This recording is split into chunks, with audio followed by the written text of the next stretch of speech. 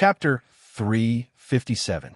Xiao Lingyu's soul realm had reached the mid-stage of the chaotic void refinement realm since he was in the late stage of the mystical demon realm. Therefore, he could increase his cultivation level by increasing the amount of chaotic demonic nascent soul. Increasing his cultivation level was actually very simple for Xiao Lingyu. After familiarizing himself with his realm, he took out many demonic crystals and piled them up beside him. Then, he began to absorb the rich and pure demonic spiritual energy within and used the 9 revolution chaos mantra to convert it into chaotic demonic spiritual energy. The 4-colored halo above the chaotic demonic nascent soul's head became more and more solid as it spun faster and faster, indicating that Xiao Lingyu's cultivation level was getting stronger. The time used to increase his soul realm and cultivation level was close to 20 years in total. When Xiao Lingyu finished cultivating, everything around the spiritual abode was as peaceful as usual. Could it be that I guessed wrong, and there's no danger here at all? Xiao Lingyu could not help but feel nervous. Resisting the urge to go out immediately, Xiao Lingyu began to study the chaotic demonic seal, the demonic soul splitting palm, the advanced demonic curse technique, and the formless gigantic demonic technique.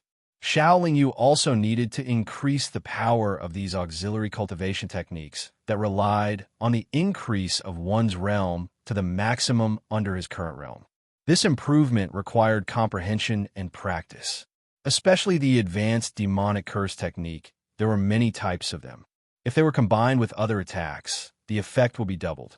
Moreover, there were not many cultivators in the immortal world who knew demonic curse techniques.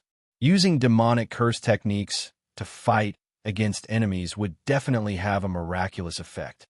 With so many auxiliary cultivation techniques to cultivate, it naturally took a lot of time.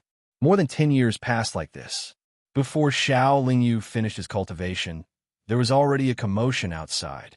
Outside the spiritual abode, a ball of orange flames surged out from the cave and completely enveloped the spiritual abode. I knew you couldn't help it. I want to go out, but you're even more curious. Xiao Lingyu's lips curled into a knowing smile. He stopped his cultivation and stared at the orange flames outside. This orange flame was obviously not weak, but unfortunately, even after burning for a long time, it was still unable to break through the colorful light shield released by the divine dwellings. However, it was able to cause the light shield to ripple slightly. This lasted for nearly a month before the orange flame returned to the cave. However, there was a powerful suction force that pulled the divine abode back into the cave. When it was only 10 meters away from the entrance, the suction force suddenly disappeared. Then, Xiao Lingyu saw that the outside world seemed to tremble. Above and below the spiritual abode, 2 rows of sharp sword-like spikes appeared and pierced towards the spiritual abode at the same time. Looking at those spikes, Xiao Lingyu felt that they were a bit like teeth, and the current situation was like a huge demonic beast that wanted to bite through the defenses of the spiritual abode. Teeth were the hardest part of most demonic beasts and human cultivators, and the strength of their bite was the strongest force that everyone could unleash in an instant. However, at this time, it was still uncertain whether the 2 rows of spikes were teeth or whether they belonged to a certain demonic beast. Although the defensive light shield of the spiritual abode was strong, it was formed spontaneously. As the owner of the spiritual abode, Xiao Lingyu did not provide enough energy to support it. Under the tremendous force of the 2 spikes, it exploded with a bang. The 2 spikes then hit the main body of the spiritual abode. The spiritual abode suddenly shook, causing Xiao Lingyu, who was hiding in it, to sway continuously. Xiao Lingyu's expression changed at first, but then he smiled because the 2 spikes broke the moment they hit the spiritual abode because they used too much force and because their quality was far inferior to the spiritual abode. Roar! An earth-shattering roar reverberated from the depths of Sand Eagle Hill, so that the cultivators in Zhuan City could hear it clearly. The cultivators near or in Sand Eagle Hill were all horrified. They all looked at Sand Eagle Hill and then quickly left. Xiao Lingyu, who was in the spiritual abode, did not hear the roar. He only felt that the outside world was shaking even more violently, and the spiritual abode was also constantly shaking. However, at this time, the spiritual abode had been pushed out of the cave by a gust of wind, and its position suddenly rose by tens of thousands of feet, directly from the depths of the ground to the surface. Then, Shaolin Yu was surprised to see a huge demonic beast head facing the spiritual abode. The underground cave from before was really the demonic beast's mouth, and the 2 rows of spikes were its teeth. The 2 broken teeth had obviously angered this demonic beast. At this time, it was staring at the spiritual abode with a pair of earthy yellow eyes that were filled with anger. The spiritual abode was currently being dragged by one of the demonic beast's huge palms. After taking a closer look, Shaolin Yu discovered that this was a tortoise-shaped demonic beast. Tortoise-shaped demonic beasts were generally not tall, but this one was tens of thousands of feet tall. It looked like a huge flat mountain. If a tortoise-shaped demonic beast was tens of thousands of feet tall, then its body was at least tens of thousands of feet long. Not to mention its cultivation, just its body was enough to frighten people. Tortoise-shaped demonic beasts generally liked to sleep, and once they slept, they did not know when they would wake up. Their cultivation progress was generally very slow, but a long time would not consume too much of their life essence. They could also slowly improve their cultivation while sleeping. Although it was slow, it was very solid. Another point was that tortoise-shaped demonic beasts were known for their strong defense, especially the Earth-type tortoise-shaped beasts. This was an Earth-type tortoise-shaped beast, and from its appearance, it was probably a black tortoise with a very noble bloodline. Its bloodline was second only to super divine beasts, but it was higher than most upper divine beasts. Even though it was a black tortoise with a very strong cultivation, it was helpless in the face of the spiritual abode. It seems that I was swept into its stomach by the fierce wind. That yellow liquid should be what it uses to digest things. Shaolin Yu was not very nervous at the moment. With the protection of the spiritual abode, unless the other party had an even higher level divine artifact, she would not be in any danger. However, demonic beasts with a very high cultivation and a very noble bloodline like this often had some incredible magical powers. What made Shaolin Yu very strange was that such a high-level demonic beast should be in the demon realm. Even if it grew up in the immortal realm, why would the immortals allow it to grow? Even if they allowed it, it was probably under her surveillance. After staring at the spiritual abode for a while, the black tortoise demonic beast slowly opened its mouth, then closed it again, then opened it again, then closed it again. Seeing the other party's mouth opening and closing at an increasing speed, Shaolin Yu became nervous again. The other party was obviously chanting an incantation. It only took a few breaths of time to chant an incantation. Then, an invisible wave of energy acted on the spiritual abode, causing it to vibrate continuously. Inside the spiritual abode, Shaolin Yu suddenly felt as if the spiritual abode was rejecting him, as if his body would be separated from the spiritual abode at any moment. This greatly alarmed Shaolin Yu. His mental connection with the spiritual abode was gradually being deceived. Fortunately, this wave of incantations could not continue forever. Unfortunately, the black tortoise demonic beast started chanting again. However, before the next wave of incantations could be heard, 2 immortals had rushed over and attacked as soon as they arrived. The black tortoise demonic beast stopped chanting and opened its mouth to spit out a gust of wind that swept towards the 2 immortals. The 2 immortals did not know what cultivation realm they were at. Even with their combined strength, they were unable to withstand the gust of wind. In a breath's time, they were both swept into the black tortoise demonic beast's mouth and would probably be digested by the yellow liquid. After dealing with the 2 immortals, the black tortoise demonic beast prepared to chant another incantation, but more and more immortals flew over. Sand Eagle Mound was actually not very far from Wakwan City. Even if Shaolin Yu did not use all his strength, he would only need 3 days to cross this distance. As for immortals with cultivation at the late stage of Immortal Monarch or higher, they would be able to reach this place very quickly. Especially for some Immortal Emperor level experts, they could almost reach Sand Eagle Mound from Wakwan City in a few breaths of time. The Zoaru continent was a famous continent in the west of the immortal world. Naturally, there was no lack of immortal emperors.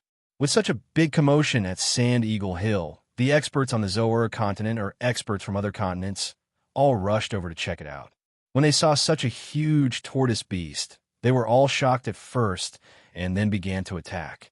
The black tortoise demonic beast hid its true cultivation, and its aura and aura were also very tightly restrained.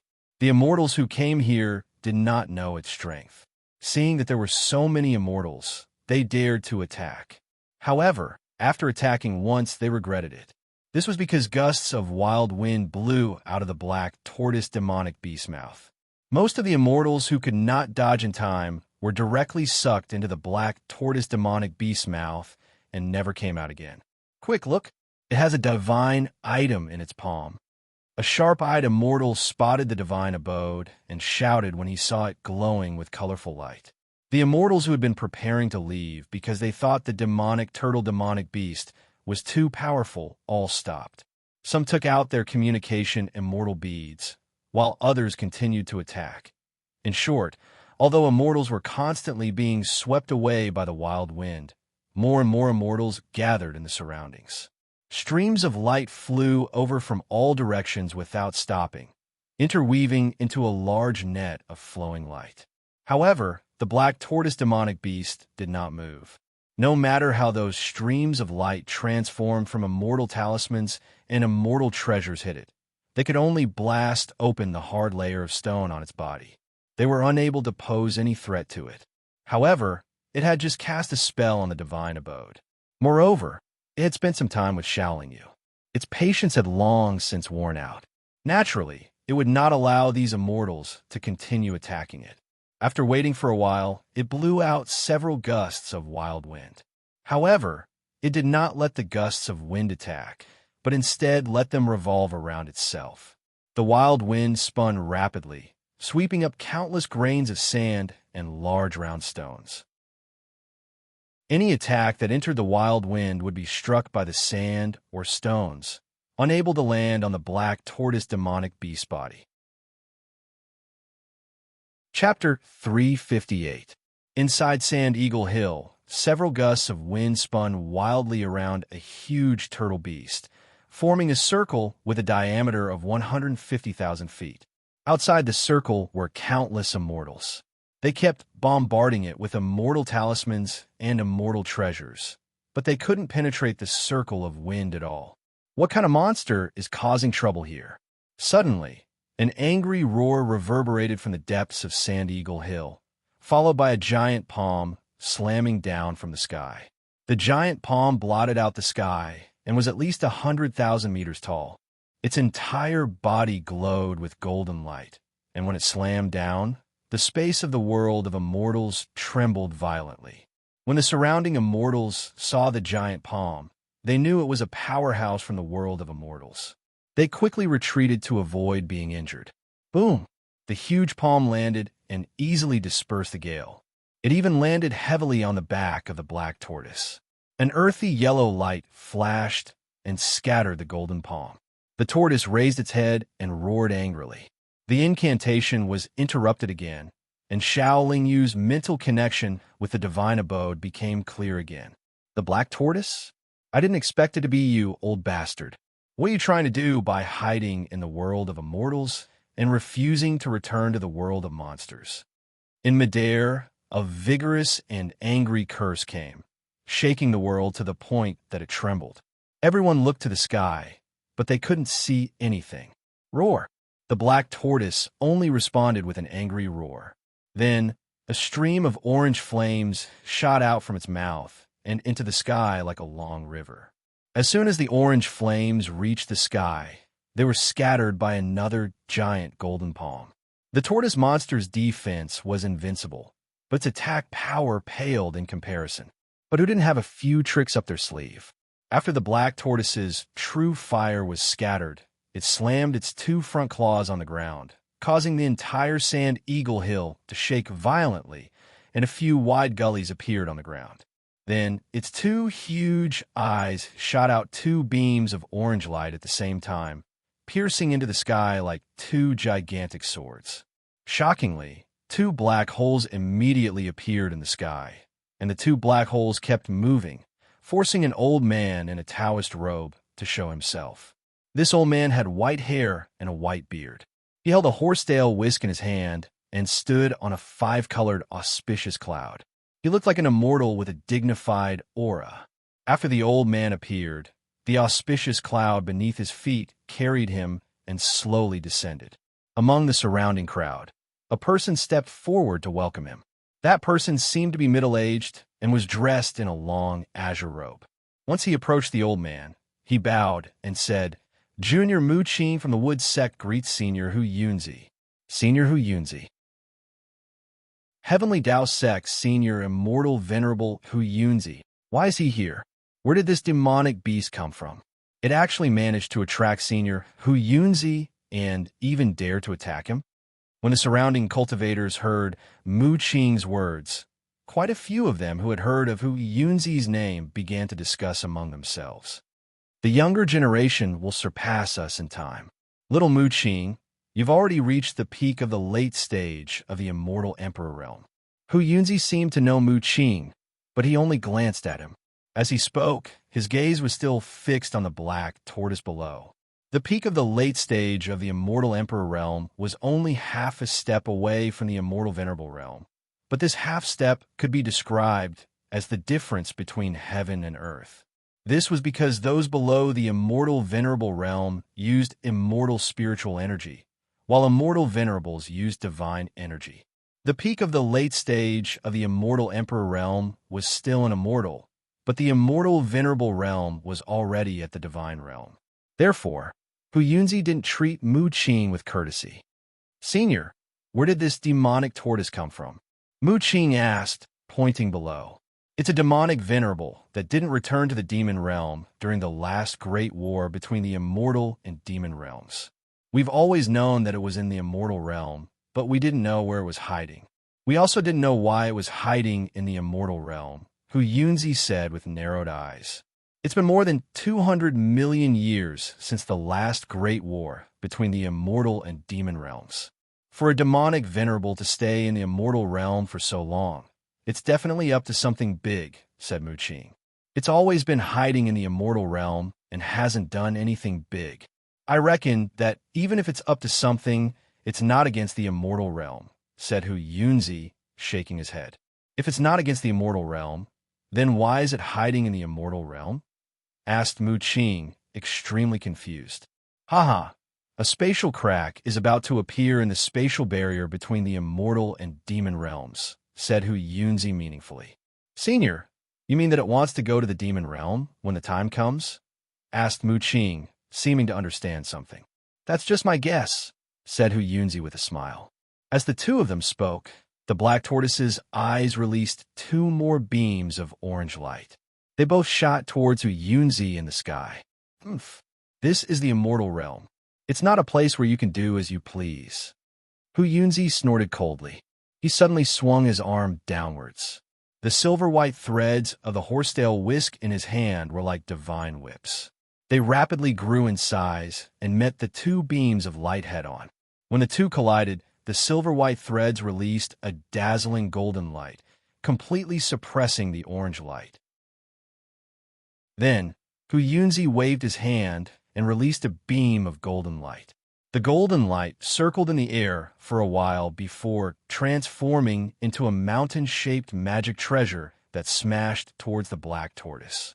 As the magic treasure descended, it rapidly expanded and it actually dragged a long spatial rift along the way. Moreover, it faintly revealed multicolored light, and its might was so strong that it caused the hearts of all the spectating cultivators to palpitate without end. The black tortoise was locked in place. With its enormous body, it was difficult for it to dodge, nor would it dodge. Its enormous shell began to shine with yellow light, and mysterious patterns began to circulate. Boom! The mountain smashed into the tortoise shell, but after a burst of orange light, it was shot into the sky. "Have a taste of my 5 elements divine thunder." Hu Yunzi stepped on a colorful cloud and moved rapidly in the air. His hands were constantly forming seals, and his mouth was also chanting incantations. In a moment, the sky was suddenly covered by dark clouds. Bolts of lightning, like golden snakes dancing wildly, exploded in the sky. Crack!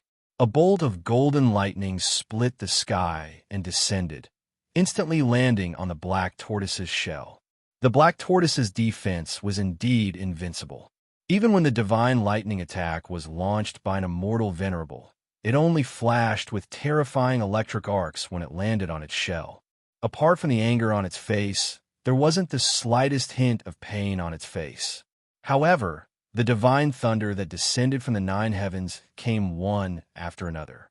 With such a continuous attack, the black tortoise would not be able to withstand it for long. Roar! The black tortoise let out an earth-shattering roar. Gusts of wild wind gushed out, forming a wind pillar in a few moments. The wind pillar was like a long, vertical dragon. It swayed its body and towered into the sky, stirring up the wind and clouds. At the same time, the black tortoise's 2 front claws were waving in front of its body. It actually summoned countless round stones and mountain peaks, all of which were smashed into the sky. It was very obvious that the black tortoise wanted to destroy the dark clouds in the sky. It did not want any more divine thunder to fall on its body. Unfortunately, Huyunzi would not let the black tortoise do as it wished. He continued to wave the horsetail whisk in his hand. Countless silver-white threads that shone with golden light swelled and flew towards the boulders and mountain peaks. As for the wind pillar, it was forcefully suppressed by Huyunzi's mountain-shaped magic treasure. The strength of human cultivators was that they were adept at using magic treasures and spells, while the Yao relied on their bodies and innate abilities.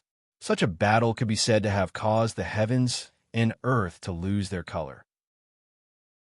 The spectating cultivators retreated again and again, but they still felt that the aura on the other side was too strong. Xiaoling Yu was in his divine abode. His heart trembled. Both the black tortoise and Huyunzi's methods were beyond his reach. This made him even more afraid to leave his divine abode. Although the black tortoise was fighting Huyunzi, the divine abode was still under its control. 6 directions divine thunder. Huyunzi changed his attack again. The dark clouds in the sky did not disperse, but the lightning within changed color. It was now purple gold. Boom! The purple gold divine thunder snaked down from the dark clouds. It carried with it a heart-palpitating aura of destruction, as if it could destroy everything in the world. The black tortoise was also very serious. The incantations on its shell circulated even faster. Rings of orange-yellow light appeared. The purple gold divine thunder was unstoppable. It broke through 7 or 8 light barriers, but its power was exhausted in the end. It could not harm the black tortoise. However, after receiving the divine thunder's attack, the black tortoise suddenly slammed its 4 claws against the ground.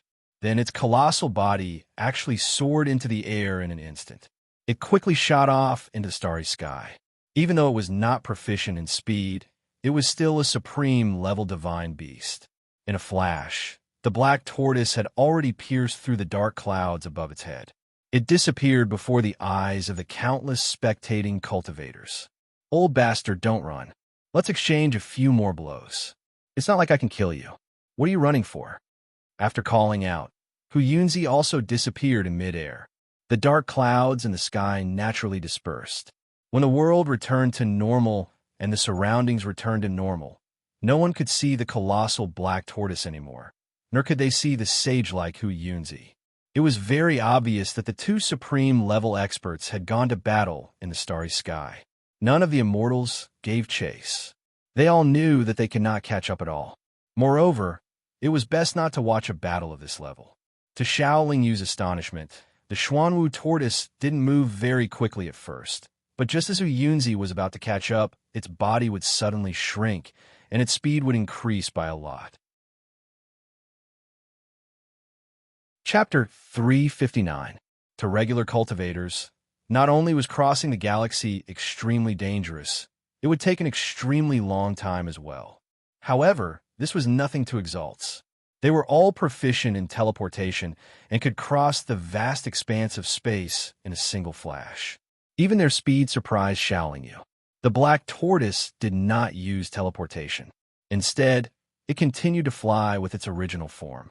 Its seemingly clumsy and heavy body was like a flying ship. It was like an orange-yellow streak of light, flashing through the vast galaxy. Xiaoling Yu stood in his divine dwelling.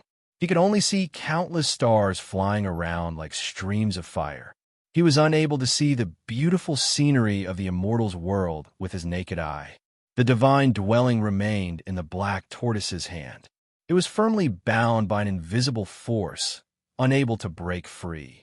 Hu Yunzi seemed extremely patient as he followed behind it at a steady pace. He would call out from time to time, but the black tortoise would ignore him. 2 whole years passed like this before the black tortoise suddenly came to a stop. In front of it was an unknown continent of the celestial realm. Around the continent of the celestial realm were countless stars. The number of stars around the continent clearly far exceeded that of the other continents of the immortal's world. It could basically be described as densely packed together. The distance between the stars was not large either. The black tortoise stopped between the countless neighboring stars. Then, it let out a roar and turned its head to face Hu Yunzi, who had stopped nearby. Suddenly, it swung its claws forward, and a shocking scene unfolded. The surrounding stars actually all trembled at the same time before shooting towards Hu Yunzi like cannonballs under its control. He was able to move the galaxy with just a wave of his hand. The great divine ability of an honorable realm expert made Xiaoling Yu's expression change. In a single moment, almost 1,000 stars shot towards him. Hu Yunzi had no choice but to treat them with caution. He roared out, and the silvery white strands of the horsetail whisk in his hand swelled once again. They turned into long dragons and shot towards the countless stars. Hu Yunzi knew that the black tortoise was an earth elemental divine beast and could indeed move the stars. After all, most of the stars were made up of earth elemental materials. Only earth elemental paragons could move the stars to attack on such a large scale. Even though Hu Yunzi's horsetail whisk was also a divine artifact, it could not do anything about the increasing number of stars that were hurtling towards him. All of the silver threads of his horsetail whisk were knocked back. Then, in an instant, Hu Yunzi was surrounded by stars that came from all directions. Countless stars gathered with Hu Yunzi at the center. Then, they collided with each other and exploded. The explosion of a planet could create a very powerful force. When a large number of planets collided together and exploded at the same time, even an immortal venerable like Floating Cloud wouldn't dare to underestimate it. Thousands of planets exploded in the span of 2 to 3 breaths. A large black hole appeared in the space. The cultivators on the immortal realm continent below were all looking up at the sky. All they could see was countless stars in the distant sky, turning into streaks of light and colliding with a single point. Then, like fireworks, it was magnificent and magnificent. When all of the planets had exploded and the black hole had disappeared, Hu Yunzi's sorry figure was revealed. Hu Yunzi's Taoist robes were already in tatters. His neatly combed hair was also emitting thick black smoke, just like the horsetail whisk in his hand. "Old bastard, you're ruthless." Hu Yunzi cursed loudly. At that moment, the black tortoise had already fled extremely far away. It had almost escaped the range of Hu Yunzi's divine sense. "You want to run?" "Not so easy." Hu Yunzi's body trembled, and he returned to normal. Then, he stuck a colorful talisman on his body.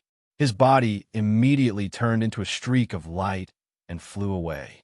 His speed was actually much faster than before. It didn't take long for Hu Yunzi to catch up to the black tortoise.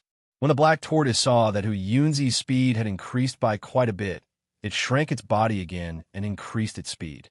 As a result, the distance between the two of them remained the same. As for the black tortoise, it specifically headed towards places with densely packed planets. It would occasionally stop and wave its claws to summon countless planets to bombard Hu Yunzi. Hu Yunzi would block them before speeding up again. Another 2 years were wasted in this pursuit. The black tortoise once again arrived at a place with densely packed planets.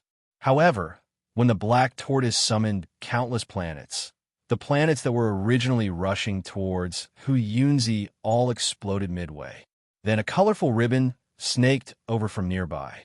In the blink of an eye, the ribbon wrapped around the black tortoise, which had shrunk significantly. Afterwards, Huyunzi's mountainous treasure fell from the sky and smashed into the immobilized black tortoise. The black tortoise was powerful, but as soon as the mysterious inscriptions on its shell began to circulate, it was suppressed by the light from the colorful ribbon. As a result, the mountain landed firmly on the black tortoise's body, causing it to sink abruptly. Roar! The black tortoise let out a furious roar. Afterwards, its body began to expand rapidly. In an instant, it had returned to its original size, 100,000 feet tall and over 100,000 feet long. The colorful ribbon was miraculous as well. It could actually expand along with the black tortoise's body and continue to wrap around it. Have a taste of my 6 directions, God slaying lightning. Huyunzi flew above the black tortoise. Afterwards, he used a profound movement technique as he silently chanted an incantation. In the empty starry sky, an extremely vast, dark cloud gradually appeared. Purplish gold lightning flashed with a shocking radiance. Boom! A bolt of purplish gold lightning fell. The black tortoise had just unleashed an orange-yellow barrier of light, but before the lightning could strike it, it was already shattered by the light from the colorful ribbon. The purplish gold lightning struck the black tortoise without any obstruction, causing the mysterious inscriptions on its shell to suddenly halt. The black tortoise's body fell several 100,000 feet once more. It wanted to swing its 4 claws, but the irresistible force from the colorful ribbon made it immobile. Boom! Boom!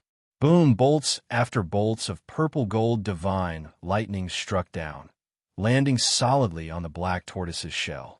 The black tortoise was in a completely passive situation, but its defense was shockingly strong. Even if it was struck by the divine lightning, it was not injured at all. Fairy Lan Yao, use your world-piercing divine needle to pierce through this old tortoise's shell. Huyunzi had been bombarding the 6 directions God-slaying lightning for a long time. Although he seemed to have the upper hand, he was still unable to break through the black tortoise's shell. Thus, he shouted into the nearby void. In the direction of Huyunzi's shout, a fairy in a fluttering, colorful dress suddenly appeared. At this moment, the colorful ribbon that was tightly wrapped around the black tortoise had extended from this fairy's sleeve. This fairy's cheeks were pretty, and her lips were bright red. Her phoenix eyes were very spirited, and they seemed a little long and narrow like blades. She appeared with a smile, giving off a mischievous and childish feeling. Haha, old Taoist Huyunzi, this black tortoise's shell is too hard. It's comparable to a divine artifact. My world-piercing divine needle probably won't be able to do anything to it. Fairy Lan Yao replied with a smile. However, she gently waved her sleeve, and a long needle that constantly flowed with divine light appeared above her head. If we force it into a corner and it activates its innate ability, the 2 of us will have a hard time. Fairy Lan Yao took out the world-piercing divine needle, but she seemed a little hesitant. Fairy, can't you see that this old tortoise has a divine artifact? Huyunzi asked again. Fairy Lan Yao was first deliberately taken aback. Then she said in a strange tone, It really does have a divine artifact. It seems to be a space-type divine abode. Let's join forces and take it. How about that? Huyunzi suggested. Then after we take it, who will we give it to? Fairy Lan Yao seemed to be interested. Before Huyunzi could reply, the black tortoise seemed to no longer want to be in a passive position. It also seemed to realize that the situation was extremely unfavorable for it. Its aura wildly rose, and waves of orange-yellow light uncontrollably spread out. Not good. It's about to activate its innate ability. Huyunzi said nervously. If we join forces, even if it activates its innate ability, what can it do? It's not a super divine beast, Lan Yao said unconcernedly.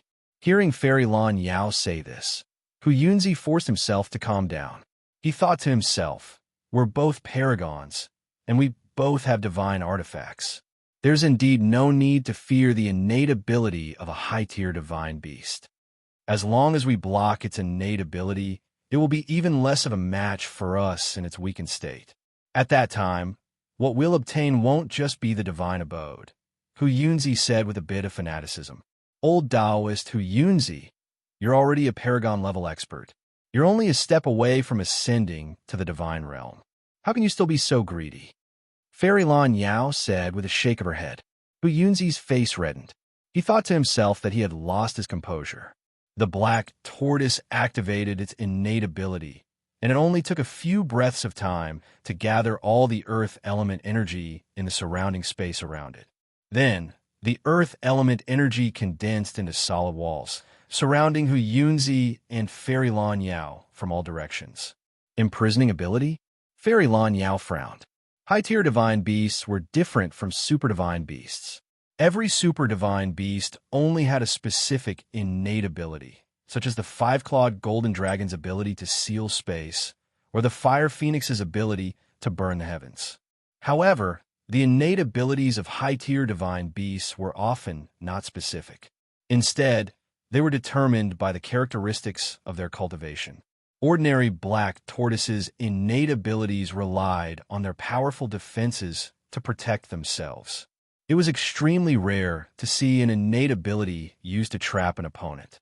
As soon as the solid walls formed, they whistled over. Before the two celestial sovereigns could react, they had already completely sealed off their surroundings. Don't worry, it's just activated its innate ability, so it must be extremely weak. Even if it traps us for a while, it won't be able to escape. Chapter 360. Even the world-piercing divine needle, which was extremely famous in the immortal realm, could only leave behind a fingernail-sized dent when it struck the wall. Although Hu Yunzi and Blue Jade were trapped, they were constantly attacking the wall together. Sooner or later, they would be able to break out. And before they could break out, the Xuanwu tortoise would be able to escape. The Xuanwu tortoise naturally knew that the two of them were sovereigns. It also knew that its attacks were slightly inferior and could not beat the two of them. Moreover, if they worked together, they would be able to completely suppress it. Thus, it did not dawdle and used its innate ability. But just as Fairy Blue Jade said, after using its innate ability, the Xuanwu tortoise was extremely weak. Trapping two immortal sovereigns with high-quality divine artifacts had exhausted all of its power and energy. Even if there was no one stopping it, it would not be able to escape quickly. The Xuanwu tortoise continued to shrink its body and gradually increased its speed. However, compared to its previous speed, it was now like a turtle crawling. The walls had only trapped the two immortal sovereigns for the time it took to brew a cup of tea. Although the Xuanwu tortoise had slowed down, it had already escaped the range of their divine senses. It can't escape too far right now. Let's split up and chase it, Fairy Blue Jade said as she chased in a certain direction. AI, we can only rely on luck. Hu Yunzi sighed helplessly and chased in another direction. An hour later, Fairy Blue Jade caught up to the Xuanwu tortoise. It was clear that she was chasing in the right direction, while Hu Yunzi was chasing in the wrong direction. Big Turtle, leave that divine palace behind, and I can let you go, Fairy Blue Jade said with a sweet smile as she blocked the path. The Xuanwu tortoise hesitated for a moment before waving its claws. The divine palace flew toward Fairy Blue Jade. Fairy Blue Jade extended her arm, and a colorful ribbon wrapped around the divine palace. Then, she moved out of the way. Although the black turtle tortoise was weak, its impenetrable defense was still present. It was impossible for Fairy Blue Jade to kill it with her own strength. She did not want to wait for Hu Yunzi to arrive, so she could only let the black turtle tortoise go. The black tortoise was still a supreme level expert. If Fairy Blue Jade were to go all out, even if she could win, it would be a Pyrrhic victory. The spatial barrier between the immortal and demon realms was about to crack. She needed to maintain her peak condition. Of course, another point was that Fairy Blue Jade was not a greedy person, nor was she a ruthless person. After handing over the god's abode, The black tortoise pretended to fly away. But just as its giant body moved to Fairy Blue Jade's side, it suddenly struck out at her. Fairy Lan Yao thought that the big turtle was already weak, and it had obediently offered up its divine palace. It must have only wanted to save its own life and wouldn't dare to fight to the death with her.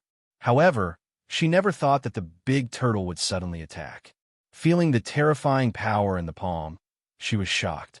She wrapped the ribbon around her divine palace and charged forward. The ribbon wrapped around the black tortoise's claw, but then the black tortoise's other claw slammed toward Fairy Blue Jade. Fairy Blue Jade shot out the world-piercing divine needle, wanting to force the black tortoise's claw back. However, the black tortoise relied on its thick skin and thick flesh to not retract its claw. Even though the world-piercing divine needle had pierced its flesh, its claw still slammed into Fairy Blue Jade's head. The black tortoise's strength was not something the human cultivators of the same generation could compare with.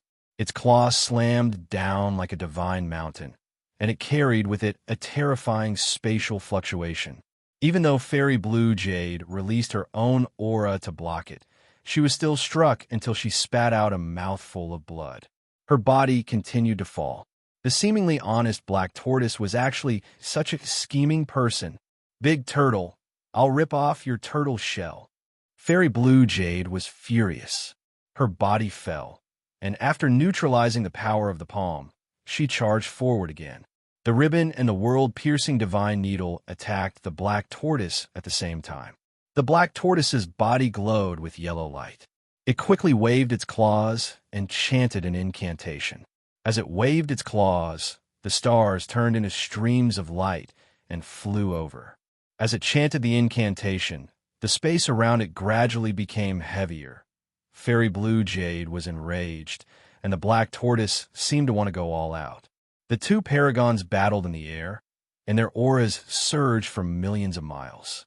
The divine palace was not the focus at this time. It was swept away by the auras of the two paragons. Xiao Yu was in the divine dwellings, closely watching the outside. When the divine dwellings were far away from the battlefield, and the two venerables were locked in battle, he decisively left the divine dwellings, and a pair of silver wings appeared on his back. The silver wings flapped, and Xiao Yu turned into a beam of silver light, flying into the depths of the Milky Way. Fairy Blue Jade and the black tortoise's attention were all focused on their opponents. They were incomparably furious, so they didn't pay attention to where the divine palace went. Even if they did, they were too focused on attacking or blocking, so they couldn't pay attention to it. While escaping at full speed, Xiao Yu's heart was still beating with fear. The spells of paragons were not something he could compare to. If Hu Yunzi hadn't appeared in time, he might have been forced out of the divine palace by the black tortoise's spell. Xiao Yu knew that the range of a paragon's divine sense was extremely large, so he flew at full speed, not daring to stop at all. He prayed that the battle between the two paragons would not end too soon. He flew at full speed for 2 years, and no one caught up. Xiao Yu felt a bit more relaxed. But now he was in the starry sky of the celestial realm, and he didn't have the speed of a paragon's. If he wanted to go to the next continent of the celestial realm, he didn't know how long he would have to wait. That black tortoise took 2 years to fly from the walking pill continent to another continent. Its speed is more than 10,000 times faster than mine. Could it be that I have to use tens of thousands of years to land on another continent of the immortal realm? Looking at the vast starry sky, Xiao Yu's face was gloomy. After thinking for a bit, he continued to fly at full speed. Paragons were too fast, and their divine sense covered an extremely large area. Xiao Yu had flown at full speed for 2 years, but they could fly over in a few hours. He didn't dare to be too confident in his luck. As he flew, Xiao Yu continued to refine the divine palace. He felt that if he wanted to reach the next continent of the celestial realm as soon as possible, he had to rely on this divine palace. Xiao Yu had some understanding of the divine palace. He knew that the divine palace could also fly, and it was extremely fast. The battle between Fairy Blue Jade and the black tortoise had indeed ended. Neither of them could do anything to the other. In the end, they both gave up because they had used up too much energy. Although the black tortoise had used its innate ability, it had the characteristics of all tortoise-like monsters. It had great endurance, and its energy reserves were very abundant. In particular, the life essence it contained was something that no other race could compare to. It didn't hesitate to use its life essence to fight. It could make up for the huge consumption of its innate ability. This was why the black tortoise dared to fight Fairy Blue Jade. After the battle, the black tortoise, Fairy Blue Jade, and Huyunzi all searched the vast starry sky for the divine palace. They didn't give up. The three paragons believed that as long as the divine palace wasn't controlled by another paragons, it would be impossible for it to escape or hide. Xiao Lingyu continued to refine the divine palace. Fortunately, his current primal chaos true fire was already comparable to the divine flame after absorbing the devil flames in the independent space. Furthermore, his cultivation was also the primal chaos force, which was of a higher level than the immortal spirit force, so he was able to refine the divine palace, and his speed was not very slow. If it was an ordinary cultivator below the immortal emperor realm, they wouldn't be able to hide in the divine palace even after thousands of years. However, Xiao Lingyu was able to do this very quickly. It was because he could hide in the divine palace that Xiao Lingyu was able to hide in the divine palace, even though the starry sky of the immortal realm was very dangerous. As time passed, Xiao Lingyu's refinement of the divine palace became more and more profound. The abilities he could use the divine palace also gradually increased. After 100 years, Xiao Lingyu grasped the ability of the divine palace to fly. However, the divine palace could fly, but it required enough energy to support it. Moreover, it consumed a lot of energy. Fortunately, the divine palace was of a very high level and could supply any kind of energy. Xiao Lingyu also had a lot of demonic crystals, so it wasn't a problem for him to let the divine palace fly for a period of time. Xiao Lingyu was on a planet. With a thought, the divine palace flew out of his dantian, and his figure suddenly disappeared. Inside his divine dwellings, Xiao Lingyu took out piles of demonic crystals, formed hand seals, and chanted an incantation. The demonic spiritual power in the piles of demonic crystals frantically gushed out, and then was absorbed by his divine dwellings. After absorbing the energy, the divine palace began to tremble and then slowly moved into the sky. After a few moments, the divine palace turned into a ray of colorful light and flew into the vast starry sky. Its speed was much faster than the black tortoise. What made Xiao Lingyu's heart ache was that the demonic crystals he wanted to use to increase his cultivation were rapidly turning into ashes. Even though he had successfully escaped danger this time, he had paid a great price. Half a year passed like this. After consuming more than 1,000,000 demonic crystals, Xiao Lingyu finally saw a continent floating in the starry sky of the immortal realm. Phew! Although the consumption is great, it's worth it to be able to keep my life. In front of this continent, Xiao Lingyu put away the divine palace and let out a long breath of turbid air. Then, he leaped and flew toward the continent. This continent of the immortal realm was extremely vast. It took Xiao Lingyu more than half a year to see a city. He landed, but did not enter the city. Instead, he stopped the cultivator and asked where the teleportation array to this continent was. After getting the answer, he had no choice but to enter the divine palace again and continue to let the divine palace fly, because the teleportation array was too far away. At his speed, it would take him at least a few decades to reach it. He was anxious to find Anya and completely get rid of the three supremacies. He couldn't wait that long. After reaching the teleportation array, Xiao Lingyu continuously teleported more than 10 times. He was already far away from the Zoan continent before he dared to stop.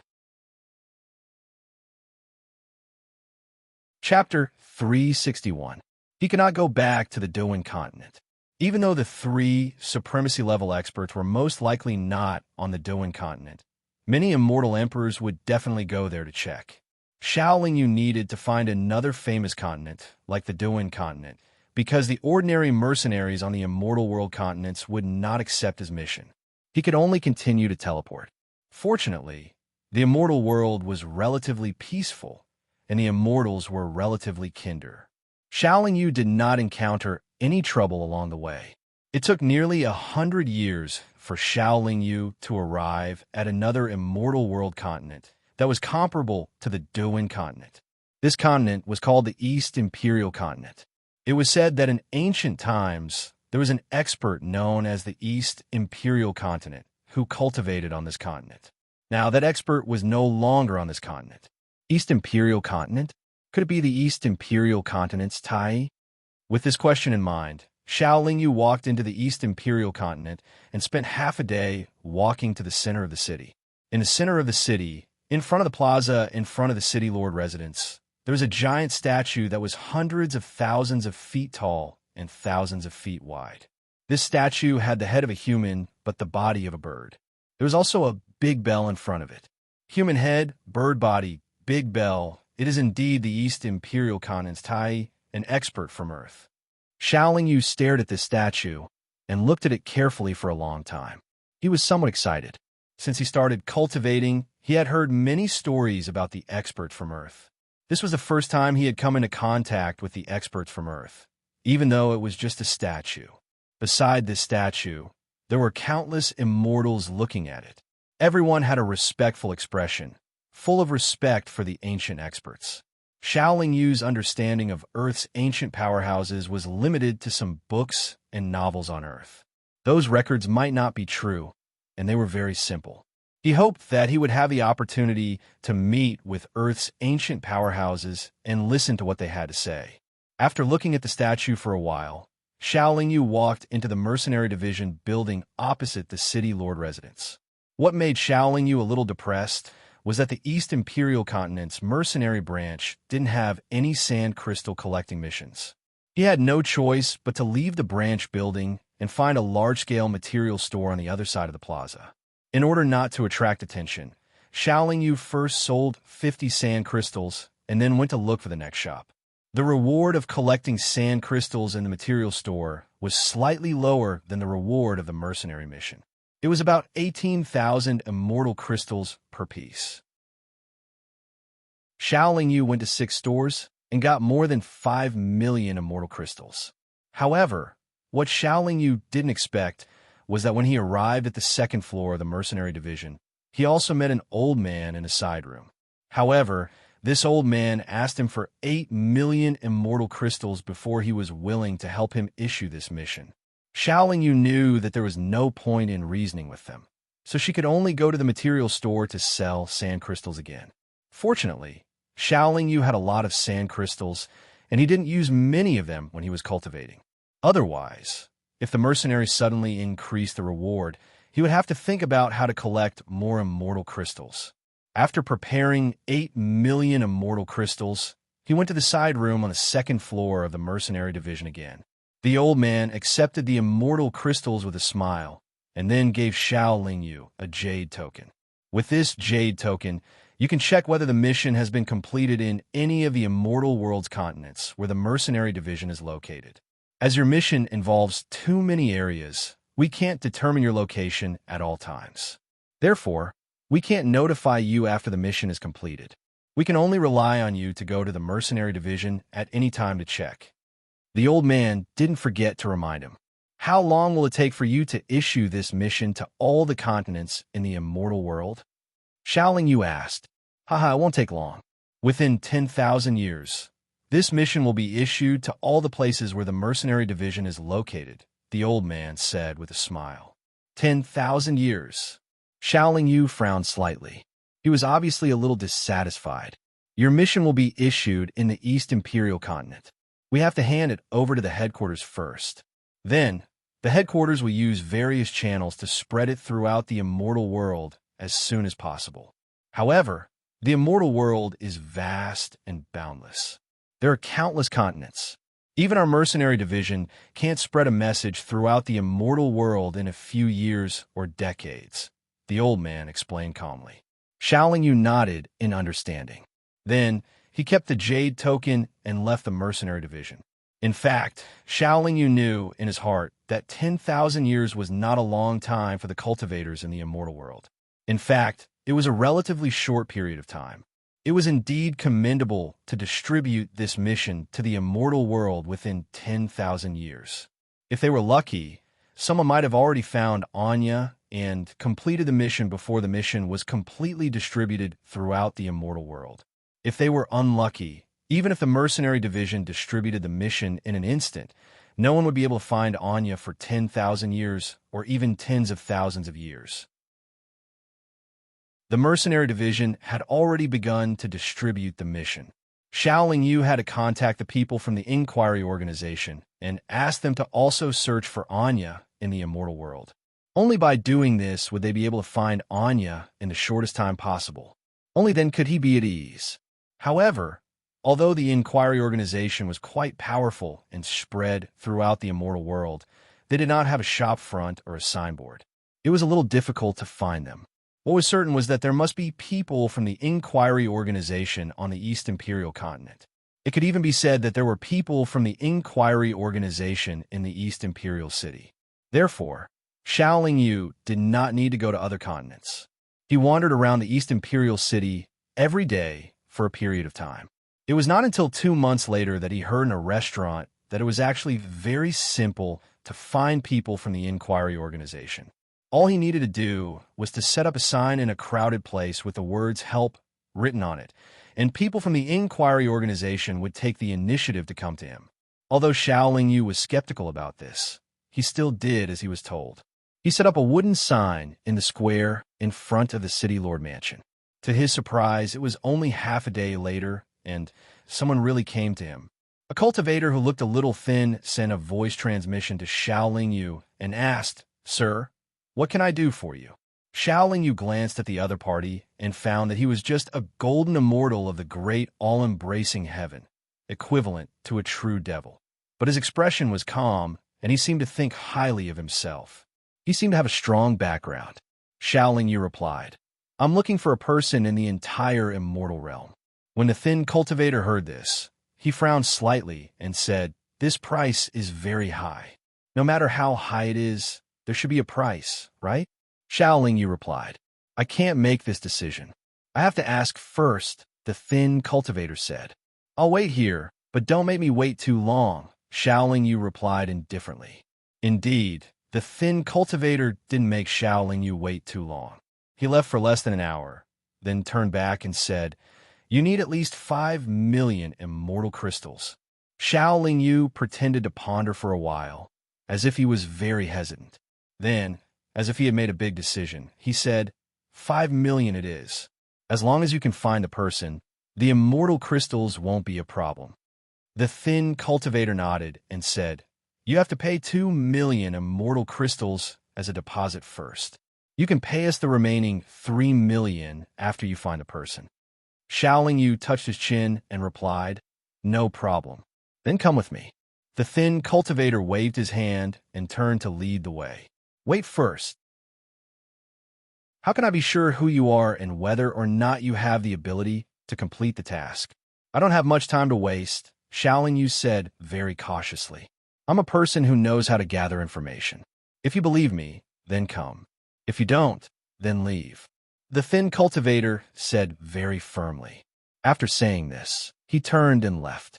Xiao Yu thought about it for a while, but still followed the thin cultivator and left the square. They didn't leave the city. The thin cultivator brought Xiao Yu to an ordinary-looking shop, and then the two of them entered the shop together. This was a small material shop. The shop only had 2 floors, and the hall on the first floor was less than 30 square meters. At this time, there were no customers in the shop. There was only an old man who seemed to be the shopkeeper. He was lying on the counter as if he was sleeping. When he heard movement in the shop, he slowly raised his head and glanced. When he saw the thin cultivator, he actually lay on the counter again. The thin cultivator shook his head and smiled. Then he said to Xiao Yu, "Let's go upstairs." After all, this was the East Imperial Kingdom. Xiao Yu felt that if this guy was deceiving him and wanted to harm him in this shop, it wouldn't be easy to make him stay. Even if there were experts in the shop, he could hide in his spiritual abode and escape. Therefore, he followed without hesitation. There was only one room on the second floor. At this time, there was only a young-looking cultivator sitting on a wooden chair. This young cultivator should have known that there would be customers, so he didn't have the slightest reaction to Xiao Lingyu's arrival. Instead, he stood up with a smile and pointed to a chair. "Please sit." "Thank you." Xiao Lingyu sat down calmly. "I think you'd better prove your identity. Otherwise, I won't give you millions of immortal crystals." The young cultivator first waved the thin cultivator away.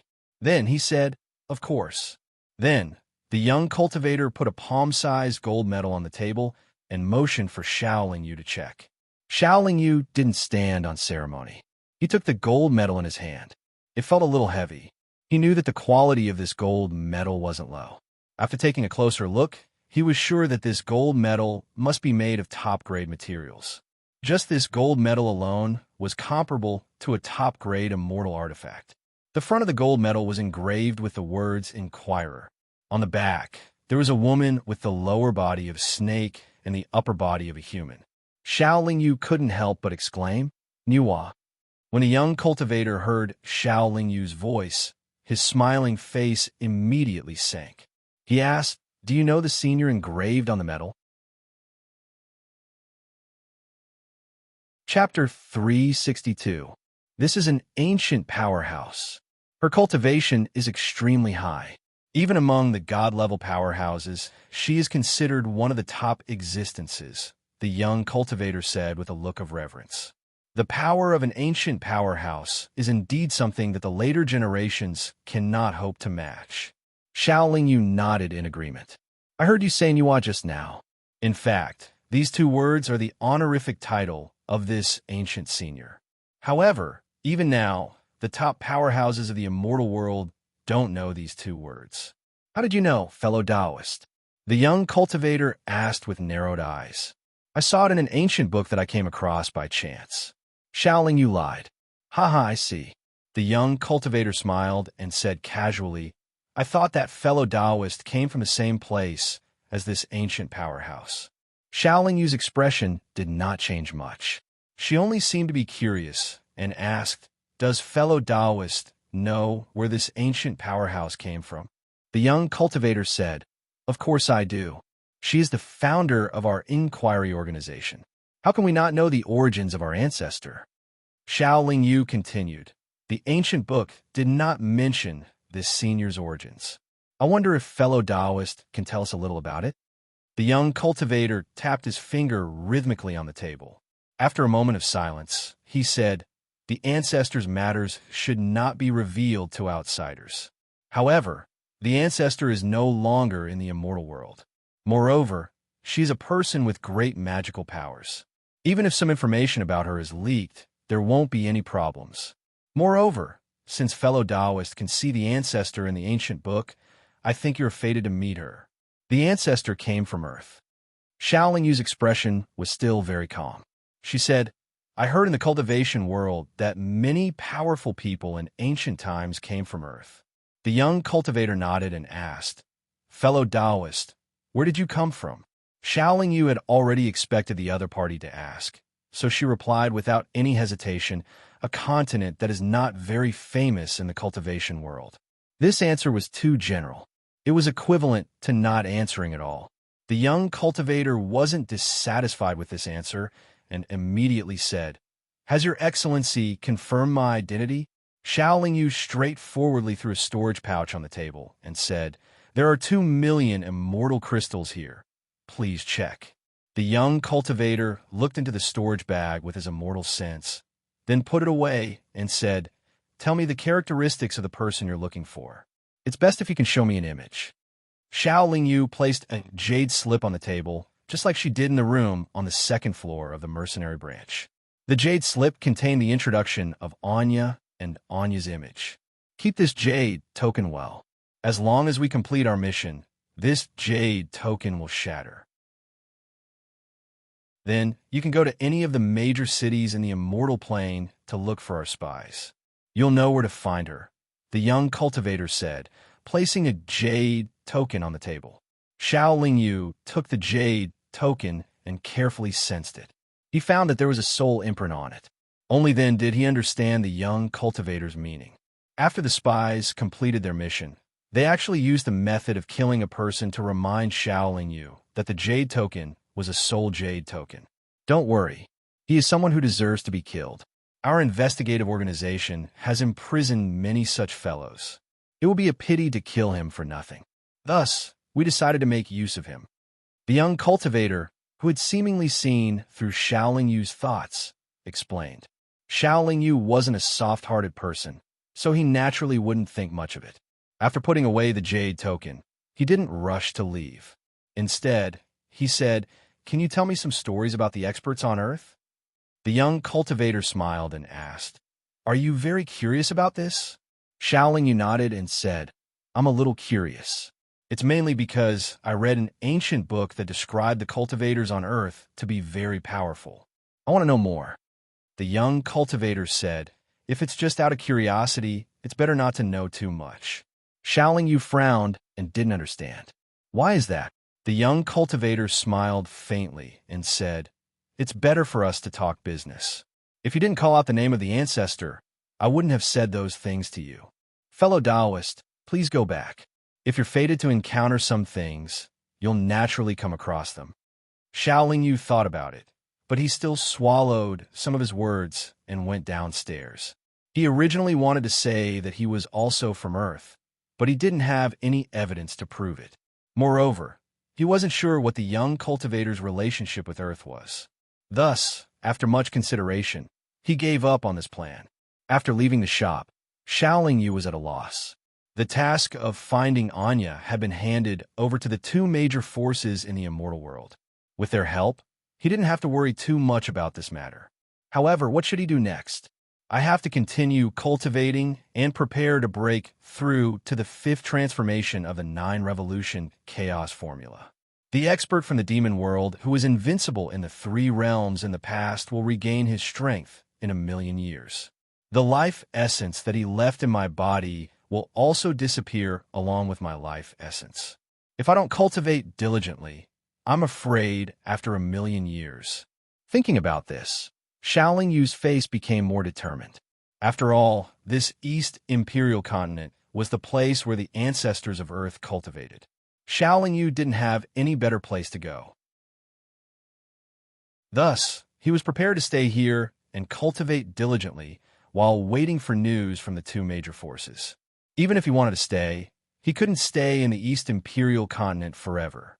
Right now, his focus was to break through to the Immortal Lord realm and help the Strange Cub to advance to the Monarch realm. First, he purchased a jade slip with a map of the East Imperial continent. After checking it, Shaolin Yu left the East Imperial continent and headed to the other nearby cities. The East Imperial continent had a vast surface area, and it was naturally not the only city in the East Imperial continent. In order to not attract any attention, Shaolin Yu decided to sell the remaining sand crystals in other cities and use them to exchange for a large amount of immortal crystals for him to purchase some special materials. However, the distance between the cities in the East Imperial continent was generally very far. Shaolin Yu didn't want to use his spiritual abode on such a prosperous continent. Thus, it was inevitable that some time would be wasted. Although he was in a hurry to cultivate, Shaolin Yu didn't care about this little bit of time. After 2 years, he only had a little more than 100 sand crystals left. His storage artifact also had an additional 5,000,000 immortal crystals. I'll go to another city. Then, I can sell all these immortal crystals. I can also go to the East Imperial continent to start collecting some materials. With his hope, Shaolin Yu rushed to the next city at full speed. Unexpectedly, just as he was about to reach his destination in 2 days, Shaolin Yu was stopped by a group of cultivators. The leader of this group of cultivators was an early-stage immortal monarch. He first sized up Shaolin Yu and then asked coldly, "Sir, what are you trying to do by trespassing into the territory of the Nanhua Immortal Sect?" Nanhua Immortal Sect? This place is 100,000 miles away from the encampment of the Nanhua Immortal Sect. How can you say that I'm trespassing? Shaolin Yu frowned and asked. The Nanhua Immortal Sect's location was naturally marked in the Jade Slip map. Shaolin Yu wasn't an arrogant person. He wasn't someone who liked to cause trouble. Why would he trespass in the territory of an immortal sect? This route had been carefully calculated by him. Humph, since you dare to trespass into the territory of our Nanhua immortal sect, why are you feigning ignorance? This place has been under our Nanhua immortal sect's territory for 50 years. The immortal monarch snorted coldly. Xiaoling knew that it was very common for a large sect to expand its territory. Therefore, he didn't dwell on this issue. Instead, he said apologetically, "I'm not a cultivator from around here. Therefore, I didn't know that your immortal sect had made great progress. Please make an exception for me. I'll leave right now." As he spoke, Xiaoling tactfully handed over a storage pouch. There were 1,000 immortal crystals in the storage pouch, which was not a small sum. Oomph. What do you think our Nanhua immortal sect is? How can you come and go as you please? What Xiaoling didn't expect was that the immortal monarch didn't let him go even after taking his storage pouch. Instead, he seemed to want to make things worse. Then what do you want? Xiaoling asked with narrowed eyes. Nothing. I just want you to come with us to our sect's encampment. You can leave after you've made things clear, the immortal monarch said calmly. What's there to talk about? Even if this is really your Nanhua immortal sect's territory, why didn't I see any of your people guarding the perimeter before I came in? Why did you wait until I came in and then say that I'm trespassing? You said that this is your territory. Why didn't you make a sign? Xiaoling was a little angry and questioned coldly. I advise you not to get too worked up. This is our territory.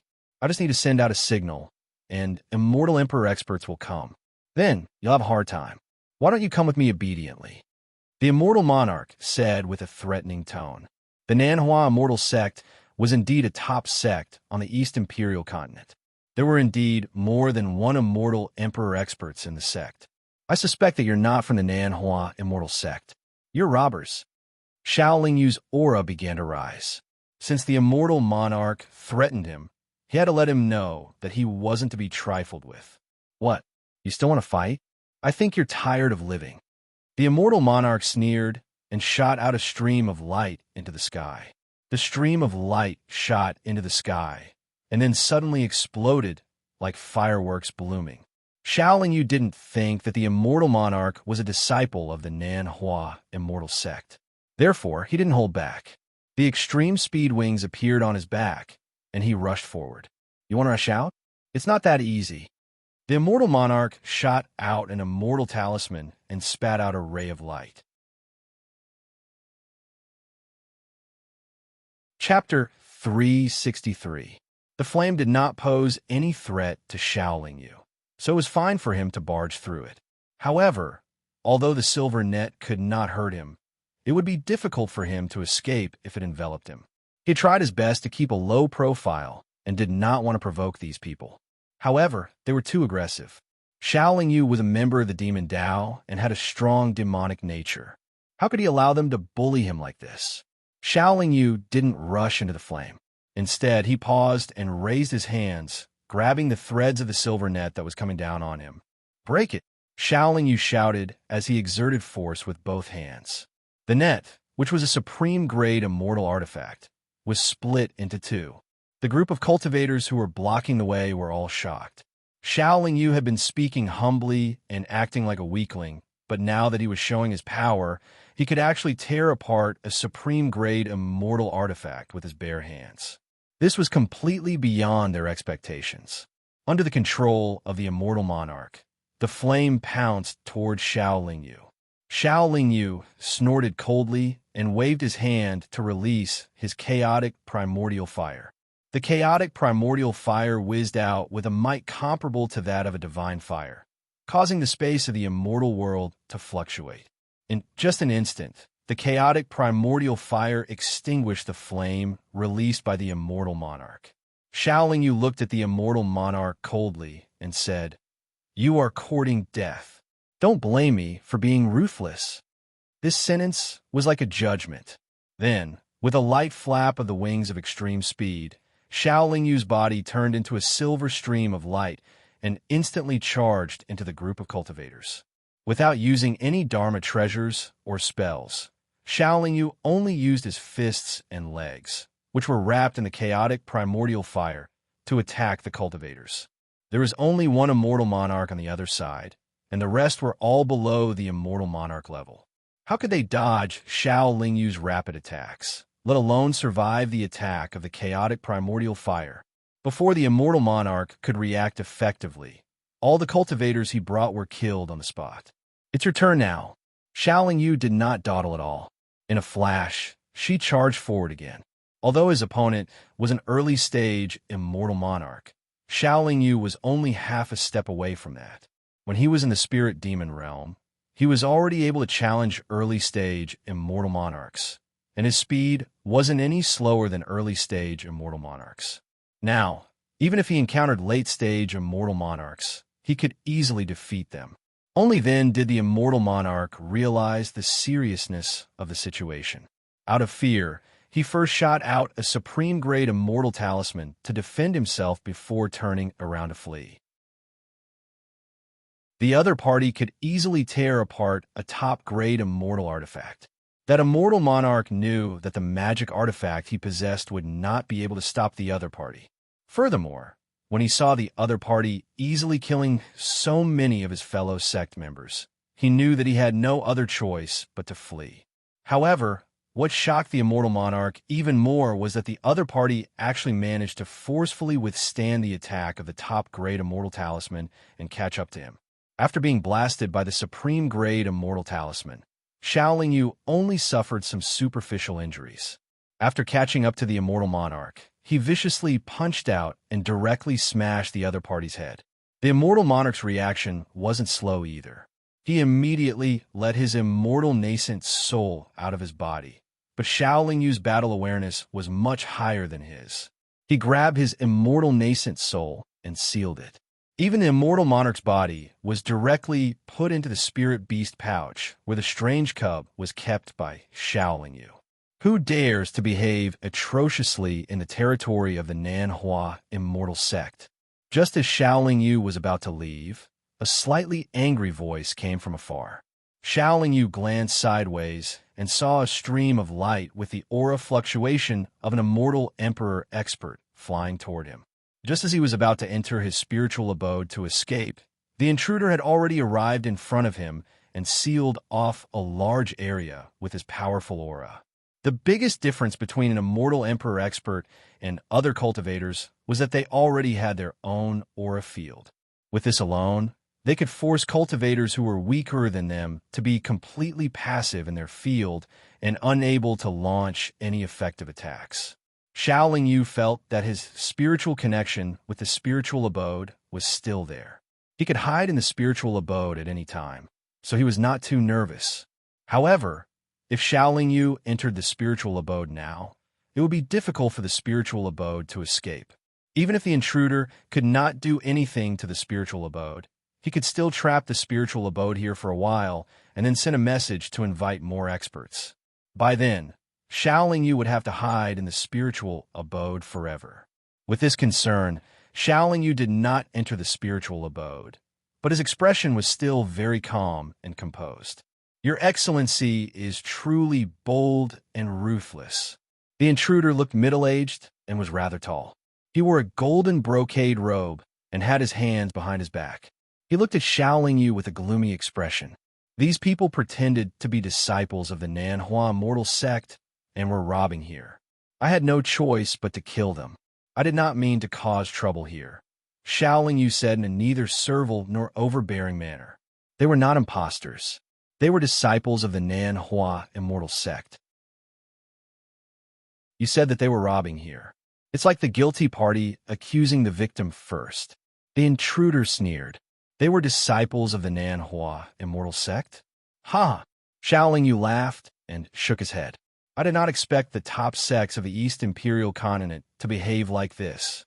Seeing Xiao Lingyu's reaction, the intruder was actually not very confident. He could not see Xiao Lingyu's cultivation level. Although he felt that Xiao Lingyu's cultivation level should not be very high, the battle just now was clearly a one-sided massacre, and it ended very quickly. No matter what, you have killed disciples of the Nanhua immortal sect. You have to give us an explanation, right? The intruder narrowed his eyes and asked. At the same time, he increased the ceiling of his domain. He wanted to see if the other party had a domain to counter it. If not, the other party was below the immortal emperor realm. Explanation? If it had not stopped me, how could I kill them? Although the Nanhua immortal sect is powerful, don't piss me off. Shaolin Yu could also sense the intruder's domain. However, he knew that the domain of an immortal emperor realm expert was to use their immortal senses to forcefully fill the surrounding space with their cultivation energy. Using their cultivation energy and immortal senses to form a special wave, they could suppress the opponent's aura and immortal senses and gain absolute control. However, Shaolin Yu's cultivation energy was the chaos demonic energy, which was stronger than immortal spirit energy. Moreover, it had a demonic nature and was more resistant to immortal spirit energy and immortal senses. Therefore, even the domain of an immortal emperor realm cultivator was not very effective against him. The intruder saw that Shaolin Yu was still relaxed under the ceiling of his domain. It was as if he was not affected at all. This made him even more unsure. If you can take one blow from me, I will let you go. After speaking, the intruder did not wait for Shaolin Yu's reply. He took out an immortal sword and slashed at Shaolin Yu. As the immortal sword slashed down, it kept expanding. The sword light was sharp, and the surrounding domain quickly pressed down on Shaolin Yu. Shaolin Yu could already tell that the immortal sword was a quasi-divine weapon. It was much more powerful than a supreme-grade immortal weapon. Moreover, with the support of the domain, it was enough to hurt him. However, he did not move because he had been locked in place. There was no way for him to dodge. He suddenly raised his palm, and a gust of primordial fire gushed out. The immortal sword was only a quasi-divine weapon, but the primordial fire had the power of a divine fire. There was a fundamental difference in quality between the two weapons. However, the immortal sword was a material object and extremely sharp. Although it could not compare to the primordial fire, it could still penetrate it and continue to fall on Shaolin Yu's head. However, its power was greatly weakened. Shaolin Yu did not retract his palm. However, his palm suddenly turned into a dragon claw covered in scales. Clang! The immortal sword slashed at the dragon claw. However, there was a sharp sound of metal clashing with stone, and sparks flew. Shaolin Yu's dragon claw was also a quasi-divine weapon. Naturally, it was not afraid of the opponent's immortal sword. The dragon claw did not let go of the immortal sword. Instead, it grabbed it. At Shaolin Yu's shout, the primordial fire completely enveloped the immortal sword and spread along the immortal sword toward the attacker's body. When Shaolin Yu was in the spirit demon realm, he was already as powerful as any immortal monarch. Now, his strength was comparable to an early-stage immortal emperor. Even if he grabbed the immortal sword, it would be difficult for the attacker to pull it back in an instant. Seeing the primordial fire burning toward him and his immortal sword trembling under the primordial fire, the attacker knew that the primordial fire was extraordinary. It was enough to seriously injure him. Therefore, he gave up the immortal sword and retreated. Shaolin Yu still did not move. He faced the attacker and smiled disdainfully. He did not return the immortal sword. Instead, he continued to burn it with the primordial fire. What surprised the newcomer was that his immortal sword, which he had obtained with great difficulty and had the quality of a quasi-divine artifact, was gradually melting under the burning of the other party's true fire. To be able to melt a quasi-divine weapon so easily, the fire must be a godly fire. His opponent was an expert with a godly fire. Moreover, his opponent's arm suddenly turned into a dragon claw. With the dragon claw, he took the quasi-divine weapon's attack head-on. While the attacker lamented over his immortal sword, he was so shocked that he forgot to attack again. Shaolin Yu was really angry. Therefore, he no longer thought about keeping a low profile. He also did not think that the Nanhua immortal sect was an existence that he could not afford to offend. At most, he would hide in the immortal palace. Even a supremacy expert could not do anything to the immortal palace. So what if the Nanhua immortal sect did not have a supremacy? Even if I have to hide in the immortal palace for thousands of years, I will teach these guys a lesson. Under the wanton burning of the primordial fire, the immortal sword turned into liquid under the gaze of its owner. Xiao Yu waved his hand lightly, and the liquid splashed out. Does this count as taking one of your attacks? Do you want to do it again? Xiao Yu asked with a smile. There were people who bullied the weak and feared the strong in the demon world. There were also such cultivators in the immortal world. Xiao Yu did not want to cause trouble earlier. Even an early-stage immortal monarch dared to attack him. Now that he was facing the immortal emperor with an unyielding attitude, the immortal emperor was a little hesitant. Ha! Fellow Taoist, you have opened my eyes.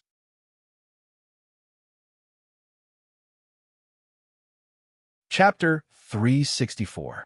Xiao Yu knew that more experts were coming, but he wasn't surprised. This place wasn't far from the Nanhua immortal sect's encampment. A fight here would naturally alert the experts of the Nanhua immortal sect.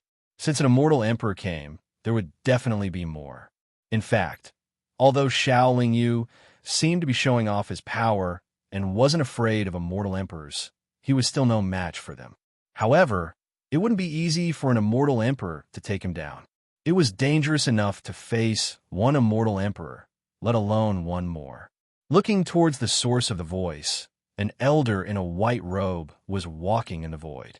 The old man seemed to be walking slowly, but with every step he took, he would cross thousands of feet. In just a few moments, he was right in front of them.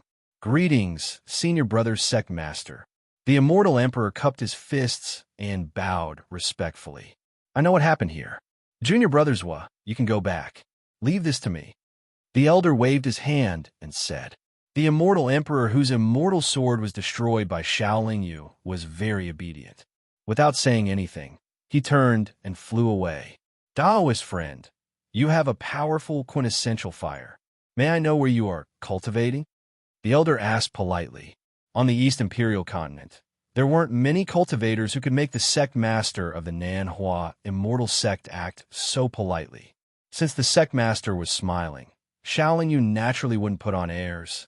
He didn't have the right to do so. He just said calmly, I don't belong to any sect. I'm just an itinerant cultivator. I came to the East Imperial continent from another continent to travel.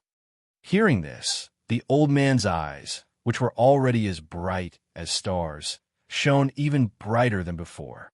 He still said politely, Fellow Taoist, you're a guest from afar. Since you're already beside the Nanhua immortal sect, I wonder if you can come with me for a moment? Xiao Yu frowned slightly and said directly, Taoist friend, if you have any thoughts, please tell me. It's boring to beat around the bush. The old man shook his head and said, Fellow Taoist, please don't misunderstand. I invited fellow Taoists to the Celestial Gate, not because I wanted to incite the Celestial Gate's disciples to gang up on you. I just felt that we were fated to meet and wanted to chat a little. Xiao Yu, on the other hand, obviously didn't believe him. First, I killed your Nanhua immortal sect's disciple, and then I destroyed your junior brother's immortal sword. Now, you're inviting me to your sect, and you're saying that you don't have any ulterior motives? The elder said, if I had any ulterior motives, I wouldn't be wasting my time. Taoist friend, do you think that the Nanhua immortal sects can't do anything to you? If he didn't have a divine Abu, he would have been killed. If he didn't have a divine's divine palace. Without a Ling Yu T, if he didn't have a divine sect, he would. If he didn't have a sinistess divine sects, this sect. TSS sect. SSS, right? This A's? S. Taoist friend, you still don't trust me. The elder sighed. Taoist friend, you said you're a rogue cultivator and don't belong to any sect. So, I'm interested in taking you in. What do you think? Just now, I killed your disciples, and one of them was an immortal monarch. Xiao Yu didn't deny it. Hee, our Nanhua Immortal School can still afford such a small loss. If Tao friend is willing to join us, our Nanhua Immortal School wouldn't suffer any losses from the previous battle. Instead, we would earn quite a bit. The old man was very generous and smiled sincerely. However, Xiao Yu felt a little uncomfortable that he didn't care about the lives of his disciples. But Xiao Yu, who came from the devil world, knew very well that no matter where, the rights of the weak weren't valued. This included their lives. If I refuse to join, I'm afraid you won't let me leave so easily, right? Xiaoling Yu thought about it and asked directly, I believe that you'll make a wise choice. Although our Nanhua immortal sect isn't one of the top clans in the immortal world, it's still one of the top clans in the East Imperial continent. Even in the entire immortal world, there aren't many who can make us fear, the elders said confidently. As the saying goes, a fine bird chooses a tree to nest in. Even the sect master has invited me. If I refuse, I'll be unappreciative. To be honest, I've been wanting to find a place to belong to and a sect to rely on. Unfortunately, I haven't been able to find an opportunity. This time, my opportunity has come. Xiaoling Yu seemed to hesitate for a moment. Then he sighed. Haha, great. The elder laughed. However, I've always been a lone cultivator and am used to being alone. After I join the Nanhua Immortal Sect, I hope that the sect master can make an exception and not impose too many restrictions on me, Xiaoling Yu added. Xiaoling Yu could guess that the reason why the old man invited him like this was probably because of his amazing performance in the battle with the Immortal Emperor. Perhaps the old man felt that the power of his chaotic true fire was too strong. Regardless, he could join the Nanhua Immortal School, but he definitely didn't want to be an ordinary disciple. Of course, not to mention you, even the ordinary disciples of the Nanhua Immortal Sect don't face many restrictions. However, since you've decided to join the Nanhua Immortal Sect, there are some basic rules that you have to follow, the elder nodded and said. After the discussion, Xiaoling Yu swore an oath that he wouldn't betray the sect for no reason. Then he followed the elder to the encampment of the Nanhua Immortal Sect. The elder's name was Qin Pingzi. He was the sect master of the Nanhua Immortal Sect and was a late-stage Immortal Emperor. He had just come out of seclusion and sensed the commotion, so he came over to take a look. Sect Master Senior Brother, why are the disciples of the Nanhua Immortal Sect stopping passers-by near the sect? Xiaoling Yu asked curiously as he followed the elder. Junior Brother Xiao, now that you're one of us, I'll tell you the truth. We're actually arresting people, Qin Pingzi said. Arresting people? Why? Xiaoling Yu was puzzled. Arresting people should only happen in the mortal world. They were arresting people to replenish the army. Junior Brother Xiao should know that a crack is about to appear in the space barrier between the immortal world and the devil world. Within 1,000,000 years, a great war will break out between the two worlds. The cultivators of the devil world are brave and aggressive, and the immortals don't like to fight. Therefore, every time there's a war between the two worlds, the immortal world will be at a disadvantage. Even during the last war, the army of the devil world invaded the subduing demon continent, causing the immortal world to suffer huge losses. Therefore, this time, several immortal venerables have decided that all the forces in the immortal world, especially the big forces, must contribute. So we're going to make up for the losses. Qin Pingzi sighed and said, You know that the war between the two worlds is huge and extremely dangerous. Even Emperor Realm experts may die on the spot, let alone ordinary cultivators. No matter how powerful your Dharma treasure is or how exquisite your Dharma spell is, it's not worth mentioning in front of countless enemies. Xiaoling Yu sighed inwardly. No wonder the group of Nanhua Immortal Sect disciples insisted on arresting him after taking his immortal crystals. They probably had a mission. Arresting people didn't exist in the demon world. The cultivators of the demon world were warlike to begin with. In such a war that only happened once in 1,000,000,000 years, they were all full of energy. Fearing that they wouldn't be able to participate in the war, they took the initiative to charge into the battlefield. There was a consensus in the demon world that the battlefield was the best place to improve one's strength and realm. But it was different for the immortals. They didn't want to face such a dangerous battle easily. However, the war between the two worlds was inevitable unless the immortal world was willing to be slaughtered by the demon world. Ordinary immortals didn't want to fight, so the immortal sovereigns had to force the first-rate or second-rate forces to participate in the war. They had no choice but to limit the number of participants. It was no wonder that the immortal world suffered losses every time it fought with the devil world. Everyone braced themselves and went to the battlefield. Naturally, they wouldn't go all out. Once they encountered a relatively powerful attack, they probably wouldn't be able to hold on for short while before they were utterly defeated. The headquarters of the Nanhua immortal sect was built on top of a high mountain in a mountain range. The mountain was tens of thousands of feet tall and very huge. The top of the mountain was covered by white clouds. Following Qing Pingzi to the top of the mountain, he saw a crater-like basin above the layers of clouds. This was the top of the mountain and also the headquarters of the Nanhua immortal sect. The top of the mountain was round, and it looked more like a huge valley. Looking from afar, it was filled with rolling white mist, and many pavilions could be vaguely seen. There were also red-crowned cranes and elks, and there were also numerous ancient trees with luxuriant foliage, as well as countless immortal flowers and herbs. The headquarters of the Nanhua immortal sect was the closest to the immortal realm that Shaolin Yu imagined when he was on Earth. Qing Pingzi didn't directly enter the headquarters of the headquarters. Instead, he landed on a stone staircase outside the headquarters and walked up the staircase. At the end of the staircase was a stone door. 2 stone lion and tiger statues were lying on both sides of the door. The stone gate was 500 feet tall and 600 feet wide. It was made of pure white jade, and there were 2 divine dragons engraved on the lintel of the gate. The dragon heads were facing the ink-colored words Southern Flower Immortal School. The 2 divine dragons on the lintel and the 2 stone statues below were vivid and lifelike. If one didn't look closely, one would think that they were alive. There were no disciples guarding the door, so the 2 easily entered the headquarters. After passing through a passageway that looked like a crack in the mountain, they finally arrived at the headquarters. What made Shaolin Yu very surprised was that outside the mountain gate, he didn't feel anything strange. However, once he entered, there was immediately a pure and dense immortal spirit energy that assaulted his face, causing him, a cultivator of the demonic Tao, to frown. From the headquarters to where Shaolin Yu was, there was no obstruction at all. Why didn't the immortal spiritual energy leak out?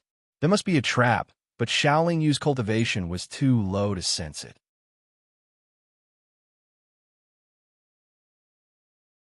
Chapter 365. Walking in the Nanhua Immortal Sect Station, one would never imagine that this was the top of a mountain. White cranes were playing in the water, immortal deer were eating duckweed, and fairies with long sleeves were chasing each other. Such tranquility and beauty could never be found in the demon realm. If I can really cultivate and live here, it would be a wonderful thing. Shaolin Yu thought to himself. Under Qing Pingzi's lead, Shaolin Yu came to the door of the pavilion in the deepest part of the station. This pavilion only had 2 floors, and there were no other buildings around it. There was not even a wall, only immortal trees and flowers that could be vaguely seen in the clouds. This used to be the residence of one of my junior brothers, but he has passed away, and this place has been vacant for many years. Junior brother Shao, since you just arrived, you don't have a good place to stay, so you can stay here for now. As Qing Pingzi spoke, he opened the door of the attic and invited Shaolin Yu in. The first floor was not big, less than 30 square meters. The decorations were simple, but it was clean and comfortable. There were 2 wooden chairs on both sides and a small wooden table in the middle. There were landscape paintings on the walls, and there were only 4 words in the main hall. Heaven rewards the diligent. My junior brother didn't like luxuries, and he was indifferent to worldly possessions. He only focused on cultivation. He used to be the strongest in my generation, but Qing Pingzi stopped talking and pondered for a moment. Then he said, "This will be your cultivation place from now on. If there's a chance, I'll introduce you to other disciples. You can also walk around the sect more." After that, Qing Pingzi left behind a jade slip and left. Shaolin Yu immersed his mind into the jade slip, and it took 15 minutes before he came back to his senses. There were a lot of things recorded in the jade slip. There were the rules of the Nanhua Immortal Sect, the history, the introduction of the sect masters and special people, and the description of the various businesses of the Nanhua Immortal Sect. It was almost everything and was very detailed. Xiao Lingyu already had a better understanding of the Nanhua Immortal Sect after reading it once. The Nanhua Immortal Sect had a long history and a rich foundation. It had existed for tens of billions of years and had once produced immortal venerables. Now, there were more than 200,000 disciples in the sect. There were close to 50 immortal emperors and thousands of immortal monarchs. Just like many other major sects in the immortal world, the Nanhua Immortal Sect was not only one of the top sects in the East Imperial continent, but they also controlled almost one-third of the territories and major cities on the East Imperial continent. They also sent out more than half of their inner sect disciples who were immortal monarchs to control many major cities on the continent. With such a huge force and so many experts and elite disciples, the Nanhua Immortal Sect naturally had many ways to earn immortal stones. In this aspect, the immortal world was actually similar to the devil world, except for some mines that contained large amounts of immortal crystals. The large factions would not mine immortal stones to maintain the sect's livelihood. Whether it was controlling the entrance fees, collecting rent, or setting up shops, it would bring them an endless amount of immortal stones every year. Therefore, under normal circumstances, the financial power and influence of large sects would become stronger and stronger, because with enough strength, it would not be a problem to recruit experts. And with experts, others would be afraid of you and would not dare to compete with you. In the history of the Nanhua Immortal Sect, the most famous person was naturally the founder of the sect, Nanhua the Enlightened Being. Compared to many ancient experts, Nanhua the Enlightened Being might not be much. However, according to the introduction in this jade slip, Nanhua the Enlightened Being was definitely one of the top experts in the three realms. According to the records, when Nanhua the Enlightened Being was in the Immortal Emperor realm, he once severely injured an immortal supremacy. When Nanhua the Enlightened Being reached the Immortal Supremacy realm, he defeated 3 devil supremacies by himself and even killed one of them during the war between the immortal world and the devil world.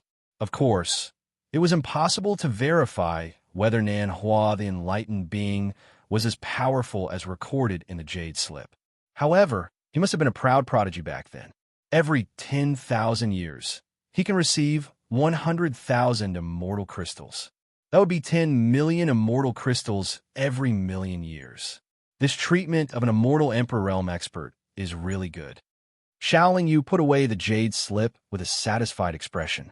The cultivation resources in the immortal world were much more abundant than those in the devil world. Ordinary devil emperors in the devil world could hardly take out 10 million devil crystals. However, if immortal emperors in the immortal world were in urgent need of immortal crystals, they could borrow them from a few of their friends. However, Xiao Lingyu didn't take into account that even though immortal emperors could receive 10 million immortal crystals every million years, the immortal crystals they would use to cultivate for a million years wasn't a small amount. From the way Qing Pingzi addressed him, Xiao Lingyu knew that he was treated like an immortal Emperor Realm expert in the Nanhua Immortal Sect. Even though he wasn't an immortal Emperor Realm expert and didn't have the strength of an immortal emperor, no one would mind having a higher status. The second floor of the pavilion was even smaller. There was only a wooden bed without any decorations and a table and chair by the window. The 4 walls were also bare. No matter how one looked at it, it looked like a cultivation room. Xiao Lingyu sat on the wooden bed. Just as he sat cross-legged, he suddenly felt a cooling sensation enter his body, making him feel refreshed. Under the cooling sensation, not only did Xiao Lingyu's soul feel refreshed, but his body also felt like it was bathing in the spring breeze. His body quickly adjusted to its peak state. Xiao Lingyu spread out his mind. He was surprised to find that the mist around the pavilion was even thicker. It could isolate cultivators' thoughts and vision. There were also obvious restriction ripples. Obviously, as long as he sat on the wooden bed, the hidden arrays and restrictions around the pavilion would automatically activate to ensure that he wouldn't be disturbed. Even though Xiao Lingyu didn't go through a huge battle, he still felt a lot of pressure when facing an immortal Emperor Realm expert. He gradually entered a cultivation state. In less than 10 minutes, he finished his cultivation with a gloomy expression. As he sat on the wooden bed for longer, the immortal spiritual energy in the cultivation room became denser. However, the chaotic demonic energy in his body had an extremely strong demonic nature, which repelled the immortal spiritual energy. He didn't know what kind of exquisite array had been set up in the pavilion, but it was able to continuously gather immortal spiritual energy and make the immortal spiritual energy automatically drill into the cultivator's body at an extremely fast speed, causing the primal chaos energy in Xiao Lingyu's body to gradually become chaotic. How could he cultivate in peace? Helpless, he could only get off the wooden bed, take out a square futon, and cultivate on the floor of the cultivation room. When he left the wooden bed, the restriction ripples around the pavilion disappeared, and the rolling mist gradually dissipated. After a month, Xiao Lingyu finished his cultivation and walked out of the pavilion. He followed the path in his memory and walked out of the mountain gate. In the Nanhua Immortal Sect, there weren't many defensive or alert restrictions and arrays. There were also no illusion arrays to confuse people's vision and mind. Xiao Lingyu easily reached the gate, walked down the stairs, and flew away. 2 days later, Xiao Lingyu arrived at the Nanhua City. The Nanhua City was one of the many big cities owned by the Nanhua Immortal Sect. In the East Imperial Kingdom, its scale was second only to the East Imperial Kingdom. It was also a big city that the Nanhua Immortal Sect focused on. He came to the Nanhua City to sell sand crystals and collect the materials he needed for his cultivation. The city was still bustling with people. Xiao Lingyu squeezed into the crowd and walked slowly. Every time he came to a material store, he would enter and sell his sand crystals according to the size of the store. After half a day, Xiao Lingyu had sold more than 50 sand crystals. However, he arrived at the Nanhua Treasure Pavilion. The Nanhua Treasure Pavilion was also one of the businesses of the Nanhua Immortal Sect. Moreover, it was the largest material store in the Nanhua City. Xiao Lingyu was prepared to sell the remaining tens of sand crystals to the Nanhua Treasure Pavilion. Moreover, he would sell them at a cheaper price as a contribution to the Nanhua Immortal Sect. Dao's friend, how much do you want to sell these sand crystals for? The shopkeeper of the first floor of the Nanhua Treasure Pavilion was a shrewd-looking middle-aged cultivator.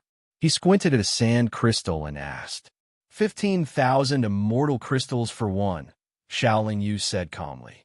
If he sold it to other stores, it would be 18,000 immortal crystals. Therefore, 15,000 immortal crystals was a very low price. Although the soul power in these sand crystals is very pure, the amount is too little. 1 or 2 pieces won't be of much use. Moreover, it's practically useless for cultivators above the late stage of the profound demon realm. The price of 15,000 is too high. We can only offer 10,000 immortal crystals each. The shopkeeper on the first floor put down the sand crystals and evaluated. Xiao Lingyu frowned slightly and then said generously, I'll do as you say. Xiao Lingyu was prepared to sell them to his own people at a cheaper price, so he didn't care how much he would lose. After all, he would get a share of the immortal crystals from the businesses of the Nanhua Immortal Sect. But when Xiao Lingyu took out the 50 sand crystals, the shopkeeper on the first floor said, among these sand crystals, the quality is different. The one you took out just now is considered a high-grade sand crystal and is worth 10,000 immortal crystals. But the rest are not worth it. If we calculate on average, I can only give you 8,000 immortal crystals each. Haha, then I won't sell them. Xiao Lingyu put away the sand crystals and walked out of the Nanhua Treasure Pavilion without looking back. He wasn't unwilling to sell them because he felt that he had lost too much. It was just that the shopkeeper was too greedy and disgusted him. However, he was stopped by someone soon after he walked out of the Nanhua Treasure Pavilion. I remember that you're the receptionist of the Nanhua Treasure Pavilion.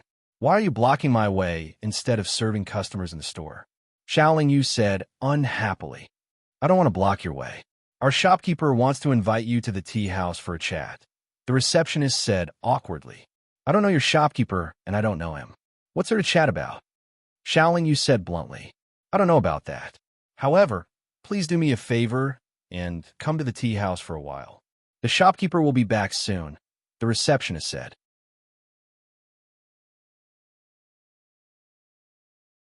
Chapter 366. Before Xiao Lingyu could find the next shop, the shopkeeper of the first floor of the Nanhua Treasure Pagoda came over personally. Taoist, you must have misunderstood. I don't have any bad intentions. I just want to buy your sand crystals privately, the shopkeeper said with a voice transmission. Your price is too low. I'm not selling, Xiao Lingyu replied while walking on her own. Taoist, I'll give you 15,000 sand crystals each. I'll take all of them, the shopkeeper said. That was the price just now. This price is no longer possible. Xiao Lingyu shook her head and replied. Then what price do you want? The shopkeeper asked.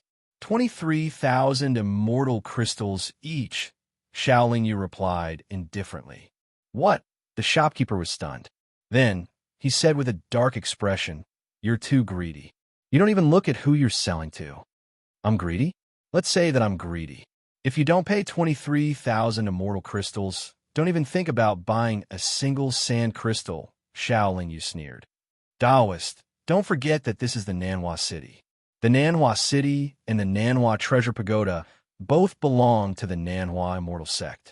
I advise you to know your place, the shopkeeper said with a threatening tone. Using power to oppress others? You're talking to the wrong person. Xiao Lingyu waved her hand nonchalantly. Then, she turned and walked into a material shop. The middle-aged shopkeeper of Nanhua Treasure Pavilion followed them in and stood beside Xiao Lingyu the whole time. Xiao Lingyu was negotiating with the shopkeeper of this shop, and the shopkeeper just stood there and said something indifferent. They were all shopkeepers of material shops, so they naturally knew each other. Moreover, the Nanhua Treasure Pagoda was the biggest material shop in the city. Moreover, the shopkeeper of the first floor was the shopkeeper of the Nanhua Immortal Sect.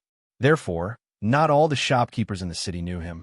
At least all the shopkeepers of the material shops in the city had seen him before. Knowing the identity of the shopkeeper of this shop was naturally wary. Therefore, the deal with Xiao Lingyu couldn't go through.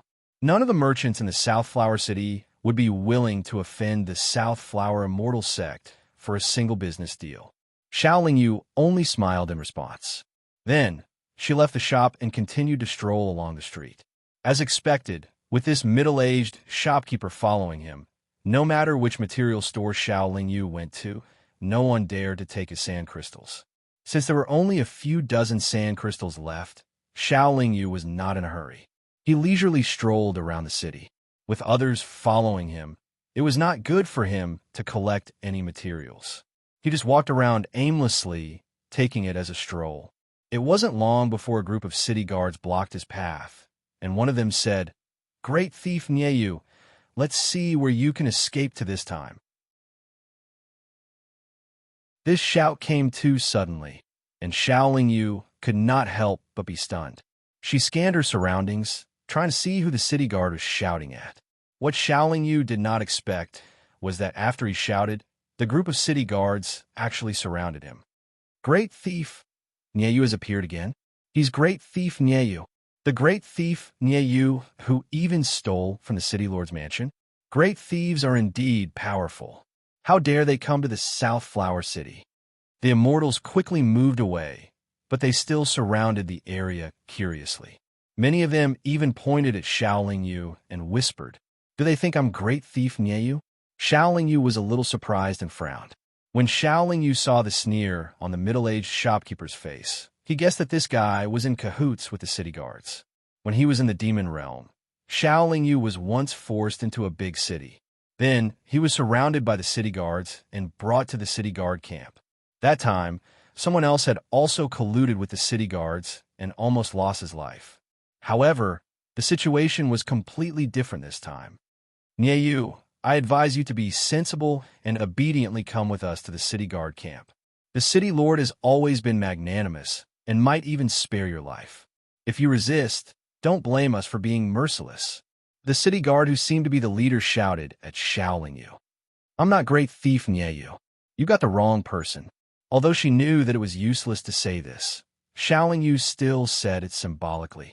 We might have mistaken someone else, but you're Great Thief Nieyu. We'll never mistake you. The city guard leader sneered. Then do you have evidence? Xiao Lingyu asked.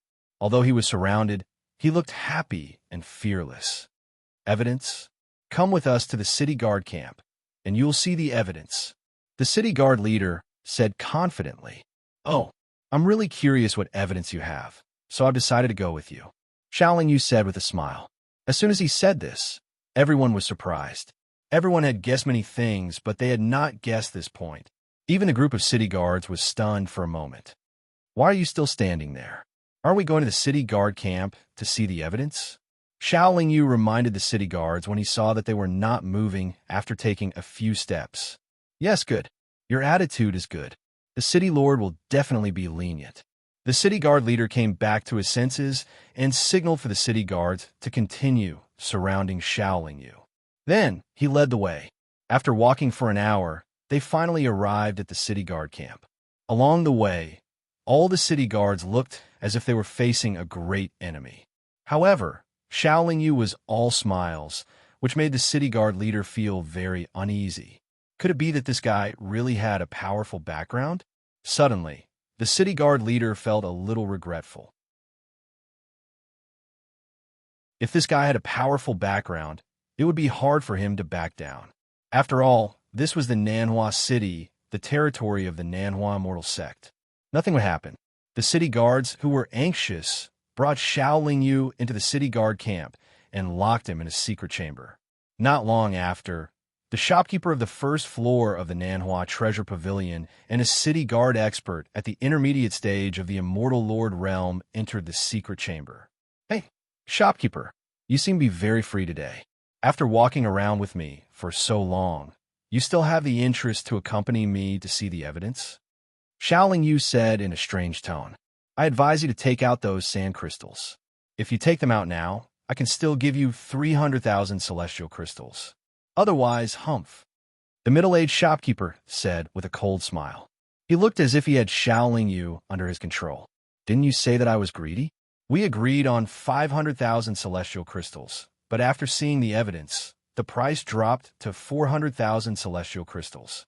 Now, it's daylight robbery, Xiaoling Yu said with a look of disdain. Sir, you must know that this is the Nanhua city, the middle-aged shopkeeper said with narrowed eyes. Is the Nanhua city your world? Xiaoling Yu asked without any change in his expression. It's the Nanhua immortal sect's world. The city guard expert at the intermediate stage of the Immortal Lord realm answered. Do you mean that you can represent the Nanhua immortal sect? Xiaoling Yu continued to ask. Of course, the middle-aged shopkeeper said firmly. What a joke. Xiaoling Yu laughed. Then, his face darkened, and he said, You're just a shopkeeper and a city guard at the Immortal Lord realm. How dare you say that you can represent the Nanhua immortal sect? You even dare to rob in such a blatant manner. Don't you know the rules? After being scolded by Xiaoling Yu, the two guards' hearts sank. They were speechless. Sir, are you not going to take out the sand crystals? The middle-aged shopkeeper's face was twisted as he asked viciously. What? Are you really going to rob me? Xiaoling Yu tilted his head and asked. Great thief Nie Yu has committed a heinous crime. The city lord has ordered us to kill him without mercy.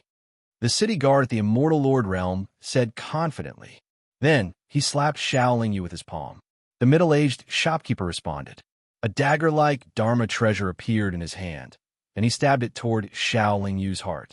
Xiaoling Yu didn't move. Although the Immortal Lord realm guard was suspicious, he still slapped Xiaoling Yu's head.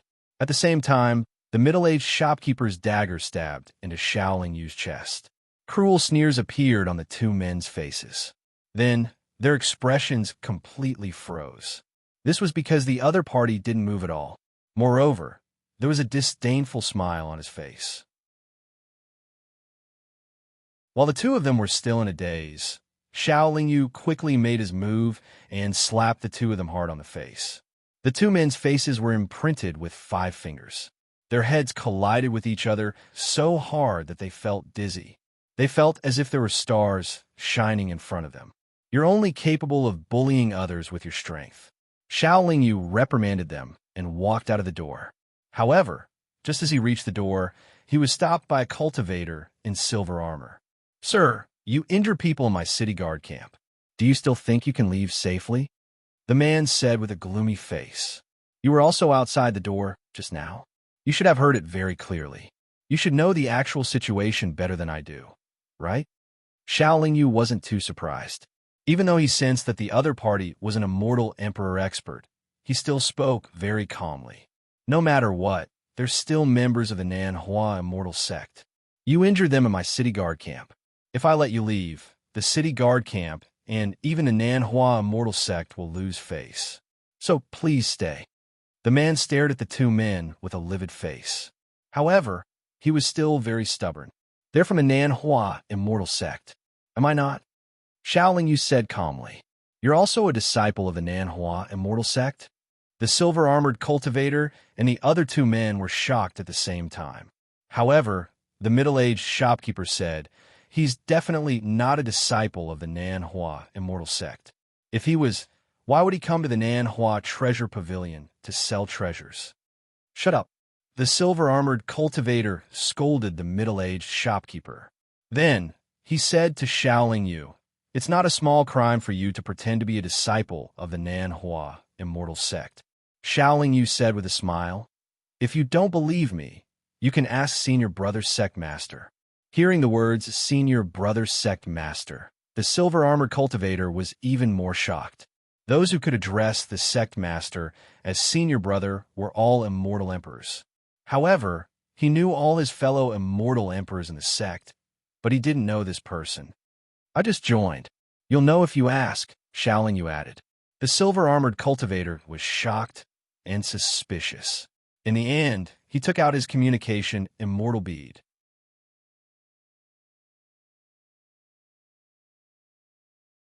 Chapter 367.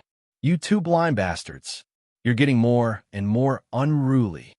The silver-armored cultivator scolded harshly.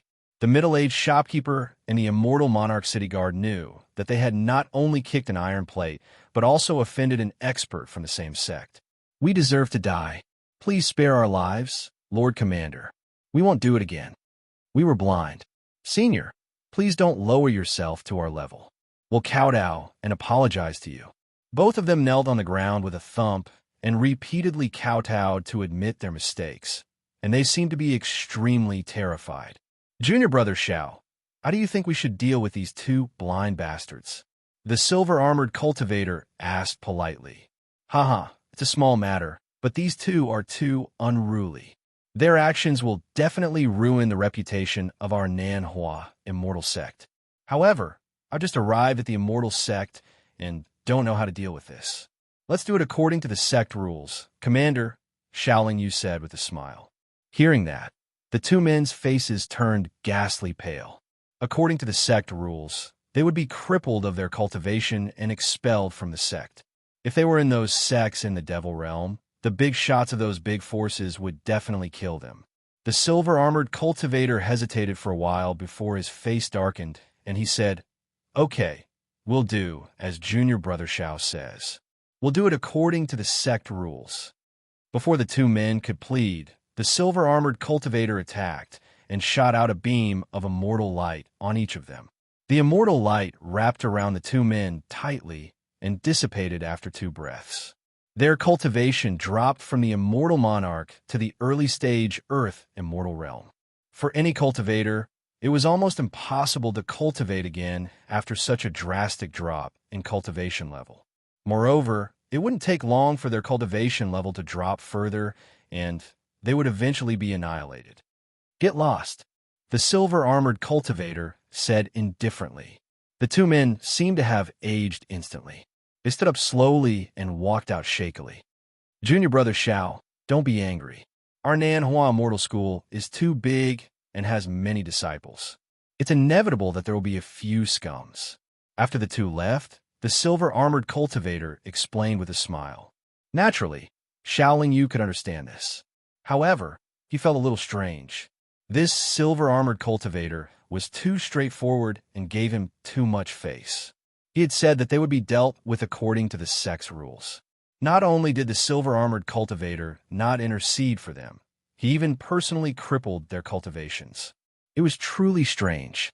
According to the sect's rules, the two of them should first be handed over to the sect's law enforcement hall. Now that this matter is settled, I won't disturb you any further. Goodbye. Take care, junior brother. Xiao Yu wasn't familiar with the silver-armored cultivator and felt that he was a very scheming person. Thus, he didn't want to talk too much and left the city guard camp. After leaving the city guard camp, Xiao Yu didn't go to sell the remaining sand crystals. Instead, he went to look for materials that he could use. However, less than 10 minutes after leaving the city guard camp, Xiao Yu suddenly frowned because he found that someone was following him. Xiao Yu secretly paid attention. To his surprise, he clearly felt that someone was watching him, but he couldn't find where that person was even when he released his mind. He couldn't even find that person in the crowd. Xiao Yu was a careful person, so he didn't show any surprise and continued to wander on the street.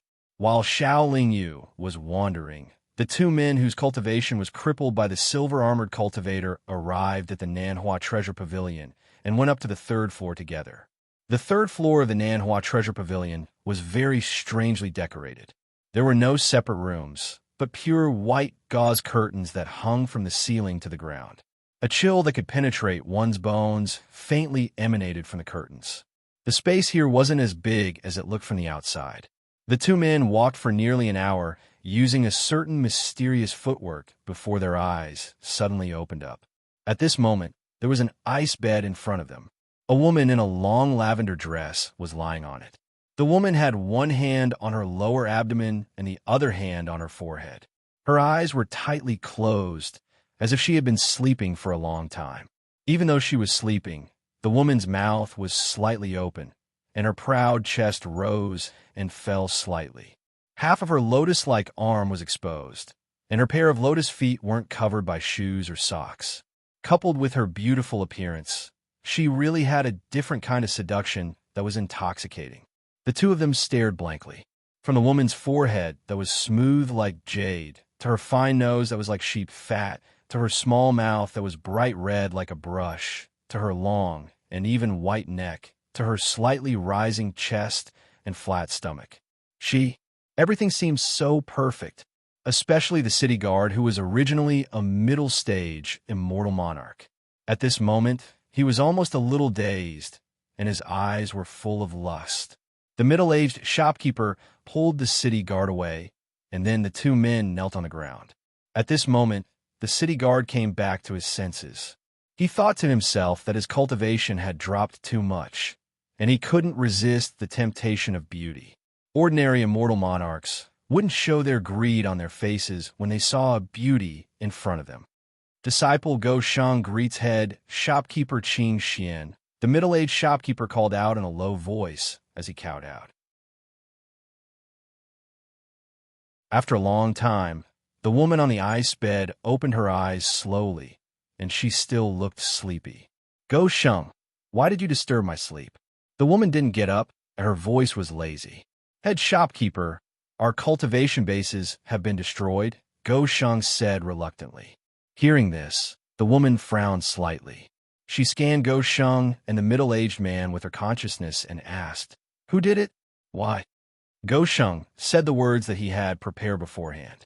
He said with hatred, "An immortal emperor of our Nanhua immortal sect came to our Nanhua treasure pavilion with dozens of sand crystals and wanted to sell them to us. I didn't know that senior immortal emperor, so I lowered the price. Perhaps Go Sheng was too agitated, so he spoke very quickly. In just a dozen breaths of time, he had recounted the entire story. However, it was filled with resentment and dissatisfaction towards Xiao Yu, which even distorted the truth. Don't think that you can fool me just because I just woke up. If you didn't cross the line, Qin Gong wouldn't have dared to destroy your cultivation bases." At this point, Qin Xian sat up and said, "Go Sheng, you're getting bolder. How dare you collude with the city guard for personal gain?" Go Sheng and the city guard were shocked and didn't know how to respond. Qin Xian stood up slowly and put on a pair of leather boots. After taking 2 steps, he said, "However, although you didn't follow the rules, that person didn't seem to follow the rules either. No matter what, the Nanhua Treasure Pavilion is under my management. Since he's a member of our Nanhua Immortal Sect, he shouldn't have come here to sell things. He didn't even tell us his identity. It's obvious that he set us up on purpose." Hearing this, Go Sheng's eyes lit up. He said, "Yes, yes, yes. You're right. If he told us his identity, I wouldn't have dared to go against him, even if I had 100 times the courage. He did it on purpose, and he definitely didn't target us. All right, don't talk nonsense here. You have indeed made a mistake. Crippling your cultivation is also a punishment you deserve. I reckon that you have secretly hidden a lot of immortal stones all these years. Take them and buy a revival pill. Perhaps you will have a chance to recover your cultivation."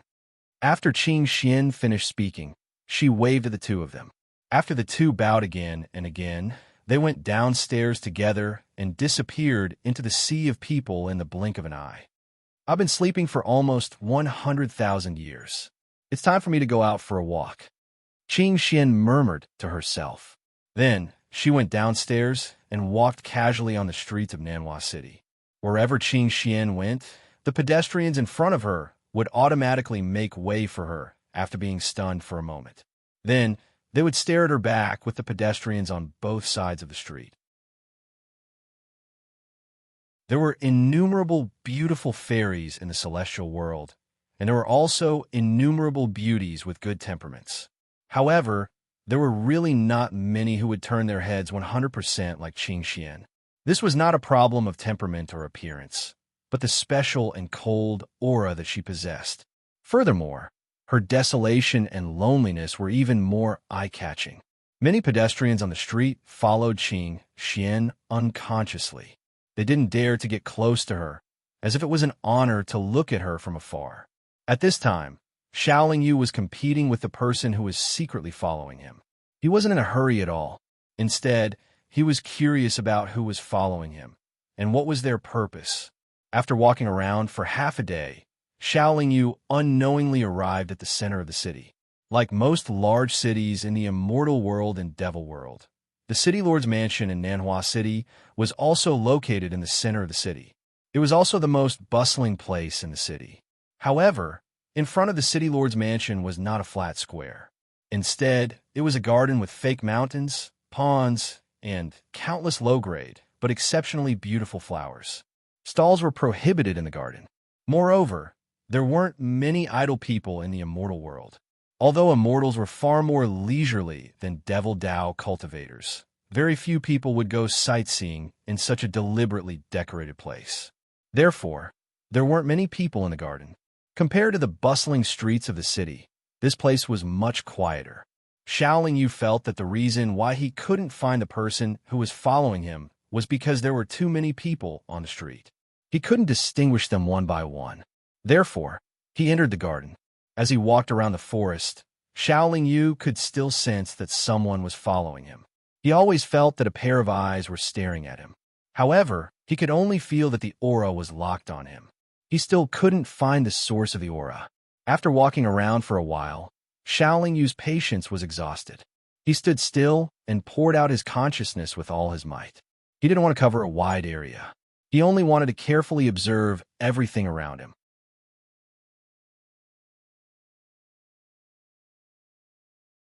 Chapter 368. The woman was tall and slender. Her white clothes fluttered in the wind, and her black hair fluttered in the wind. She seemed out of place with the beauty of the garden. However, when she looked over, her almond-shaped eyes were cold to the bone. Xiaoling Yu could clearly feel a sense of breathtaking beauty. This woman's appearance is not inferior to Miao Ying's. At that moment, all of Xiaoling Yu's attention was attracted. However, after praising in his heart, he suddenly came back to his senses. The woman had just appeared for less than a breath's time.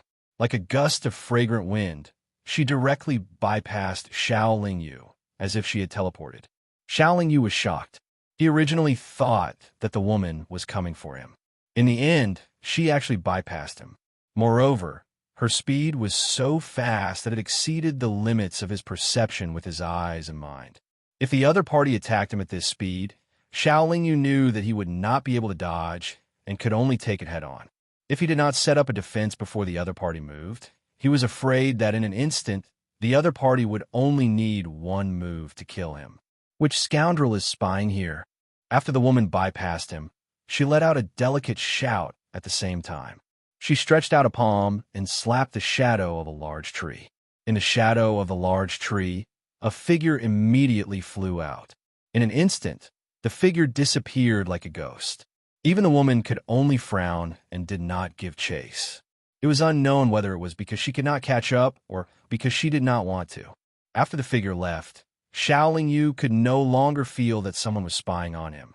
In his heart, he knew that the figure had been secretly following him. The figure just now dodged the attack and quickly escaped. The timing was extremely good and the speed was extremely fast.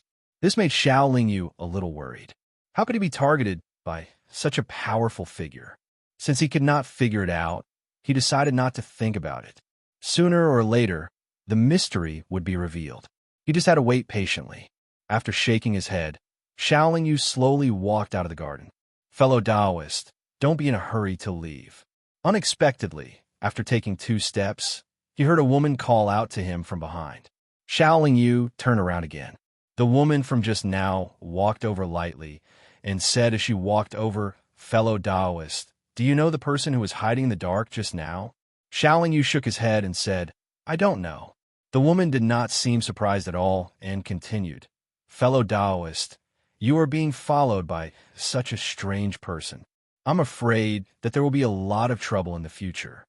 Xiaoling Yu, on the other hand, said with a calm expression, "How can there be no trouble in cultivation?" The woman's expression did not change. "Fellow Taoist, I help you to scare that fellow away." "Fellow Taoist, I helped you, but why did you leave without thanking me?" However, Xiaoling Yu replied, "First of all, fellow Taoist and I are not familiar with each other.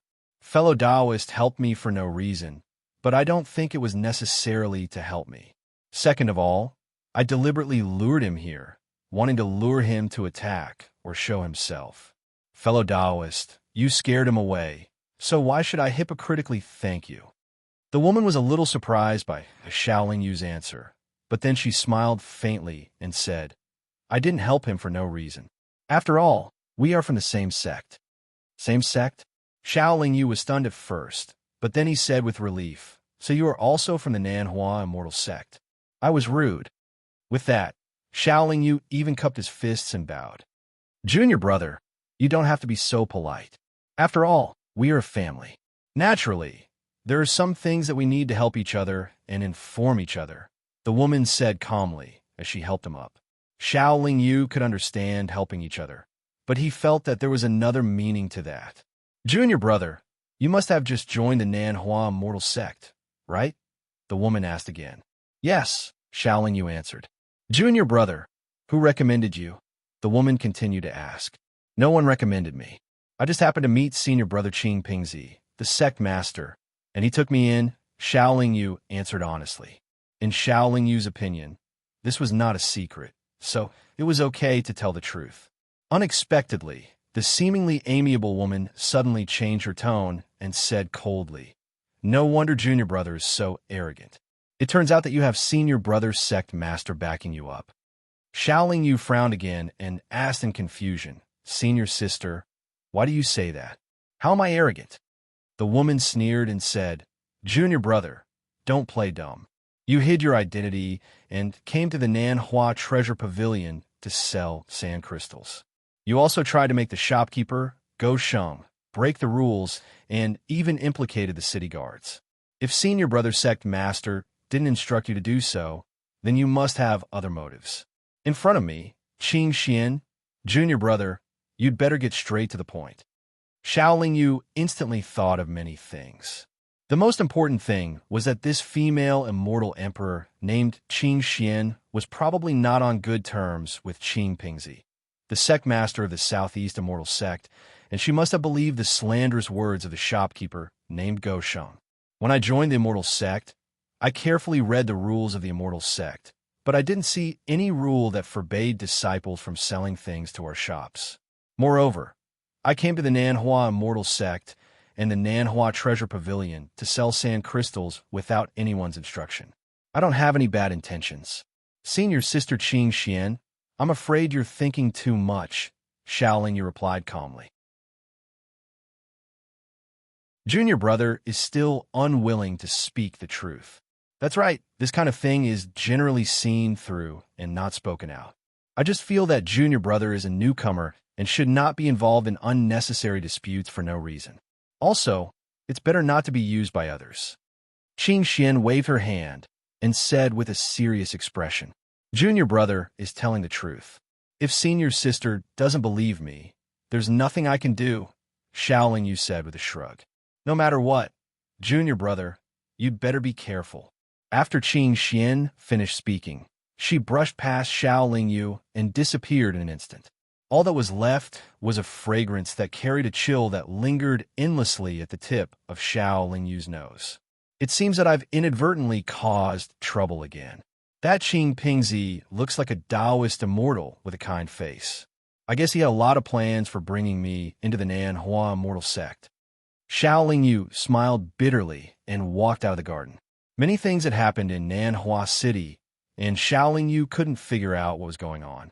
Naturally, he didn't want to stay here any longer, so he left the city. Nanhua City was a 2-day journey from the Nanhua Immortal Sect station.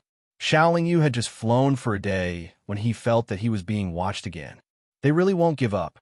Xiaoling Yu still couldn't find the other party's hiding place, so he stopped and shouted behind him, "Come out."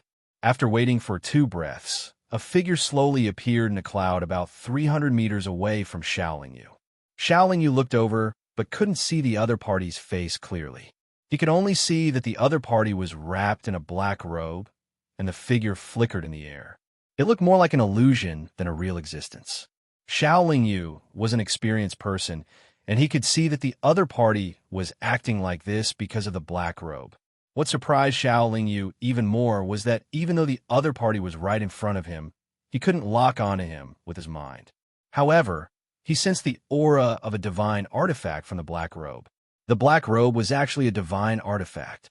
"May I know why you've been following me?" Xiaoling Yu asked with narrowed eyes. "I heard that you impersonated me, so I came to take a look," the other party said, and his voice was as fleeting as the figure. "You must have mistaken me for someone else. I've never impersonated anyone." Xiaoling Yu shook his head and said, "I heard in the city that you called yourself Great Thief Nieyu. You were even captured by the city guards and brought into the city guards camp. After that, I saw you at the entrance of the city guards camp. Do you still dare to deny this matter?" The person who came said with a cold smile, "So you're Great Thief Nieyu." Xiaoling Yu came to a realization and said, "Someone colluded with the city guards to set me up.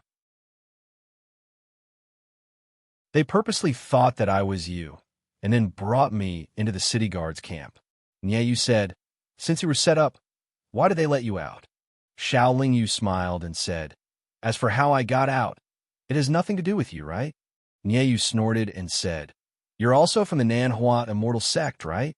Xiaoling Yu nodded and said, "So what if I am?" "Huh." Nieyu laughed and said, "You're really funny. You couldn't catch me, but you got someone to impersonate me so that everyone would know that you caught me, Great Thief Nieyu, and did something to fish for fame. This matter really has nothing to do with me." Xiaoling Yu curled his lips and said helplessly, "If you want to impersonate me, Great Thief Nieyu, you have to have the ability first. Let me see what you're capable of today." After saying that, Nieyu's figure actually disappeared before Xiaoling Yu's eyes again. With a thought, the wings of speed immediately appeared behind Xiaoling Yu, and then his figure turned into a silver stream of light and flew into the distance. Although Xiaoling Yu was not someone who was afraid of battle, he did not want to engage in a meaningless battle with others, and he did not want to incur too much enmity with such a special and powerful figure. Unfortunately, no matter how fast he sped up, he could not shake off his opponent. That aura was tightly locked onto him. After around 100 breaths had passed, a sharp streak of cold light suddenly swept toward them from the space directly in front of them. Xiaoling Yu immediately stopped and slapped the cold light with his palm.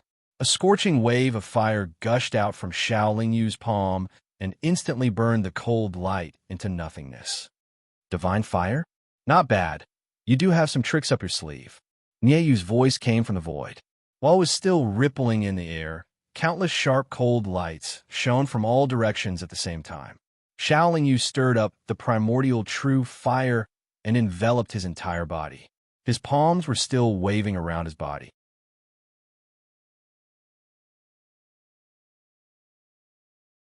Chapter 369. Great Thief Nieyu's advantage was obvious. He was able to turn invisible so that Xiao Lingyu could not see him, let alone lock onto him. Therefore, he was completely suppressed and did not have to worry about being attacked by his opponent. Although Xiao Lingyu was in a passive situation, his defensive power was not something that could be easily broken through. The unparalleled heat of the chaotic primordial flame and the toughness of his physical body were his advantages. The two of them were locked in a fierce battle in mid-air in the wilderness. One attacked with all his strength while the other attacked with all his means. After all, this place was between the Nanhua Immortal Sect and Nanhua City. Experts from the Nanhua Immortal Sect often passed by here. Xiao Lingyu was more willing to continue the stalemate and was not in a hurry to end the battle. Moreover, Xiao Lingyu took out his communication pearl while defending himself. In fact, he did not send out any messages. Great Thief Nieyu wasn't as patient as Xiao Lingyu. He was also worried that the experts from the Nanhua Immortal Sect would suddenly arrive. When he saw Xiao Lingyu taking out his messaging pearl, he knew that this stalemate couldn't continue and had to end quickly. Therefore, Great Thief Nieyu's frenzied attacks suddenly stopped. He hid in the void and slowly approached his opponent like a cheetah, ready to strike at the best time. Xiao Lingyu wanted to make Nieyu anxious. In a battle of equal strength like this, the one who was anxious first was more likely to make mistakes. However, the atmosphere was extremely tense. Xiao Lingyu could sense that his opponent was getting closer and closer to him. Moreover, his opponent must have a move that could break through his defense. He withdrew his consciousness to a radius of 300 meters around him and carefully sensed everything in this space. However, he was not in the Immortal Emperor stage and could not accurately grasp the changes in the space. Previously, Qing Xian could find Nieyu in the shadow of the tree because she was in the Immortal Emperor stage. Xiao Lingyu was not in the Immortal Emperor stage. Therefore, Great Thief Nieyu must not be in the Immortal Emperor stage. Otherwise, he would not have to go through so much trouble. Xiao Lingyu was not afraid of any cultivators below the Immortal Emperor stage. Therefore, he dared to fight with Nieyu here. A dangerous aura shrouded him. It was as if he was walking in the forest and was being targeted by a poisonous snake. After less than 100 breaths of silence, a sharp cold light suddenly flashed. Before the cold light arrived, Xiao Lingyu already saw an almost transparent curved blade as thin as a cicada's wings slashing towards the side of her neck. Although the scimitar did not have any energy fluctuations, Xiao Lingyu did not doubt its sharpness. Therefore, with a thought, the silver moon broken blade appeared in his hand, and he quickly placed it in front of the scimitar. Clang, a sharp sound was heard as the curved blade made a cut on the silver moon broken blade. Naturally, it was unable to damage the silver moon broken blade. However, the experienced Xiao Lingyu knew that this was an opportunity. Thus, when the silver moon broken blade swept out, his other arm struck forward at the same time. When the fist smashed out, it turned into a dragon claw. It was as if the fist of a real dragon, and its power was incomparably fierce. Nieyu did not seem to expect that his fast surprise attack would be blocked. He also did not expect that the other party could react so quickly. He was able to defend and attack at the same time. Therefore, he was caught off guard and was still hit by the heavy fist. The dragon fist, which was comparable to a quasi-divine tool, was not only strong and powerful, but its impact was also extraordinary. After Nieyu was hit, he immediately spat out a stream of blood. Before Nieyu could stabilize his body, the sky full of palm shadows had already surrounded him. Although he hid his body in the next moment, most of the countless demonic palms still hid him. However, after the demonic soul-severing palm dissipated, Xiao Lingyu did not see Nieyu appear in a sorry state. The surroundings fell into silence again. It was obvious that the demonic soul-severing palm did not work on the other party. After all, the other party was wearing a divine tool robe. The demonic soul-severing palm probably did not resonate with the robe. If it was not for the high quality of the robe, an ordinary immortal monarch stage cultivator would have died on the spot after being hit by Xiao Lingyu's dragon fist. It would not have been as simple as spitting out blood and being sent flying. After a few breaths, Nieyu slowly revealed his figure and said, "You actually cultivated a demonic art." Xiao Lingyu had just struck out the chaotic demonic nascent soul and used the demonic soul severing palm. Both of these moves contained demonic aura. It was normal for Nieyu to be able to determine that Xiao Lingyu cultivated a demonic art. "It's just a small experiment," Xiao Lingyu replied indifferently. "Haha, I didn't expect that there would be someone cultivating devil arts in the Nanhua Immortal School, one of the great sects in the immortal world. If this matter were to spread out, I reckon many experts in the immortal world would be interested." Nieyu laughed. "Haha, you're oversimplifying things. If you want to spread this news, you need someone to believe it. Even if someone believes it, they might not come to investigate because you don't have any evidence. You also don't dare to appear in front of others." Xiao Lingyu laughed casually. "Others might not believe it, but the Law Enforcement Hall of the Southern Flower Immortal Sect might. They will definitely investigate you." I have some understanding of the Southern Flower Immortal Sect. The Southern Flower Immortal Sect is not a monolithic sect. There are also conflicts between factions. If the news of you cultivating a demonic art were to spread, the opposing faction would definitely make an issue out of it. Nieyu sneered. "Since you know that there are conflicts between factions in the Southern Flower Immortal Sect, you must know that the experts behind me would step in and suppress this matter. Moreover, the internal affairs of the sect naturally have their own ways of dealing with it. You don't have to worry about it." Xiao Lingyu said nonchalantly, "You are truly a genius. There are countless high-grade immortal techniques in the Nanhua Immortal Sect, yet you still chose to cultivate some Devil Dao immortal art.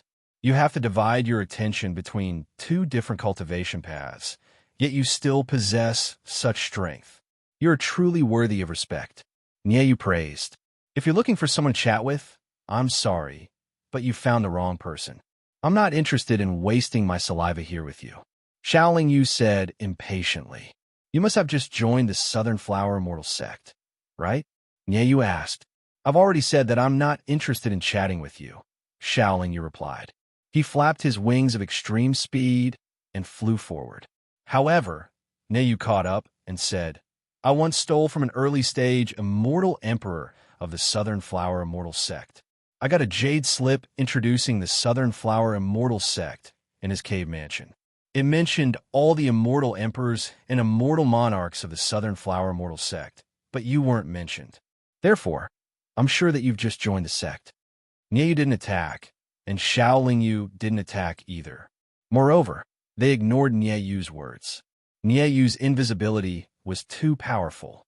Xiao Lingyu didn't have the slightest confidence to make her stay, so he didn't bother to waste his energy. "Since you've just joined the sect, I'm sure you don't have much feelings for the Southern Flower Immortal Sect. Moreover, you're quite strong. Therefore, I have a good deal to cooperate with you." Nieyu continued to follow Xiao Lingyu and said, "This business deal doesn't have much to do with the Southern Flower Immortal Sect, but it requires the cooperation of the cultivators of the Southern Flower Immortal Sect. Of course, I can guarantee that it won't affect the interests of the Southern Flower Immortal Sect. I'm not interested in this. You can find someone else," Xiao Lingyu replied coldly. "I also wanted to look for others, but I didn't dare to look for an immortal Emperor stage expert who could threaten me. Secondly, I didn't want to look for an ordinary immortal monarch stage expert. Today, I met you, and after fighting with you, I realized that you were the most suitable person." Nieyu adjusted her speed and continued to explain, "You're definitely much stronger than most immortal monarchs, but slightly weaker than immortal emperors. Our situation is similar to mine. If we cooperate with you, we won't be able to do anything to each other, and we won't have to worry about being killed after the deal is done." At this moment, Xiao Lingyu added, "You have a divine-grade invisibility cloak and a divine-grade dagger that can kill without leaving a trace. Yet, you're still not satisfied and want to seek other benefits. Don't you think you're being too greedy?" "However," Nieyu said with a smile, It's precisely because I have this divine-level invisibility cloak that I can go anywhere in the world, especially those places with benefits. This isn't greed, but I don't want treasures to go unclaimed. I don't want pearls to be hidden, Xiao Lingyu replied. Since you can go anywhere in the world, why come to me for help? Isn't it better for you to take all the benefits for yourself? Nie was a little embarrassed. She scratched her head and said, in the past, I only sneaked into places that weren't very dangerous and stole the treasures in other people's caves. I even sneaked into the Nanhua City's City Lord Mansion. However, the place I'm going to this time is a little unusual. Even if I can sneak in alone, I'll have to return empty-handed. I need someone to help me. Xiao Lingyu continued. Aren't you afraid that I'll send a message to the experts of the Nanhua Immortal Sect, and they'll go there to catch you? Nie said without thinking. I'm afraid. Of course I'm afraid. So if you cooperate with me, we'll have to swear on our souls that we won't tell anyone about this. Before we swear, I won't tell you too much about this matter. Xiao Lingyu still shook her head and said, I'm not interested. Nie was a little annoyed. She had already said so much and was considered very sincere. Why was this guy so stubborn? Nie took a deep breath and suppressed her anger. She said, I can tell you first. There are a lot of immortal crystals there, so many that they can be piled up like a mountain. I'm not interested. Xiao Lingyu's tone didn't change. There are also a lot of rare materials, most of which are uncommon in the immortal world. Nie continued to tempt him. I'm still not interested. Xiao Lingyu shook his head. There's also a divine artifact and a bottle of divine pills. Nie added. Ha! Xiao Lingyu only smiled. He felt that Nie was lying to him. All right, I don't know if there's a divine artifact or a divine pill in there. However, I'm sure that there's a 5-color origin flower that's suffused with a divine glow. It's definitely a divine grade, divine grade, divine grade, divine grade, divine grade, divine grade, divine grade, divine grade.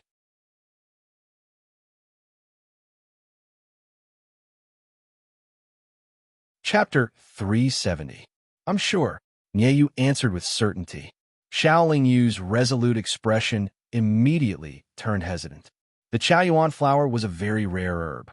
If it glowed with 5 colors and had obvious divine power fluctuations, it was indeed a divine grade herb. Xiao Lingyu was moved because the Chaoyuan flower was the best ingredient for him to break through the 5th revolution of the 9-revolution chaos formula. He did not have any hope at first, but after hearing Nieyu's words, he could not help but be tempted.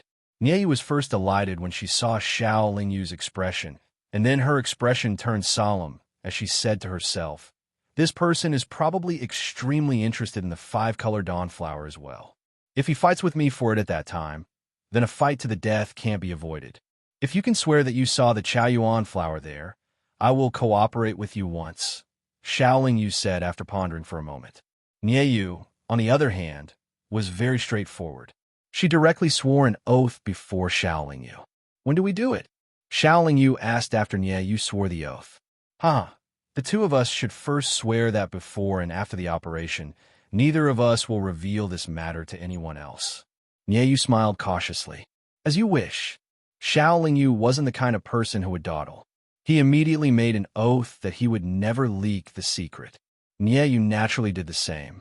As for whether or not we can benefit from it, and how much we can benefit from it, that will depend on our own abilities, Nieyu said after swearing the oath. No problem. Xiao Lingyu nodded and asked again, when do we do it? Nieyu said, if it's convenient now, we can set off immediately. Xiao Lingyu thought for a moment and said, then let's not waste time. Let's go now. Nieyu actually did not want Xiao Lingyu to go back again to avoid unnecessary trouble. After hearing Xiao Lingyu's words, she naturally had no objections and immediately led the way. The two of them turned into 2 streams of light and flew towards the south of Nanhua Immortal Sect at full speed. Although they deviated from Xiao Lingyu's original direction, he soon realized that they were getting closer and closer to the Nanhua Immortal Sect's encampment. Did you send a message to Nanhua Immortal School asking for reinforcements? After flying for a while, Nieyu suddenly asked. No. Xiao Lingyu shook her head. That's good. Nieyu seemed to be relieved and continued flying forward. Another day passed. Nieyu first transmitted a message to Shaoling Yu to continue flying forward. Then, she concealed herself because she was already very close to the Nanhua Immortal School's encampment. Shaoling Yu did as she was told, and not long after, she was stopped by a group of Nanhua Immortal Sect disciples. After the leader of the group sent a message back to confirm Shaoling Yu's identity, they made way for her. After repeating this several times, more than half a day passed before Nieyu transmitted a message to Shaoling Yu to stop. This was the south of Nanhua Immortal Sect, and also the direction of the Nanhua Immortal Sect's main gate. It was only 70,000 to 80,000 miles away from the Nanhua Immortal Sect's encampment. In other words, this was actually the Nanhua Immortal Sect's territory and also the area patrolled by the Nanhua Immortal Sect's disciples.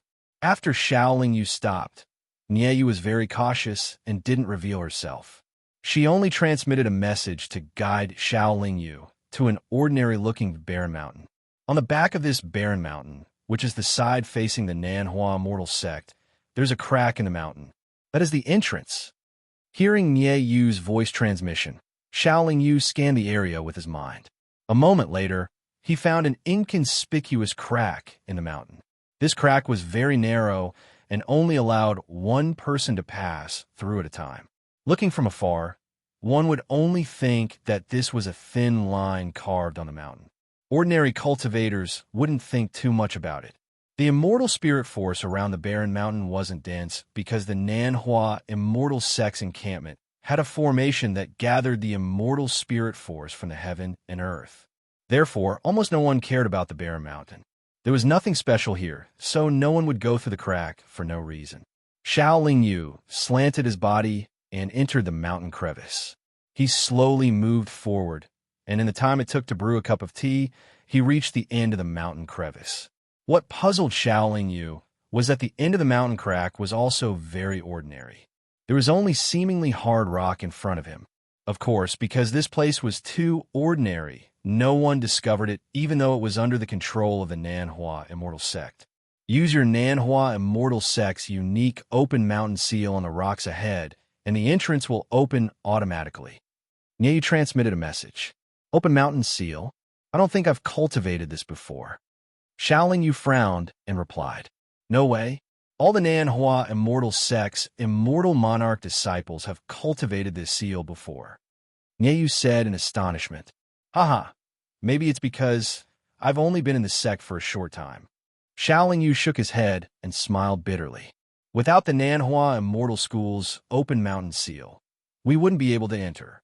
Previously, I captured an immortal monarch of the Nanhua Immortal School and forced him to activate his open mountain seal. Unfortunately, the Nanhua Immortal Sect is very strict with their disciples, so they don't dare to impart their techniques to outsiders.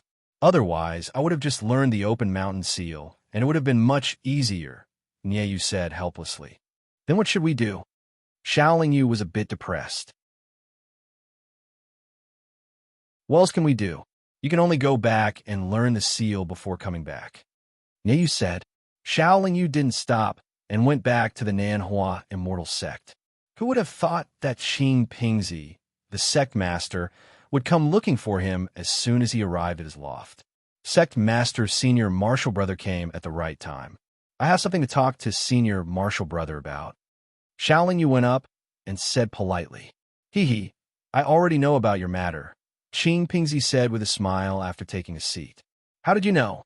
Shaoling Yu asked in astonishment. You were brought to the Nanhua City's city guard camp, and Junior Martial Brother Qing Gong messaged me. Qing Pingzi said, Oh, Sect Master Senior Martial Brother is talking about this. But that's not what I want to talk to Senior Martial Brother about. Shaoling Yu continued. Then let's talk about this first. Qing Pingzi thought for a moment and looked at Shaoling Yu. Nanhua Immortal Sect is a big sect with many cultivators. Naturally, it's hard to be united. Many people form factions and fight for power. Many people even covet my position as sect master. Shaoling Yu's expression was very calm.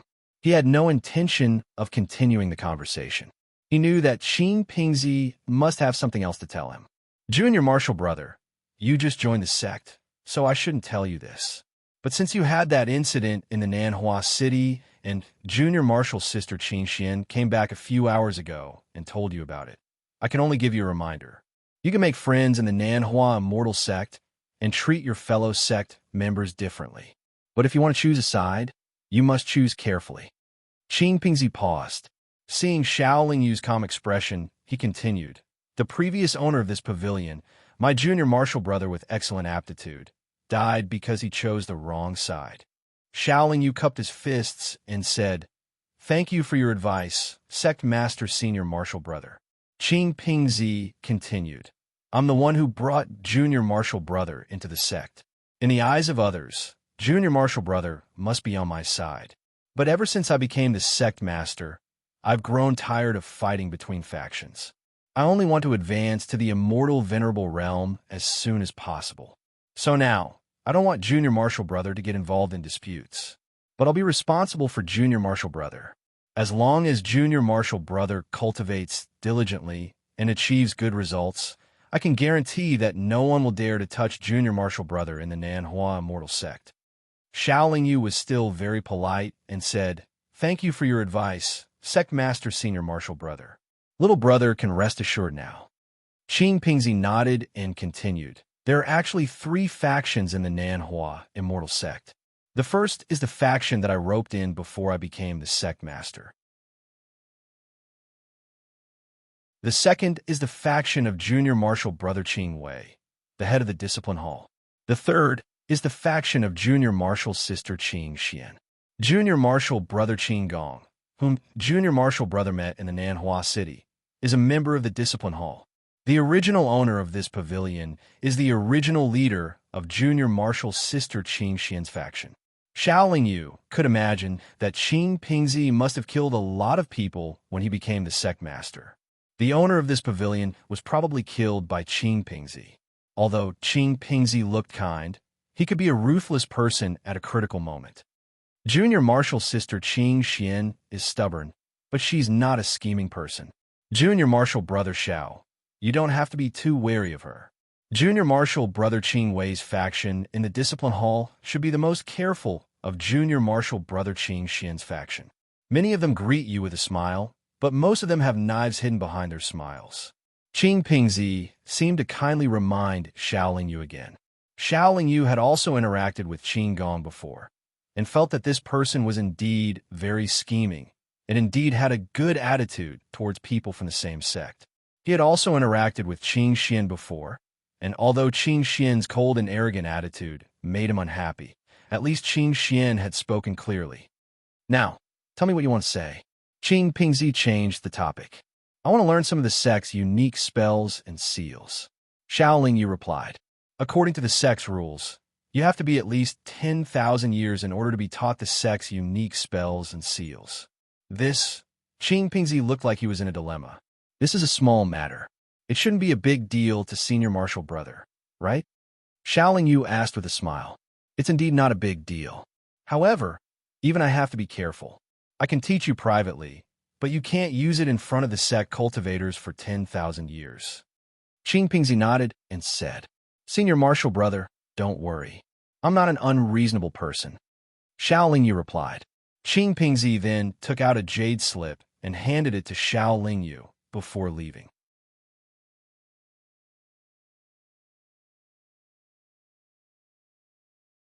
Chapter 371. Nanhua Immortal Sect had quite a number of Dharma spells and seals. Most of them were created and passed down by the sect's ancestors, and some of them were obtained by the sect's ancestors through fortuitous encounters. Since they were passed down, they naturally had their merits. The Open Mountain Seal was created by an ancestor of the Nanhua Immortal Sect. Only when one reached the monarch realm could one display its powerful might. Therefore, the Nanhua Immortal Sect's disciples could only learn the Open Mountain Seal after reaching the monarch realm. The Open Mountain Seal was also a type of hand seal. However, it was different from hand seal spells like the Chaos Demonic Seal and the Nascent Soul Demonic Palm. It was a hand seal used for close combat. In order to display its power, one's palm had to come into contact with the target. It couldn't be used for long-range attacks. It wasn't that the open mountain seal couldn't be used for long-range attacks, but its power was similar to ordinary seals. It could only display its greatest power when the palm seal came into contact with the target. The reason for this was that the open mountain seal required the cultivator to unleash a few palm strikes in an instant when they hit the target. This would cause ripples in the target's energy or body structure. Then, the cultivator would instantly gather and compress the energy, allowing it to quickly pass through the arm and strike the target through the palm. Once the target was hit by a few palm strikes, the energy or body structure in the target's body would definitely loosen.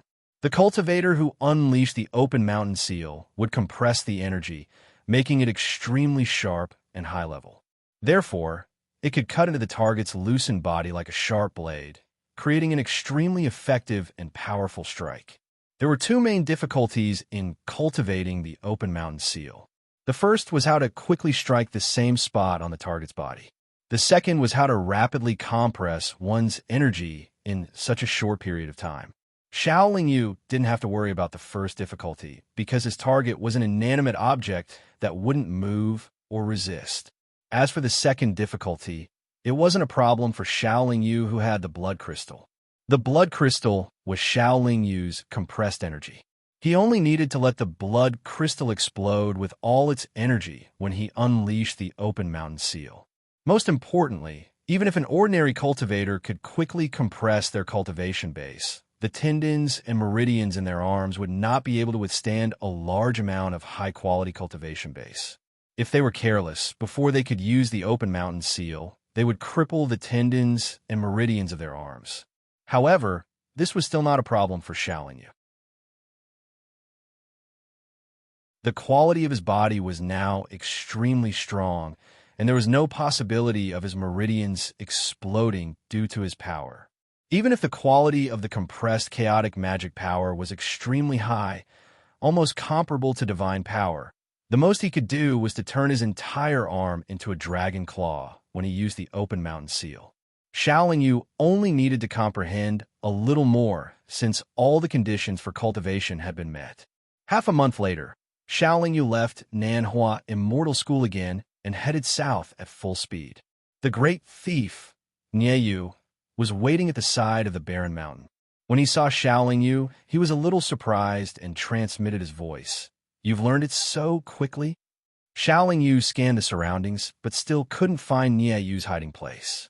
However, he still replied with an indifferent expression, "It's not like it's some peerless divine technique. Don't tell me it'll take a few hundred or a few thousand years. Since you've learned it, let's not waste any more time. Let's go in quickly." Nieyu's voice sounded again. Xiao Lingyu turned sideways and slowly entered the crack in the mountain. Soon, they reached the end. Xiao Lingyu pondered for a moment at the end of the rocks. Then, he suddenly struck out with his palm. The moment his palm touched a rock, he immediately withdrew it and struck again. In an instant, Xiao Lingyu struck out 10 times. Then a blood crystal exploded in his body. Vast chaotic magic power surged out wildly and blasted into the rock in an instant. The strange thing was that the seemingly ordinary rock did not crack. Instead, after a few moments, it suddenly fluctuated, and then it actually disappeared. At this moment, all the rocks in front of Xiao Lingyu were rippling like water. However, after that, they disappeared at a speed visible to the naked eye. A straight and narrow passageway slowly appeared, extending into the depths of the mountain. "All right, the entrance has been opened. Let's go in. There are many strange, ferocious creatures guarding inside. As long as we don't touch anything inside, they won't appear. Once we touch anything, they will pounce out together," said Nieyu. "You're wearing a divine artifact invisibility cloak. If you quickly put away the treasures, you shouldn't alarm those ferocious creatures, right? Even if you alarm them, it should be difficult for them to find you," Xiao Lingyu asked doubtfully as he walked slowly. "All of the treasures inside are protected by powerful restrictions. Should I make any movements and come into contact with any of the treasures, I will be surrounded by countless ferocious creatures. Even if I remain invisible, I will still be attacked," Nieyu said with a bitter smile. Even your divine artifact, invisibility, cloak can't block the attacks of those ferocious creatures. Xiao Yu asked with a frown. If it's just one or two, I can easily deal with them. However, if there are too many of them, it will be difficult. Moreover, this place is too close to the Nanhua immortal sect. When I came last time, I didn't want to make too much of a commotion, so after being surrounded by countless ferocious creatures, I didn't take any of the treasures. As long as we don't take the treasures inside, those ferocious creatures won't be too fierce, explained Yu helplessly. Approximately how long will it take for this exit to close? Xiao Yu continued to ask. An hour. We have to get out before the exit closes because I don't know how to open the exit. Your mountain opening seal might not be effective inside, replied Yu.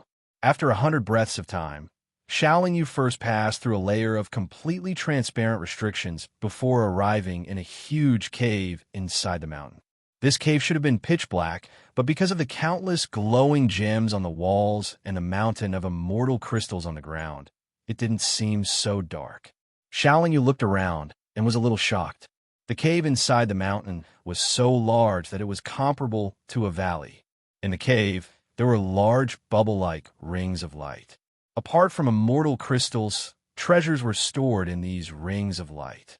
The rings of light looked weak, but they were restrictions created by experts and couldn't be easily broken by ordinary attacks. The cave was very quiet, so quiet that there was no sound, but it gave off a gloomy feeling. Do not release your soul power. Those creatures are very sensitive towards soul power. If you release your soul power, they will be able to easily lock down on you. Yu reminded Xiao Yu via secret vocal transmission. Xiao Yu shook his head. Then how do we get the treasures? What's the strongest ferocious creature here? Xiao Yu asked with a serious expression as he searched for traces of the five-colored morning origin flower. You also have a divine artifact, so we'll naturally use the divine artifact to break the restriction rings of light and directly take the treasures inside. As for the strongest ferocious creatures here, they're all at the immortal monarch realm. With the two of us working together, we can completely protect ourselves. There's no need to be afraid of them. The reason why I asked you to come is because you're not afraid of the attacks of any immortal monarch realm existences. If you can work together with me, we'll be safe, Yu said in a relaxed manner. Since that's the case, let's begin. Xiao Yu took a deep breath and flew into the depths of the cave, while Yu followed closely beside him. The two of them aimed at the center of the cave, because the five-colored morning origin flower was there. The five-colored morning origin flower was rooted in the mountain rocks, and its entire body was wrapped in a clearly thicker restriction rings of light, appearing very mysterious. It was very obvious that the two of them were determined to obtain the five-colored morning origin flower, so they flew over at full speed, unwilling to be left behind. Xiao Yu originally thought that his charging speed was already very fast in short distance, absolutely enough to show disdain for all cultivators below the Emperor realm, but unexpectedly, in the end, he was still a little slower than Yu. Yu was the first to arrive in front of the restriction light barrier of the five-colored morning origin flower, and then the thin curved blade that was almost as thin as a cicada's wing flashed with cold light as it slashed towards the restriction light barrier. Asterisk Kong. Asterisk after the restriction light barrier was attacked, it immediately emitted a rumbling sound, and then the surface of the barrier flickered with a silver light, and, at the same time, it released an extremely powerful aura impact, directly pushing Yu's body far away. Yu's sharp divine artifact was actually unable to break through the defensive ring of light. Yu seemed to have not expected this, but fortunately, the impact of the aura impact was also able to push Xiao Yu, who arrived behind him, away. The two of them retreated to the same position, and only then did they manage to stabilize their bodies.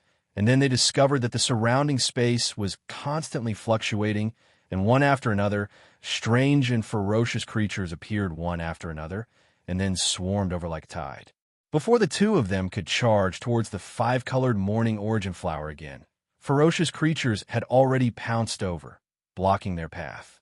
You're in charge of defense. I'll be in charge of charging and killing. Don't make too much noise." After Nyeyu reminded him, the curved blade in his hand once again emitted a cold light, and his body also charged forward forcefully.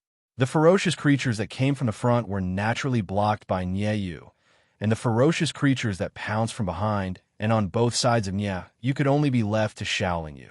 Shaoling Yu also knew that under such circumstances, the two of them could only work together to have a chance of taking away the five-colored morning origin flower, so he did not have any other thoughts.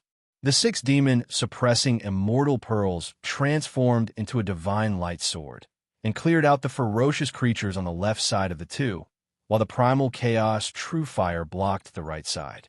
The ferocious creatures that pounced from behind had to face the sharpness of the silver moon broken blade. Although it was an intense battle, there were no overly powerful spells or abilities. Countless strange-looking ferocious creatures appeared out of nowhere and constantly surged over in an attempt to surround and kill the two of them, but they disappeared one after another under the two's attacks. In less than 100 breaths of time, the two of them once again rushed to the location of the five-colored morning origin flower. After sweeping away the ferocious creatures in front of him, Nyeyu once again used the curved blade in his hand to slash at the restriction light barrier. Boom! Another powerful aura impact swept out, and Nyeyu and Shaoling Yu were once again pushed far away.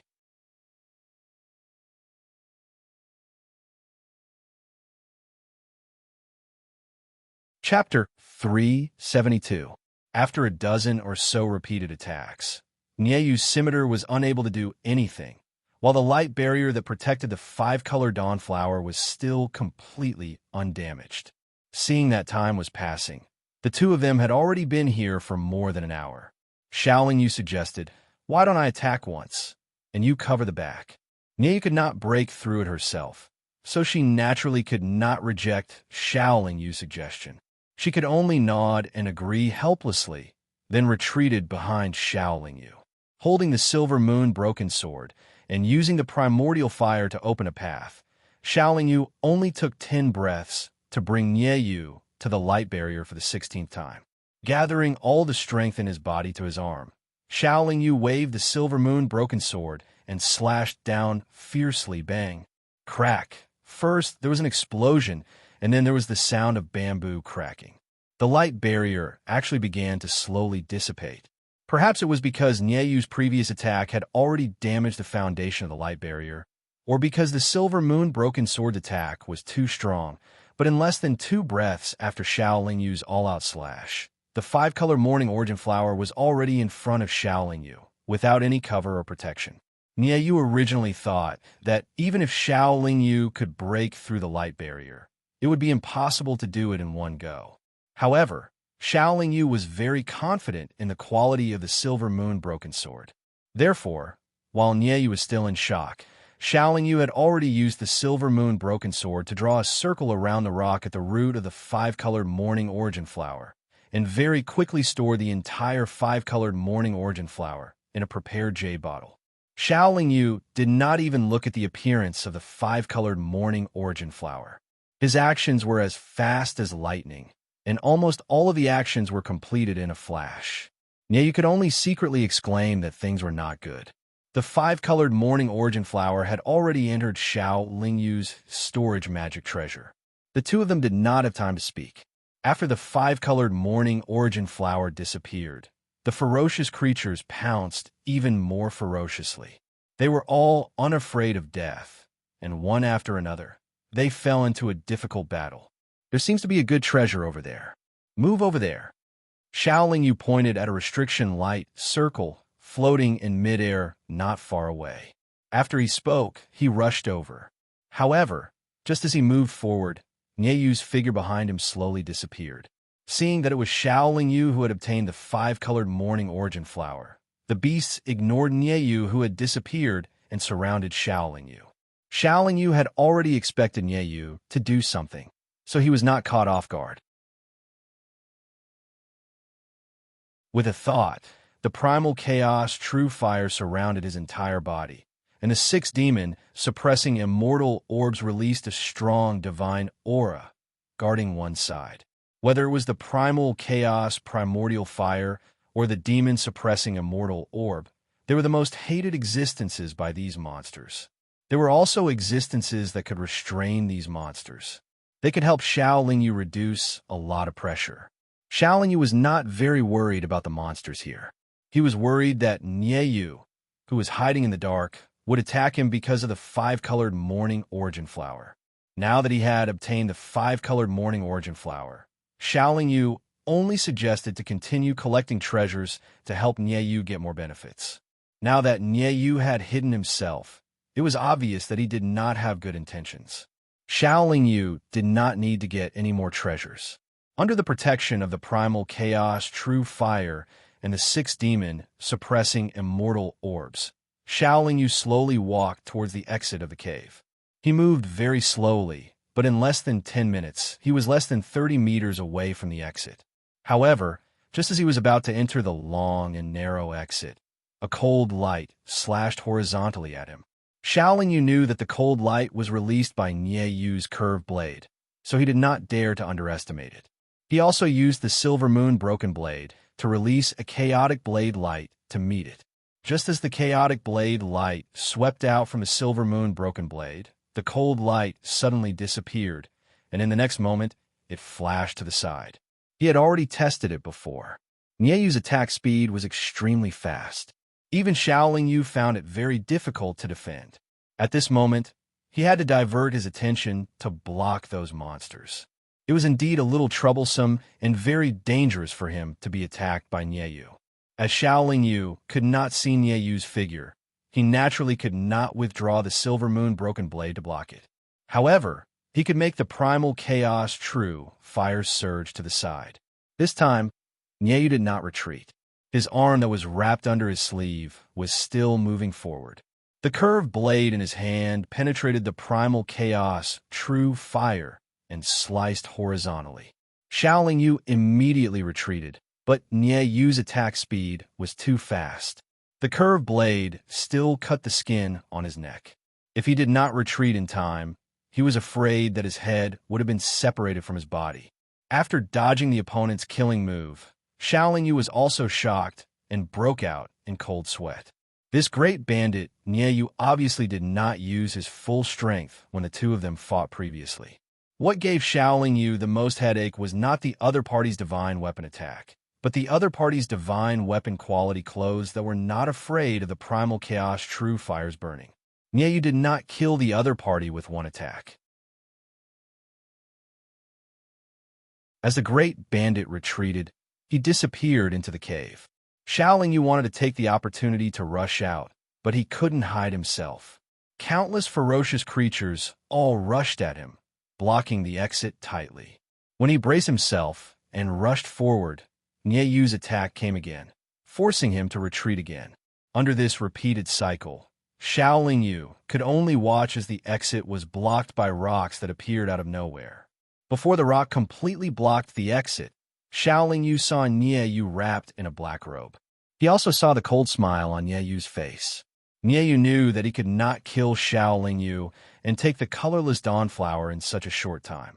So he deliberately schemed and left Xiaolingyu in this cave.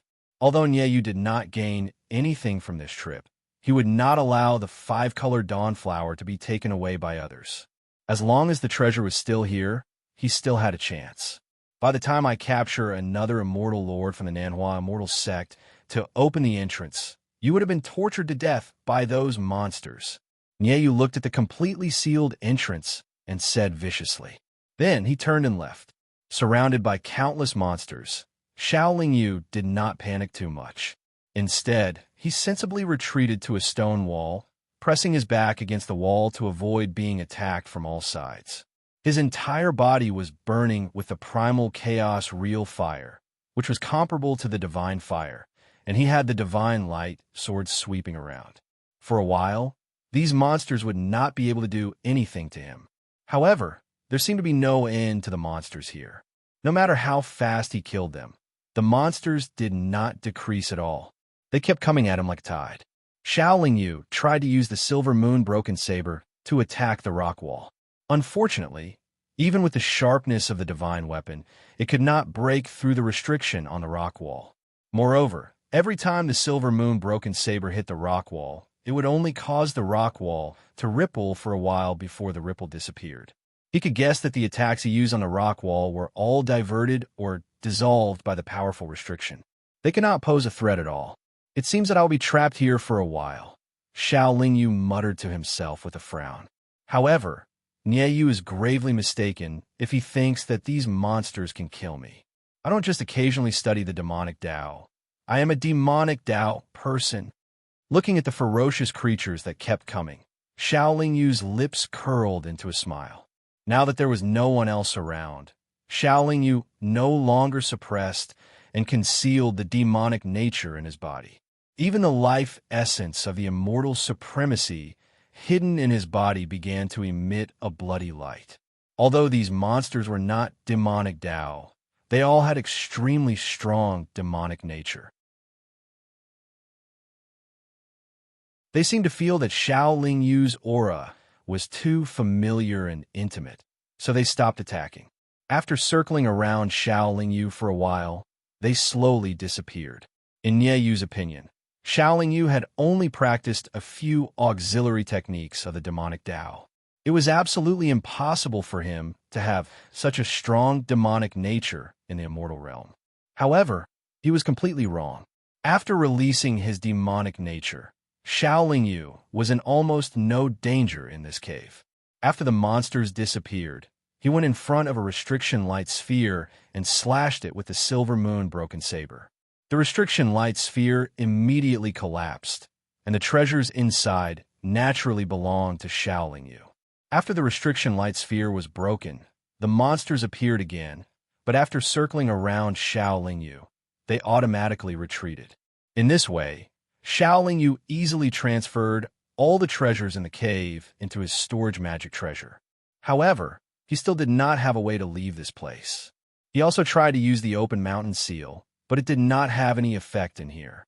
After carefully inspecting the cave several times, Xiao Yu did not find a way to leave, so he simply did not waste any more time. Instead, he sat down on the ground and began to take inventory of his gains. There were not many immortal crystals, only about 3 million pieces.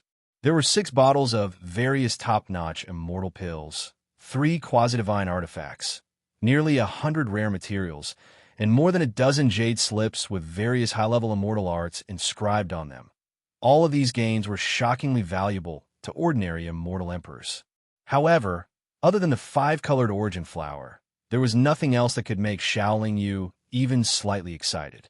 However, what surprised Xiao Yu was that the immortal arts and seals inscribed on the jade slips were mostly similar to the Dharma arts and seals unique to the Nanhua immortal sect that Qin Pingzi had secretly imparted to him. In addition, this cave was not far from the Nanhua immortal sect. It could be inferred that the cultivator who set up this cave should be an ancestor expert of the Nanhua immortal sect. Many immortal arts and seals of the immortal Tao required the support of immortal energy. Xiao Yu could not cultivate them, nor did he have the intention to. However, he could increase his knowledge by comprehending them. Since he had nothing to do, Xiao Yu patiently studied them one by one. After nearly 200 years, Xiao Yu stood up again. This was because he saw that the rock at the entrance was slowly disappearing. He knew that someone had opened the entrance with the open mountain seal. You came back in the end.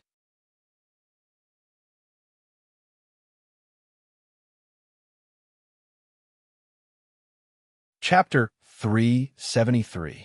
After 100 breaths of time, the transparent restriction at the exit suddenly fluctuated. Xiao Yu did not look and knew that someone had come.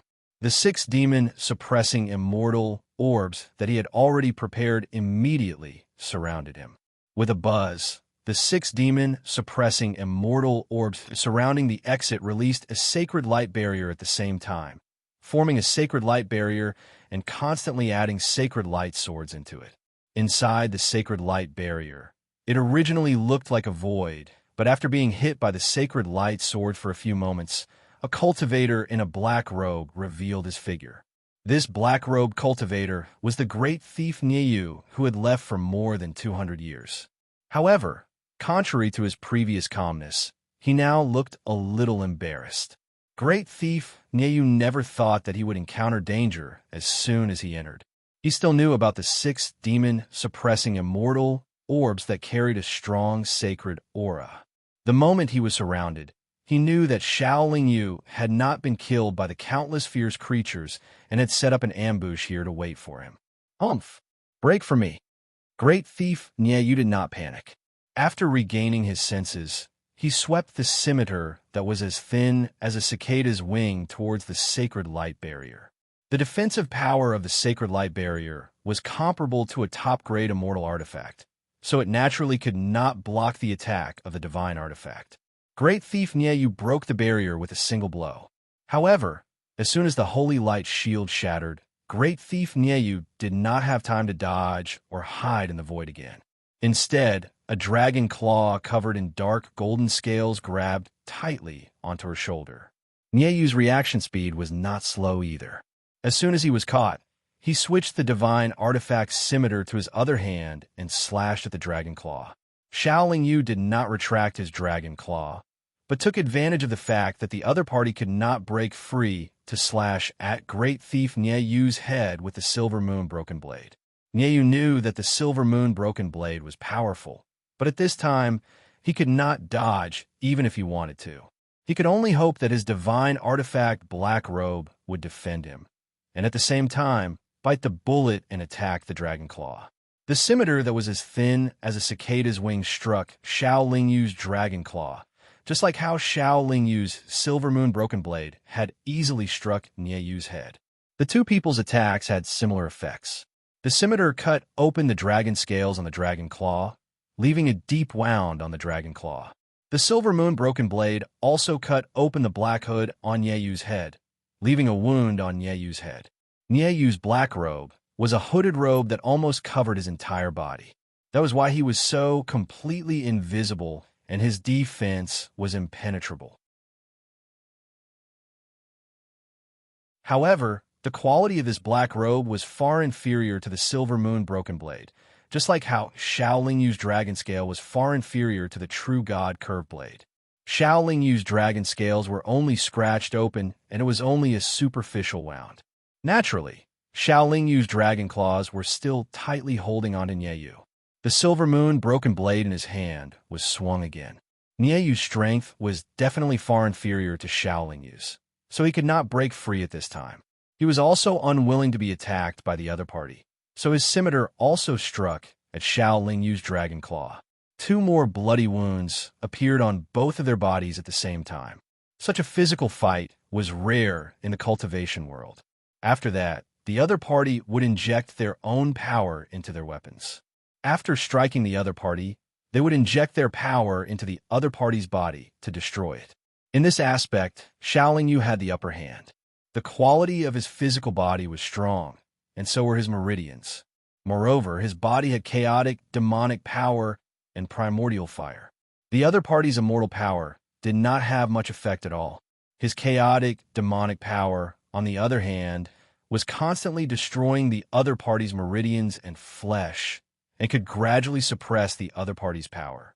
In this way, after a few strikes, Shaolin Yu still only suffered some superficial wounds, but Nieu was already seriously injured.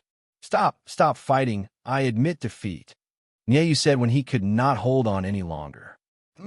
Shaolin Yu only responded with a cold snort, but the silver moon broken blade in his hand continued to strike mercilessly.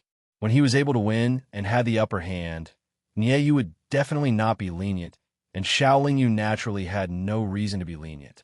If he had not been careful and had some tricks up his sleeve, he was afraid that he would have been killed by this great thief Nieu.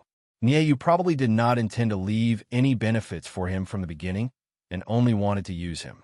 Only now did he regret it and say good things.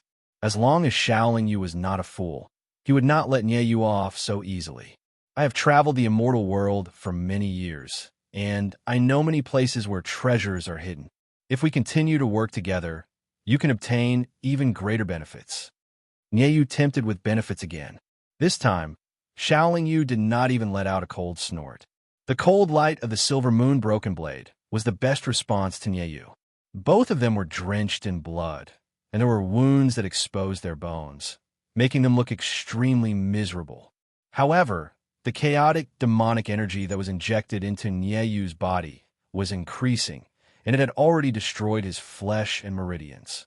Moreover, it had already invaded his dantian.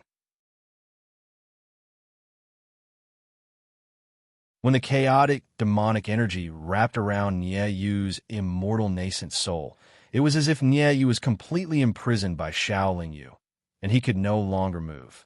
Only then did Shaolin Yu stop. He wiped the bloodstains on his face and revealed a somewhat ruthless sneer. Shaolin Yu would never be lenient to people who deliberately schemed against him, so he did not give Nieyu a chance to beg for mercy. He directly shook his power and scattered Nieyu's immortal nascent soul. Nieyu's expression that was clearly filled with fear and shock froze on his face. Then his body fell weakly, and the vitality in his body quickly dissipated. When the immortal nascent soul collapsed, the body would collapse, and the life essence would dissipate along with the soul's consciousness. After pondering for a moment, Shaolin Yu did not hurry to heal his injuries. He immediately pressed his palm on Nieyu's head. Before Nieyu completely died, he wanted to search his soul. Although Nieyu's cultivation level was higher than Shaolin Yu's, he was currently in a special state and could not resist Shaolin Yu's soul-searching technique. His memories that had not dissipated were all transferred to Shaolin Yu's consciousness. However, Nieyu's consciousness dissipated too quickly. Shaolin Yu only transferred less than 1/3 of his memories, and he was completely dead.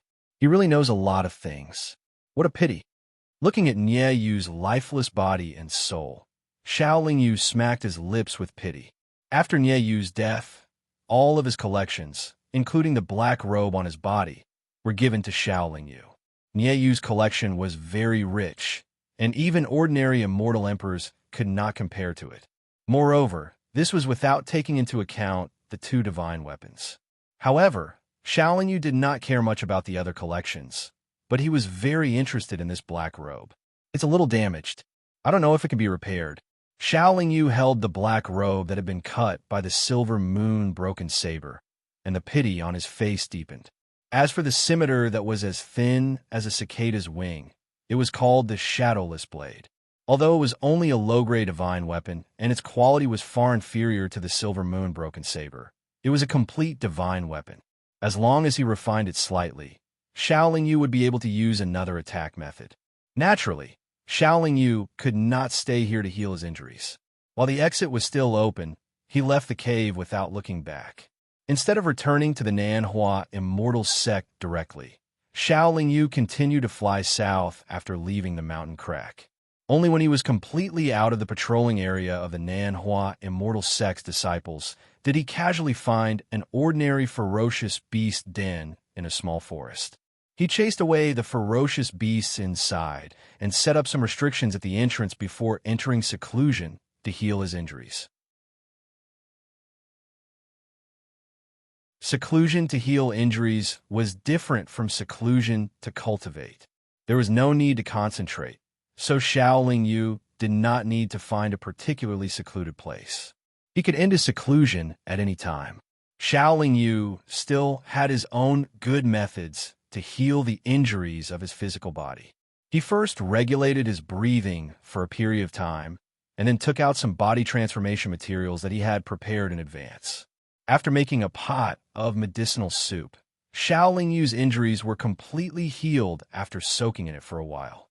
After returning to the Nanhua Immortal Sect, Shaolin Yu sat in his pavilion for less than 15 minutes when Qin Gong, whom he had met in the Nanhua City Guard camp, came uninvited. Junior brother Xiao, Qin Gong is here to ask for a cup of tea. Do you have time? Qin Gong was not wearing his silver armor, but a casual brocade robe. He smiled and said, "It is my honor to have senior brother Qin Gong here. How can I not have time?" Shaolin Yu extremely courteously welcomed Qin Gong into the room.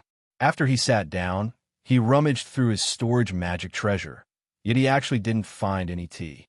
Moreover, this pavilion had been abandoned for many years, so it was naturally impossible for it to have tea.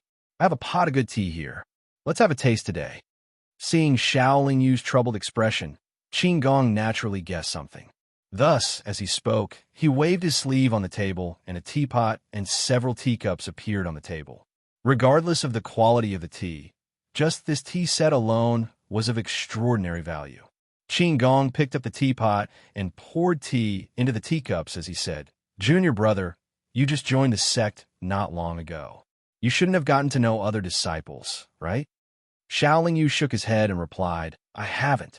Qin Gong placed a cup filled with tea in front of Xiao Lingyu and said, "Junior brother should walk around the sect more.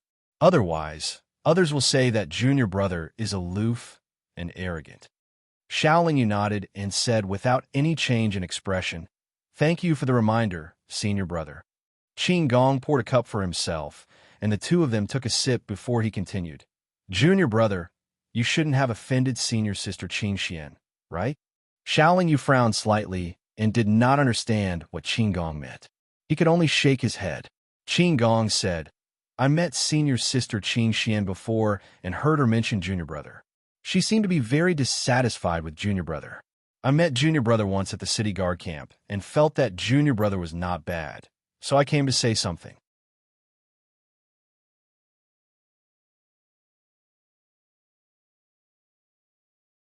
Chapter 374. Junior brother Xiao, you've been targeted by senior sister Qin Xian. You have to be careful. Although we're from the same sect, you've just arrived and don't have any foundation in the sect. Moreover, senior sister Qin Xian's faction has a lot of people. If you're not careful, you'll suffer a big loss. Qin Gong reminded Xiao Lingyu meaningfully as he sipped his tea. Xiao Lingyu could already guess that Qin Gong was here to win him over. Even if he couldn't win him over, he would probably say something bad about Qin Xian and sect master Qin Pingzi. Knowing the purpose of Qin Gong's visit, Xiao Lingyu naturally wouldn't speak carelessly and just listen carefully. Junior brother was brought into the sect by senior brother's sect master. Qin Gong saw that Xiao Lingyu didn't speak, so he changed the topic and asked, "Yes." Xiao Lingyu nodded in response. Since senior brother sect master ascended to the position of sect master, he spent most of his time in seclusion. Right now, he was forced to come out because of the upcoming war between the immortal world and the demon world. If junior brother thinks that you can sit back and relax because senior brother sect master brought you into the sect, then you're gravely mistaken. Sure enough, Qin Gong said something that Xiao Lingyu had already expected him to say. "Then senior brother, tell me, what should I do?" Xiao Lingyu asked with a confused look. Junior brother is now a newcomer of the Nanhua immortal sect. Although you have good skills and have the treatment of an immortal emperor, you still lack a foundation. Junior brother is also a smart person, so you should know how to protect yourself. Qin Gong said vaguely. Senior brother means that junior brother should find a foundation for himself as soon as possible. Xiao Lingyu asked, "A rootless duckweed can't withstand the wind and rain." Qin Gong sighed. Seeing that Xiao Lingyu seemed to be moved, he continued, "Now, the Nanhua Immortal School is divided into 3 parts.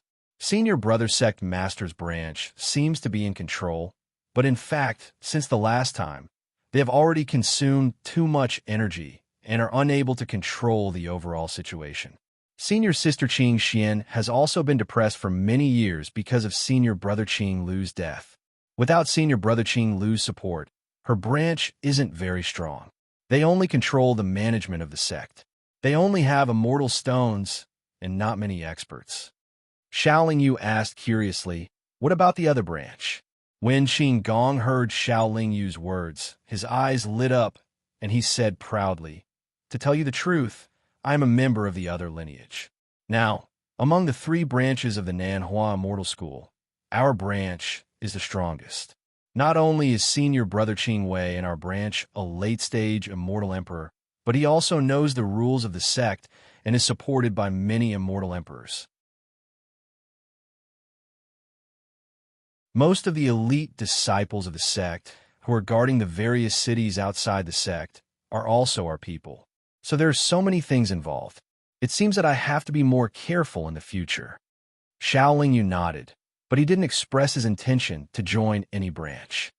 Junior brother Xiao, if you join our branch, you don't have to be so careful and don't have to worry about senior sister Qing Xian finding trouble with you. Qing Gong went straight to the point. Junior brother will seriously consider it. Xiao Lingyu still replied vaguely. After thinking for a while, Qing Gong felt that Xiao Lingyu didn't really understand the overall situation of the sect, so he wasn't in a hurry. He immediately stood up and said, "Junior brother, you should walk around more and understand more before you make a decision. I've disturbed you today. I'll take my leave first." After sending Qing Gong off, Xiao Lingyu returned to his room, but he didn't really think about those things. Instead, he went to the second floor and meditated in peace. In the following days, Xiao Lingyu didn't leave his room and stayed in his pavilion. No one came to disturb him. Previously, when Xiao Lingyu went to the Nanhua city, he didn't buy all the materials he needed. Therefore, after adjusting and organizing in the Nanhua Mortal School, he decided to go to the East Royal City to take a look. Now that he had obtained the 5-colored origin flower for reaching the 5th revolution, Xiao Lingyu couldn't wait to gather all the materials. When he walked less than 10 feet out of his pavilion, he passed by a small pond and saw an old man sitting in a pavilion drinking tea. The old man looked over and their eyes met. The old man smiled kindly, and Xiao Lingyu naturally nodded in greeting. This should be junior martial brother, Xiao, who just entered the sect, right? The old man stood up and said with a smile. Since the old man greeted him, Xiao Lingyu naturally couldn't ignore him. He nodded and said, "Yes, I am. Junior martial brother Xiao. If you don't mind, you can come and have a drink with me." The old man pointed at the tea on the stone table and said, "I still have some things to do today. I won't disturb you. Next time, I'll treat you to a drink," Xiao Lingyu said apologetically. The old man didn't expect Xiao Lingyu to reject him like this, but after being stunned for a moment, he still said, "There are many things going on outside. Don't worry too much. It's rare for us to have half a day of leisure. Cultivators like us are busy cultivating every day. We should be free when we're free. Junior martial brother Xiao, coincidentally, I have some things to say to you today. I hope you can give me some face." Since the old man had already said so much, and Xiao Lingyu really didn't have anything urgent, he could only bite the bullet and enter the pavilion. Then he sat opposite the old man. "Since junior martial brother Xiao has something urgent, I won't beat around the bush. I'm the steward of the sect's external affairs hall. Today, I'm looking for junior martial brother Xiao to invite Xiao Lingyu to join our faction. Although junior martial brother has just entered the sect, I'm sure you have some understanding of the sect's current situation. Junior martial sister Qing Xian, who is in charge of our faction, is currently the strongest person in the sect. Even senior martial brother Qing Pingzi is slightly inferior to her. Moreover, our faction controls the entire sect's economic lifeline. More than 70% of the sect's immortal stone income is earned by us." The old man looked at Xiao Lingyu's expression as he said this. Seeing that Xiao Lingyu was very calm, he continued, "If junior martial brother Xiao joins us, I don't dare to say anything else, but at least you will never lack immortal stones. Moreover, the sect will also have what an immortal emperor cultivator should have." Compared to Qing Gong, this old man was more direct and straightforward, without so many twists and turns. However, Xiao Lingyu couldn't help but think of a problem. Even though he had just joined the sect, the 3 factions of Nanhua Mortal Sect were already fighting over him. One could imagine how intense the competition in Nanhua Immortal Sect was now. They must be thinking of fighting for as much as they could. Sect Master Qing Pingzi must have talked to everyone about Xiao Lingyu joining Nanhua Immortal Sect, and also mentioned that Xiao Lingyu was now enjoying the treatment of an immortal emperor disciple. Regardless of Xiao Lingyu's strength, just the treatment of an immortal emperor disciple was enough for the 3 factions to pay attention to him. After all, even Nanhua Immortal Sect needed many years to have an immortal emperor. "Junior martial brother, what do you think?" the old man asked directly. Perhaps because Qing Xian was a straightforward person, so were her subordinates and followers. Xiao Lingyu was also a straightforward person, but he still wanted to be tactful about this matter. Can you give me some time to think about it? Xiaoling Yu pondered for a moment and said, Of course, I think Junior Marshall Brother will make a wise choice. The old man nodded and said, Junior Marshall Brother, you're busy. Go ahead. Xiaoling Yu didn't linger for long. After bidding farewell, he left the Nanhua Immortal School and headed towards the East Royal City. Not long after Xiaoling Yu said goodbye to the old man, Qing Xian also came to the pavilion and asked, How did it go? He seems to be very cautious and in a difficult position. The old man shook his head and said, he was brought in by that old fox Qing Ping, so of course he's on that old fox's side. However, I heard that Qing Gong also talked to him before, and the Qing guards gather the most experts and seem to be the strongest. He's probably a little moved. Qing Xian said with a smile, Junior Marshall's sister, did you ask me to come because you know he needs immortal stones? The old man asked. He shouldn't be lacking immortal stones. I asked you to come just to show him the current situation so that he'll be more cautious when making a decision. Everyone invited him to join them, so he has more choices. Naturally, he has more thoughts, Qing Xian explained. Anyway, I don't think he'll join us, but he'll be conflicted for a while. The old man nodded, then asked curiously, Where did that guy come from? What's his strength? Qing Xian shook his head and said, To be honest, even I can't see through him at all. I think that old fox Qing Ping is the same. However, when I saw him last time, I felt a strange aura from him. I've never felt that aura from any cultivator in the immortal realm. Therefore, I have no idea what his background is or what his strength is. I heard that he fought with an immortal emperor from the Nanhua immortal sect. Not only did he not do anything, but he also quickly melted a quasi-god artifact. Now, we can at least confirm that he has the divine fire in his body. To be able to hide the divine fire in his body must be very strong. I think that old fox Qing Ping and the Qing guards have taken a liking to this. If that's the case, we should try to get him. The old man nodded. Xiaoling Yu didn't think too much about it. His temporary stay in the Nanhua Immortal Sect was just a temporary measure. He didn't really want to make a name for himself in the Nanhua Immortal Sect and didn't want to get involved in the conflict between the three factions. The three factions all had quite a number of immortal emperors. Xiaoling Yu couldn't even deal with an immortal emperor. Once he got involved in the conflict, he would only be cannon fodder. After half a year, Xiaoling Yu flew to the East Royal City. He didn't do anything and went straight to the Mercenary Army's branch building. Only 200 years had passed, and the Mercenary Army's mission hadn't been fully spread out yet. Naturally, they couldn't find Anya. This was within Xiaoling Yu's expectations, so he wasn't too disappointed. After leaving the Mercenary Army's branch building, Xiaoling Yu started shopping in the material stores in the East Royal City. He was already very rich, so when purchasing materials, as long as the price was not too outrageous, he would buy them directly.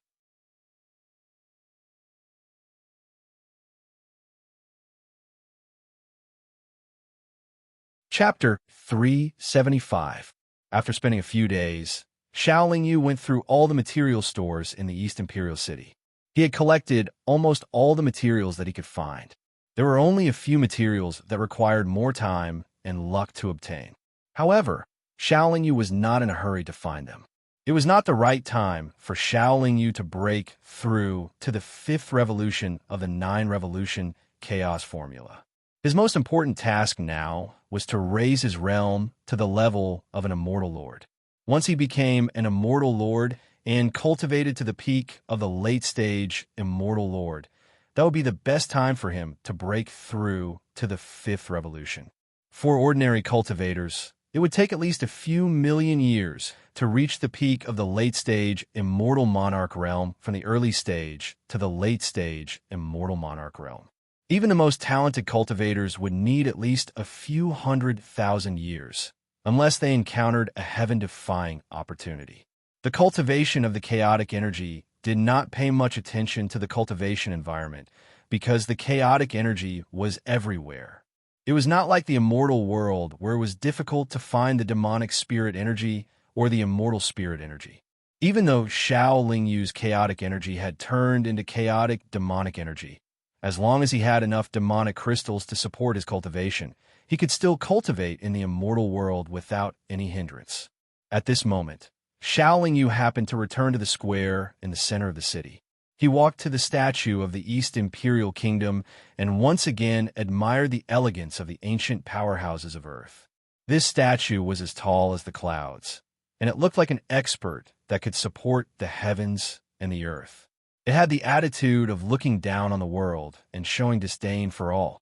It caused those of the younger generation to feel inferior and insignificant when they looked up to it. The statue was carved here by the later generations, and there was probably no secret behind it. It could only bring Xiao Lingyu the pride of being an earthling. After looking at it for a while, Xiao Lingyu was about to leave, but just as he turned around, he saw a familiar face. This familiar face looked very young. He had sharp eyebrows, bright eyes, red lips, and white teeth. He stood with his hands behind his back under the statue, and there was an indescribable calmness and carefreeness about him. This person was the person in charge of the information network that Xiao Lingyu saw when he went to the East Imperial Kingdom. We are truly fated to meet again here. The young cultivator acted as though he had just seen Xiao Lingyu. At first, he was surprised.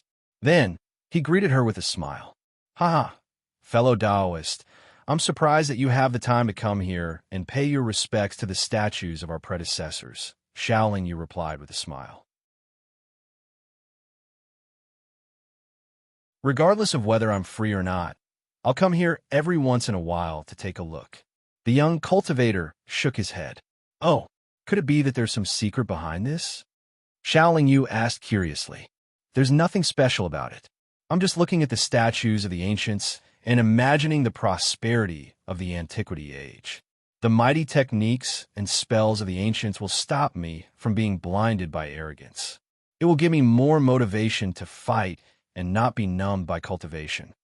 The young cultivator earnestly said, "So that's how it is. I thought fellow Taoist had some connections with this ancient expert," Xiao Lingyu said meaningfully. "Although we don't have a deep connection, we do have some connections," the young cultivator said indifferently. Xiao Lingyu pondered for a moment.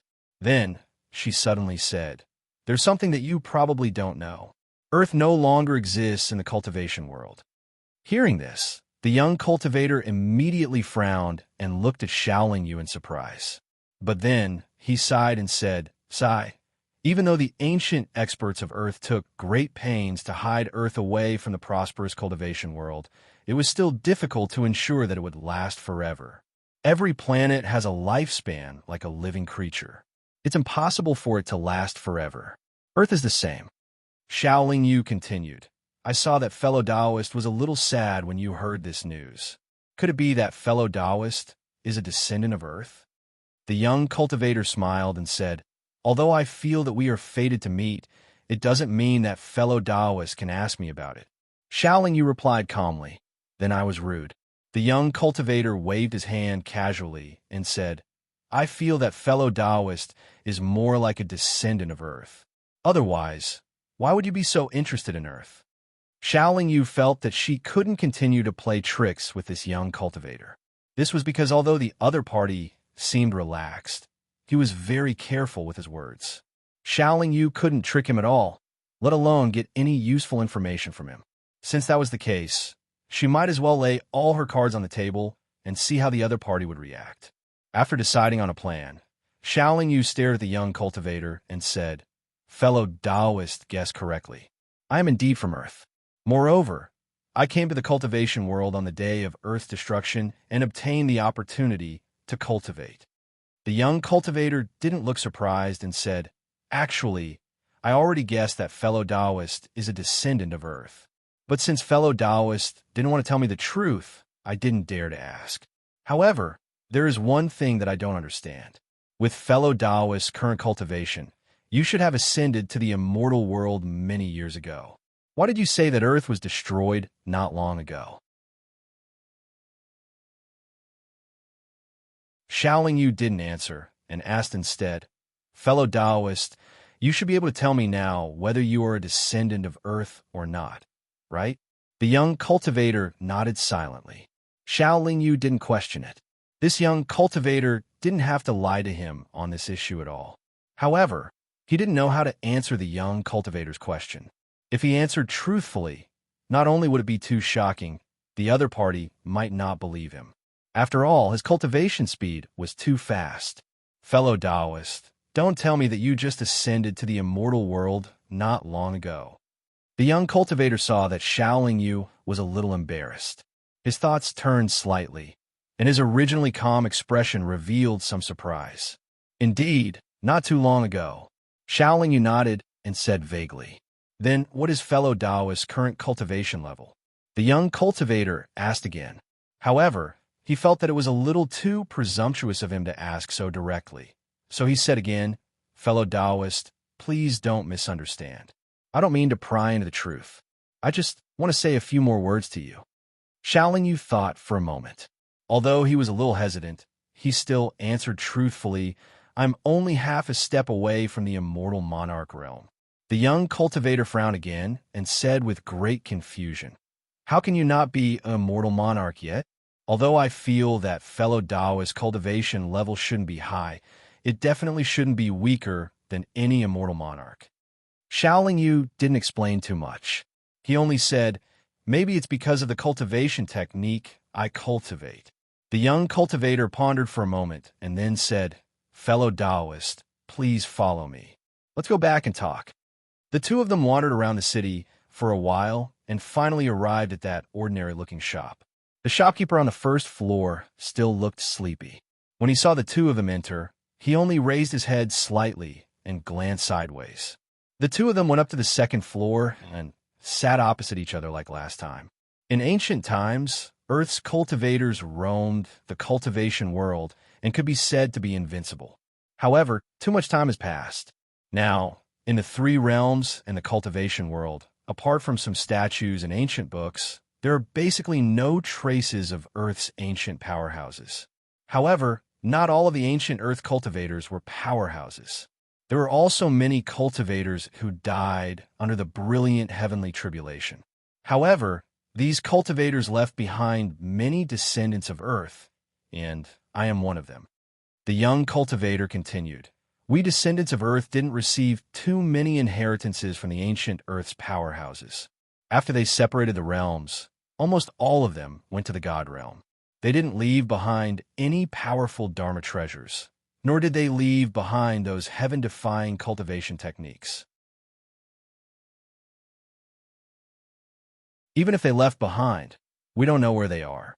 However, apart from those powerhouses, the ancient Earth's ordinary cultivators left behind many inheritances for us descendants. We have also formed our own groups in the three realms and can form a powerful force that can secretly influence the situation of the three realms. To be able to receive the inheritances of the ancient Earth's cultivators, even if it's just an ordinary ancient Earth's cultivator's inheritance, is a huge asset," Xiao Lingyu added. "Although we have a good foundation, we still need to manage it well.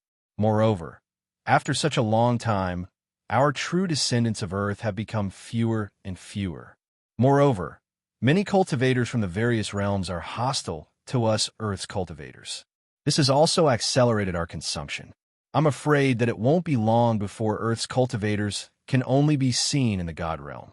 However, even those ancient Earth's powerhouses in the God realm will be constantly consumed," the young cultivator said worriedly.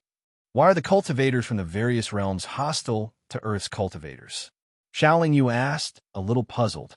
"The reason is very simple. The ancestors of the cultivators from the various realms were once beaten up badly by our Earth's ancestors. Moreover, it was our Earth's ancestors who forcefully separated the realms. This also affected the interests of the non-Earth cultivators, causing them to be resentful. The ancient non-Earth powerhouses unwillingly went to the God realm, and they also left behind instructions for their descendants to destroy Earth's cultivators," the young cultivator said with a wry smile. "Could it be that the current situation is that the descendants of Earth don't dare to reveal their identities?" Xiao Lingyu asked, a little surprised. "Yes. Nowadays, apart from the God realm, the cultivators from the cultivation realm, the immortal realm, devil realm, and demon realm do not have the valiant demeanor of the ancient Earth's ancestors. Once their identities as descendants of Earth are revealed, it will definitely attract a lot of trouble. This is because there has been a rumor since ancient times that Earth's cultivators are all rich, and all of them have remarkable abilities or divine treasures passed down from the ancient powerhouses, the young cultivator said with a sigh. Rumors are really fearful, but we can't go on like this. After all, the descendants of Earth are limited. Sooner or later, they will all be wiped out, Xiaoling Yu said with a frown. What exactly should we do? Our ancestors have all considered it, and they probably have some sort of plan. It's just that we don't have the right to know. But at least we have to know one thing, and that is that we should unite and gather all of the descendants of Earth together. This is also the reason why I invited you here. I hope that you can work with us to reverse the awkward situation of the descendants of Earth, the young cultivator said earnestly.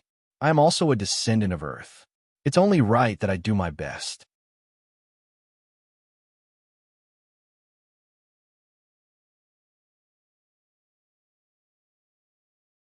Chapter 376. It's easier said than done to descend from the divine realm. The young cultivator shook his head and sighed. Is it difficult? Xiaoling Yu looked doubtful.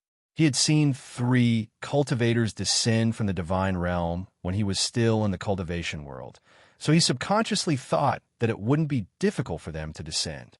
I'm not sure about that, but it's very difficult for cultivators from the immortal realm to descend to the cultivation world. Moreover, I've never heard of any cultivator from the divine realm descending to the immortal realm for many years. The young cultivator explained with a smile and then continued. Also, the reason why the experts on Earth in ancient times forcefully separated the realms was because they didn't want the world of cultivation to be too chaotic. It was also to check and balance the experts so that the gap between the cultivators of different realms wasn't very big. Take the current immortal world as an example. The biggest gap between the immortals is the gap between the Earth immortals and the immortal venerables. But in ancient times, the biggest gap between the cultivators was the foundation establishment stage and the immortal venerables. There were too many levels between them. In front of the experts of ancient times, not to mention the living beings of today's cultivation world, even the living beings of the immortal, devil, and demon realms were like ants. They could kill countless with a wave of their sleeves. Since the ancient cultivators of Earth wanted to separate the realms and forbid people from crossing the boundary, why would the cultivators of Earth cross the boundary themselves? Wouldn't that be denying their own actions? It wasn't that the ancient cultivators of Earth couldn't descend to the immortal realm, but they didn't want to. Xiaoling Yu could understand why. Do you have a sect now? The young cultivator asked again. I just joined Nanhua Immortal Sect not long ago. Xiaoling Yu answered honestly. Nanhua Immortal Sect? The young cultivator frowned slightly, but then said, although Nanhua Immortal Sect is quite powerful, the situation within the sect is complicated and infighting often occurs. You have to be careful there. Xiaoling Yu nodded with a wry smile.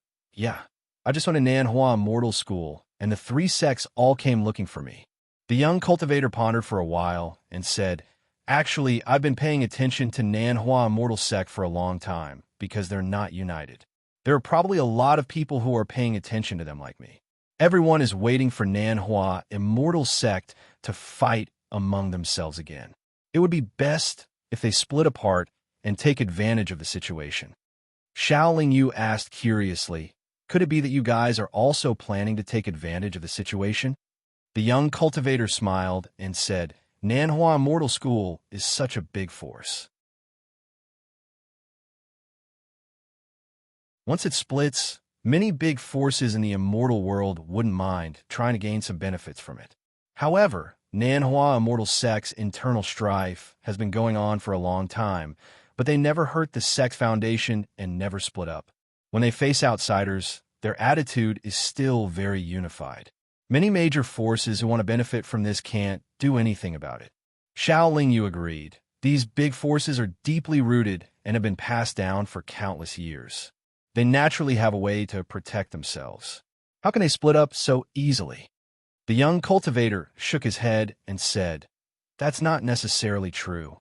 As long as one of their faction leaders is irrational, or one of them colludes with other major forces in the immortal world, or one of them is controlled by an outsider, it's very likely that the internal strife in Nanhua immortal sect will escalate and eventually split the entire sect.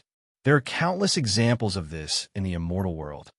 Xiao Yu tilted his head and thought for a while before saying, "This has nothing to do with me. I don't have any deep feelings for Nanhua immortal sect. I joined them because I had no choice. How they want to split up has nothing to do with me." The young cultivator looked at Xiao Yu and tapped his finger on the table as if he was thinking about something. A few moments later, he said, "You're in Nanhua immortal sect and have been invited by 3 major forces. I think you're treated as an immortal emperor. If you can do something, maybe..." Xiao Yu didn't wait for the young cultivator to finish and said, "It's better not to involve me in this kind of thing. I'm not interested in this. For me, this is like pulling chestnuts out of the fire. It's too dangerous. I won't do it without absolute certainty. We descendants of Earth don't have to resort to such methods to get stronger."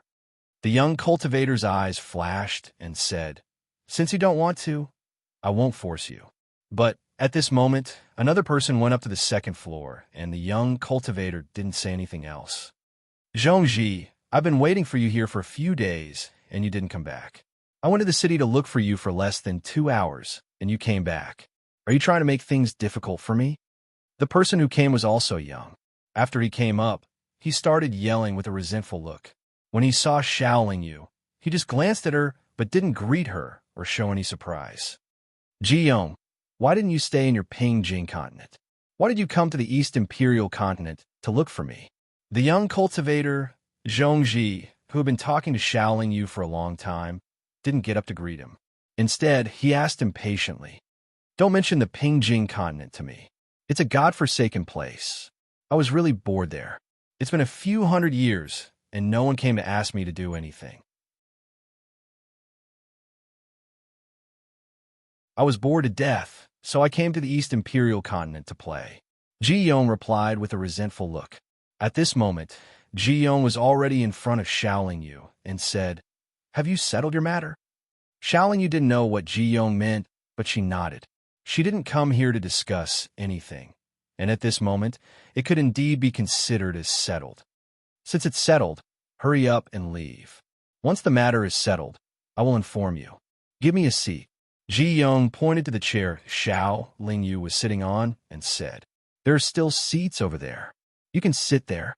Before Xiao Yu could answer, Zhongji had already pointed to a chair next to him and said, "I like to sit here." Ji Yong shook his head. "Ji Yong, you're getting more and more presumptuous. He is not only our guest, but also, you really don't know what's good for you. Do you want me to ask you to leave?" Ji Yong didn't listen to Zhongji's words at all. He just stared at Xiao Yu with an overbearing look. "But I also like to sit here. If you are not the owner of this place, you are not qualified to ask me to get up, let alone ask me to leave." Xiao Yu had seen many arrogant and domineering people, but it was rare to see someone like Ji Yong. Therefore, her words weren't very polite, but they were neither hot nor cold. "Oh, when did a mere late-stage, 9 heavens Xian immortal cultivator become so confident?"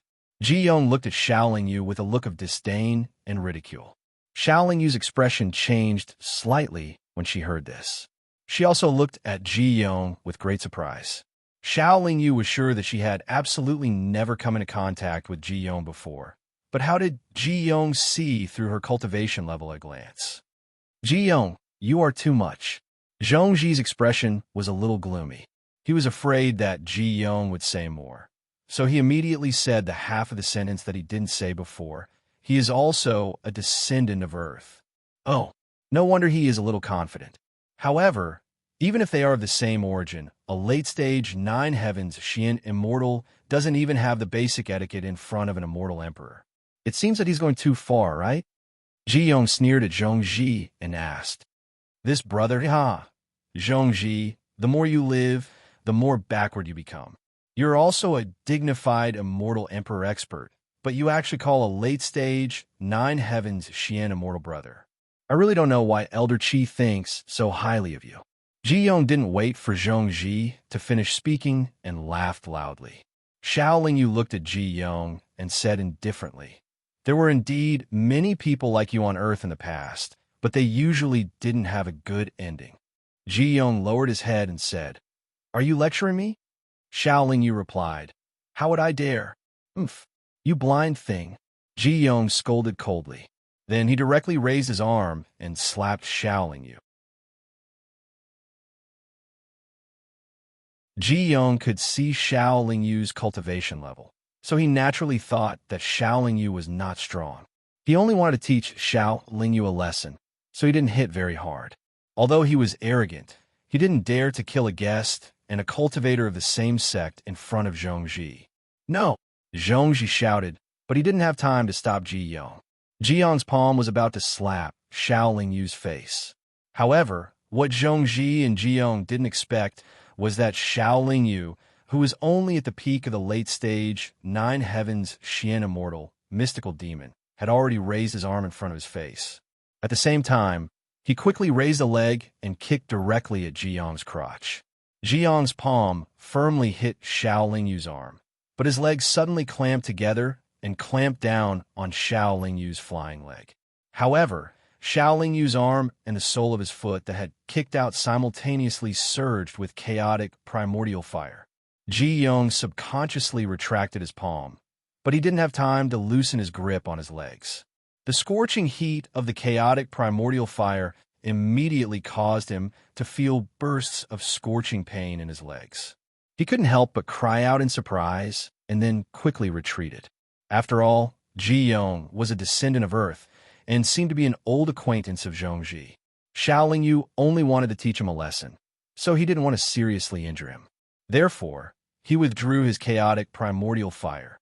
In fact, if Ji Yong hadn't underestimated Xiao Lingyu, he wouldn't have been afraid of Xiao Lingyu at all with his immortal emperor cultivation level. Even if Xiao Lingyu had the divine fire, it would still be the same. "You're quite capable. Again, enough." Ji Yong wanted to attack again, but he was firmly held back by Zhongji. Zhongji's scolding also sounded in his ears. "It's fine if you're arrogant in front of outsiders, but how can you be so impudent in front of your own people? If you don't change your temper, even if you don't suffer a great loss, you'll be punished by Elder Qi again and have to stay in the Pingjing mainland for hundreds of thousands of years. I was just careless just now. Otherwise, how could he make me suffer a loss?" That you're tuning in to the Warrior Lore YouTube channel. Don't forget to subscribe and join us on this journey to catch the most captivating stories.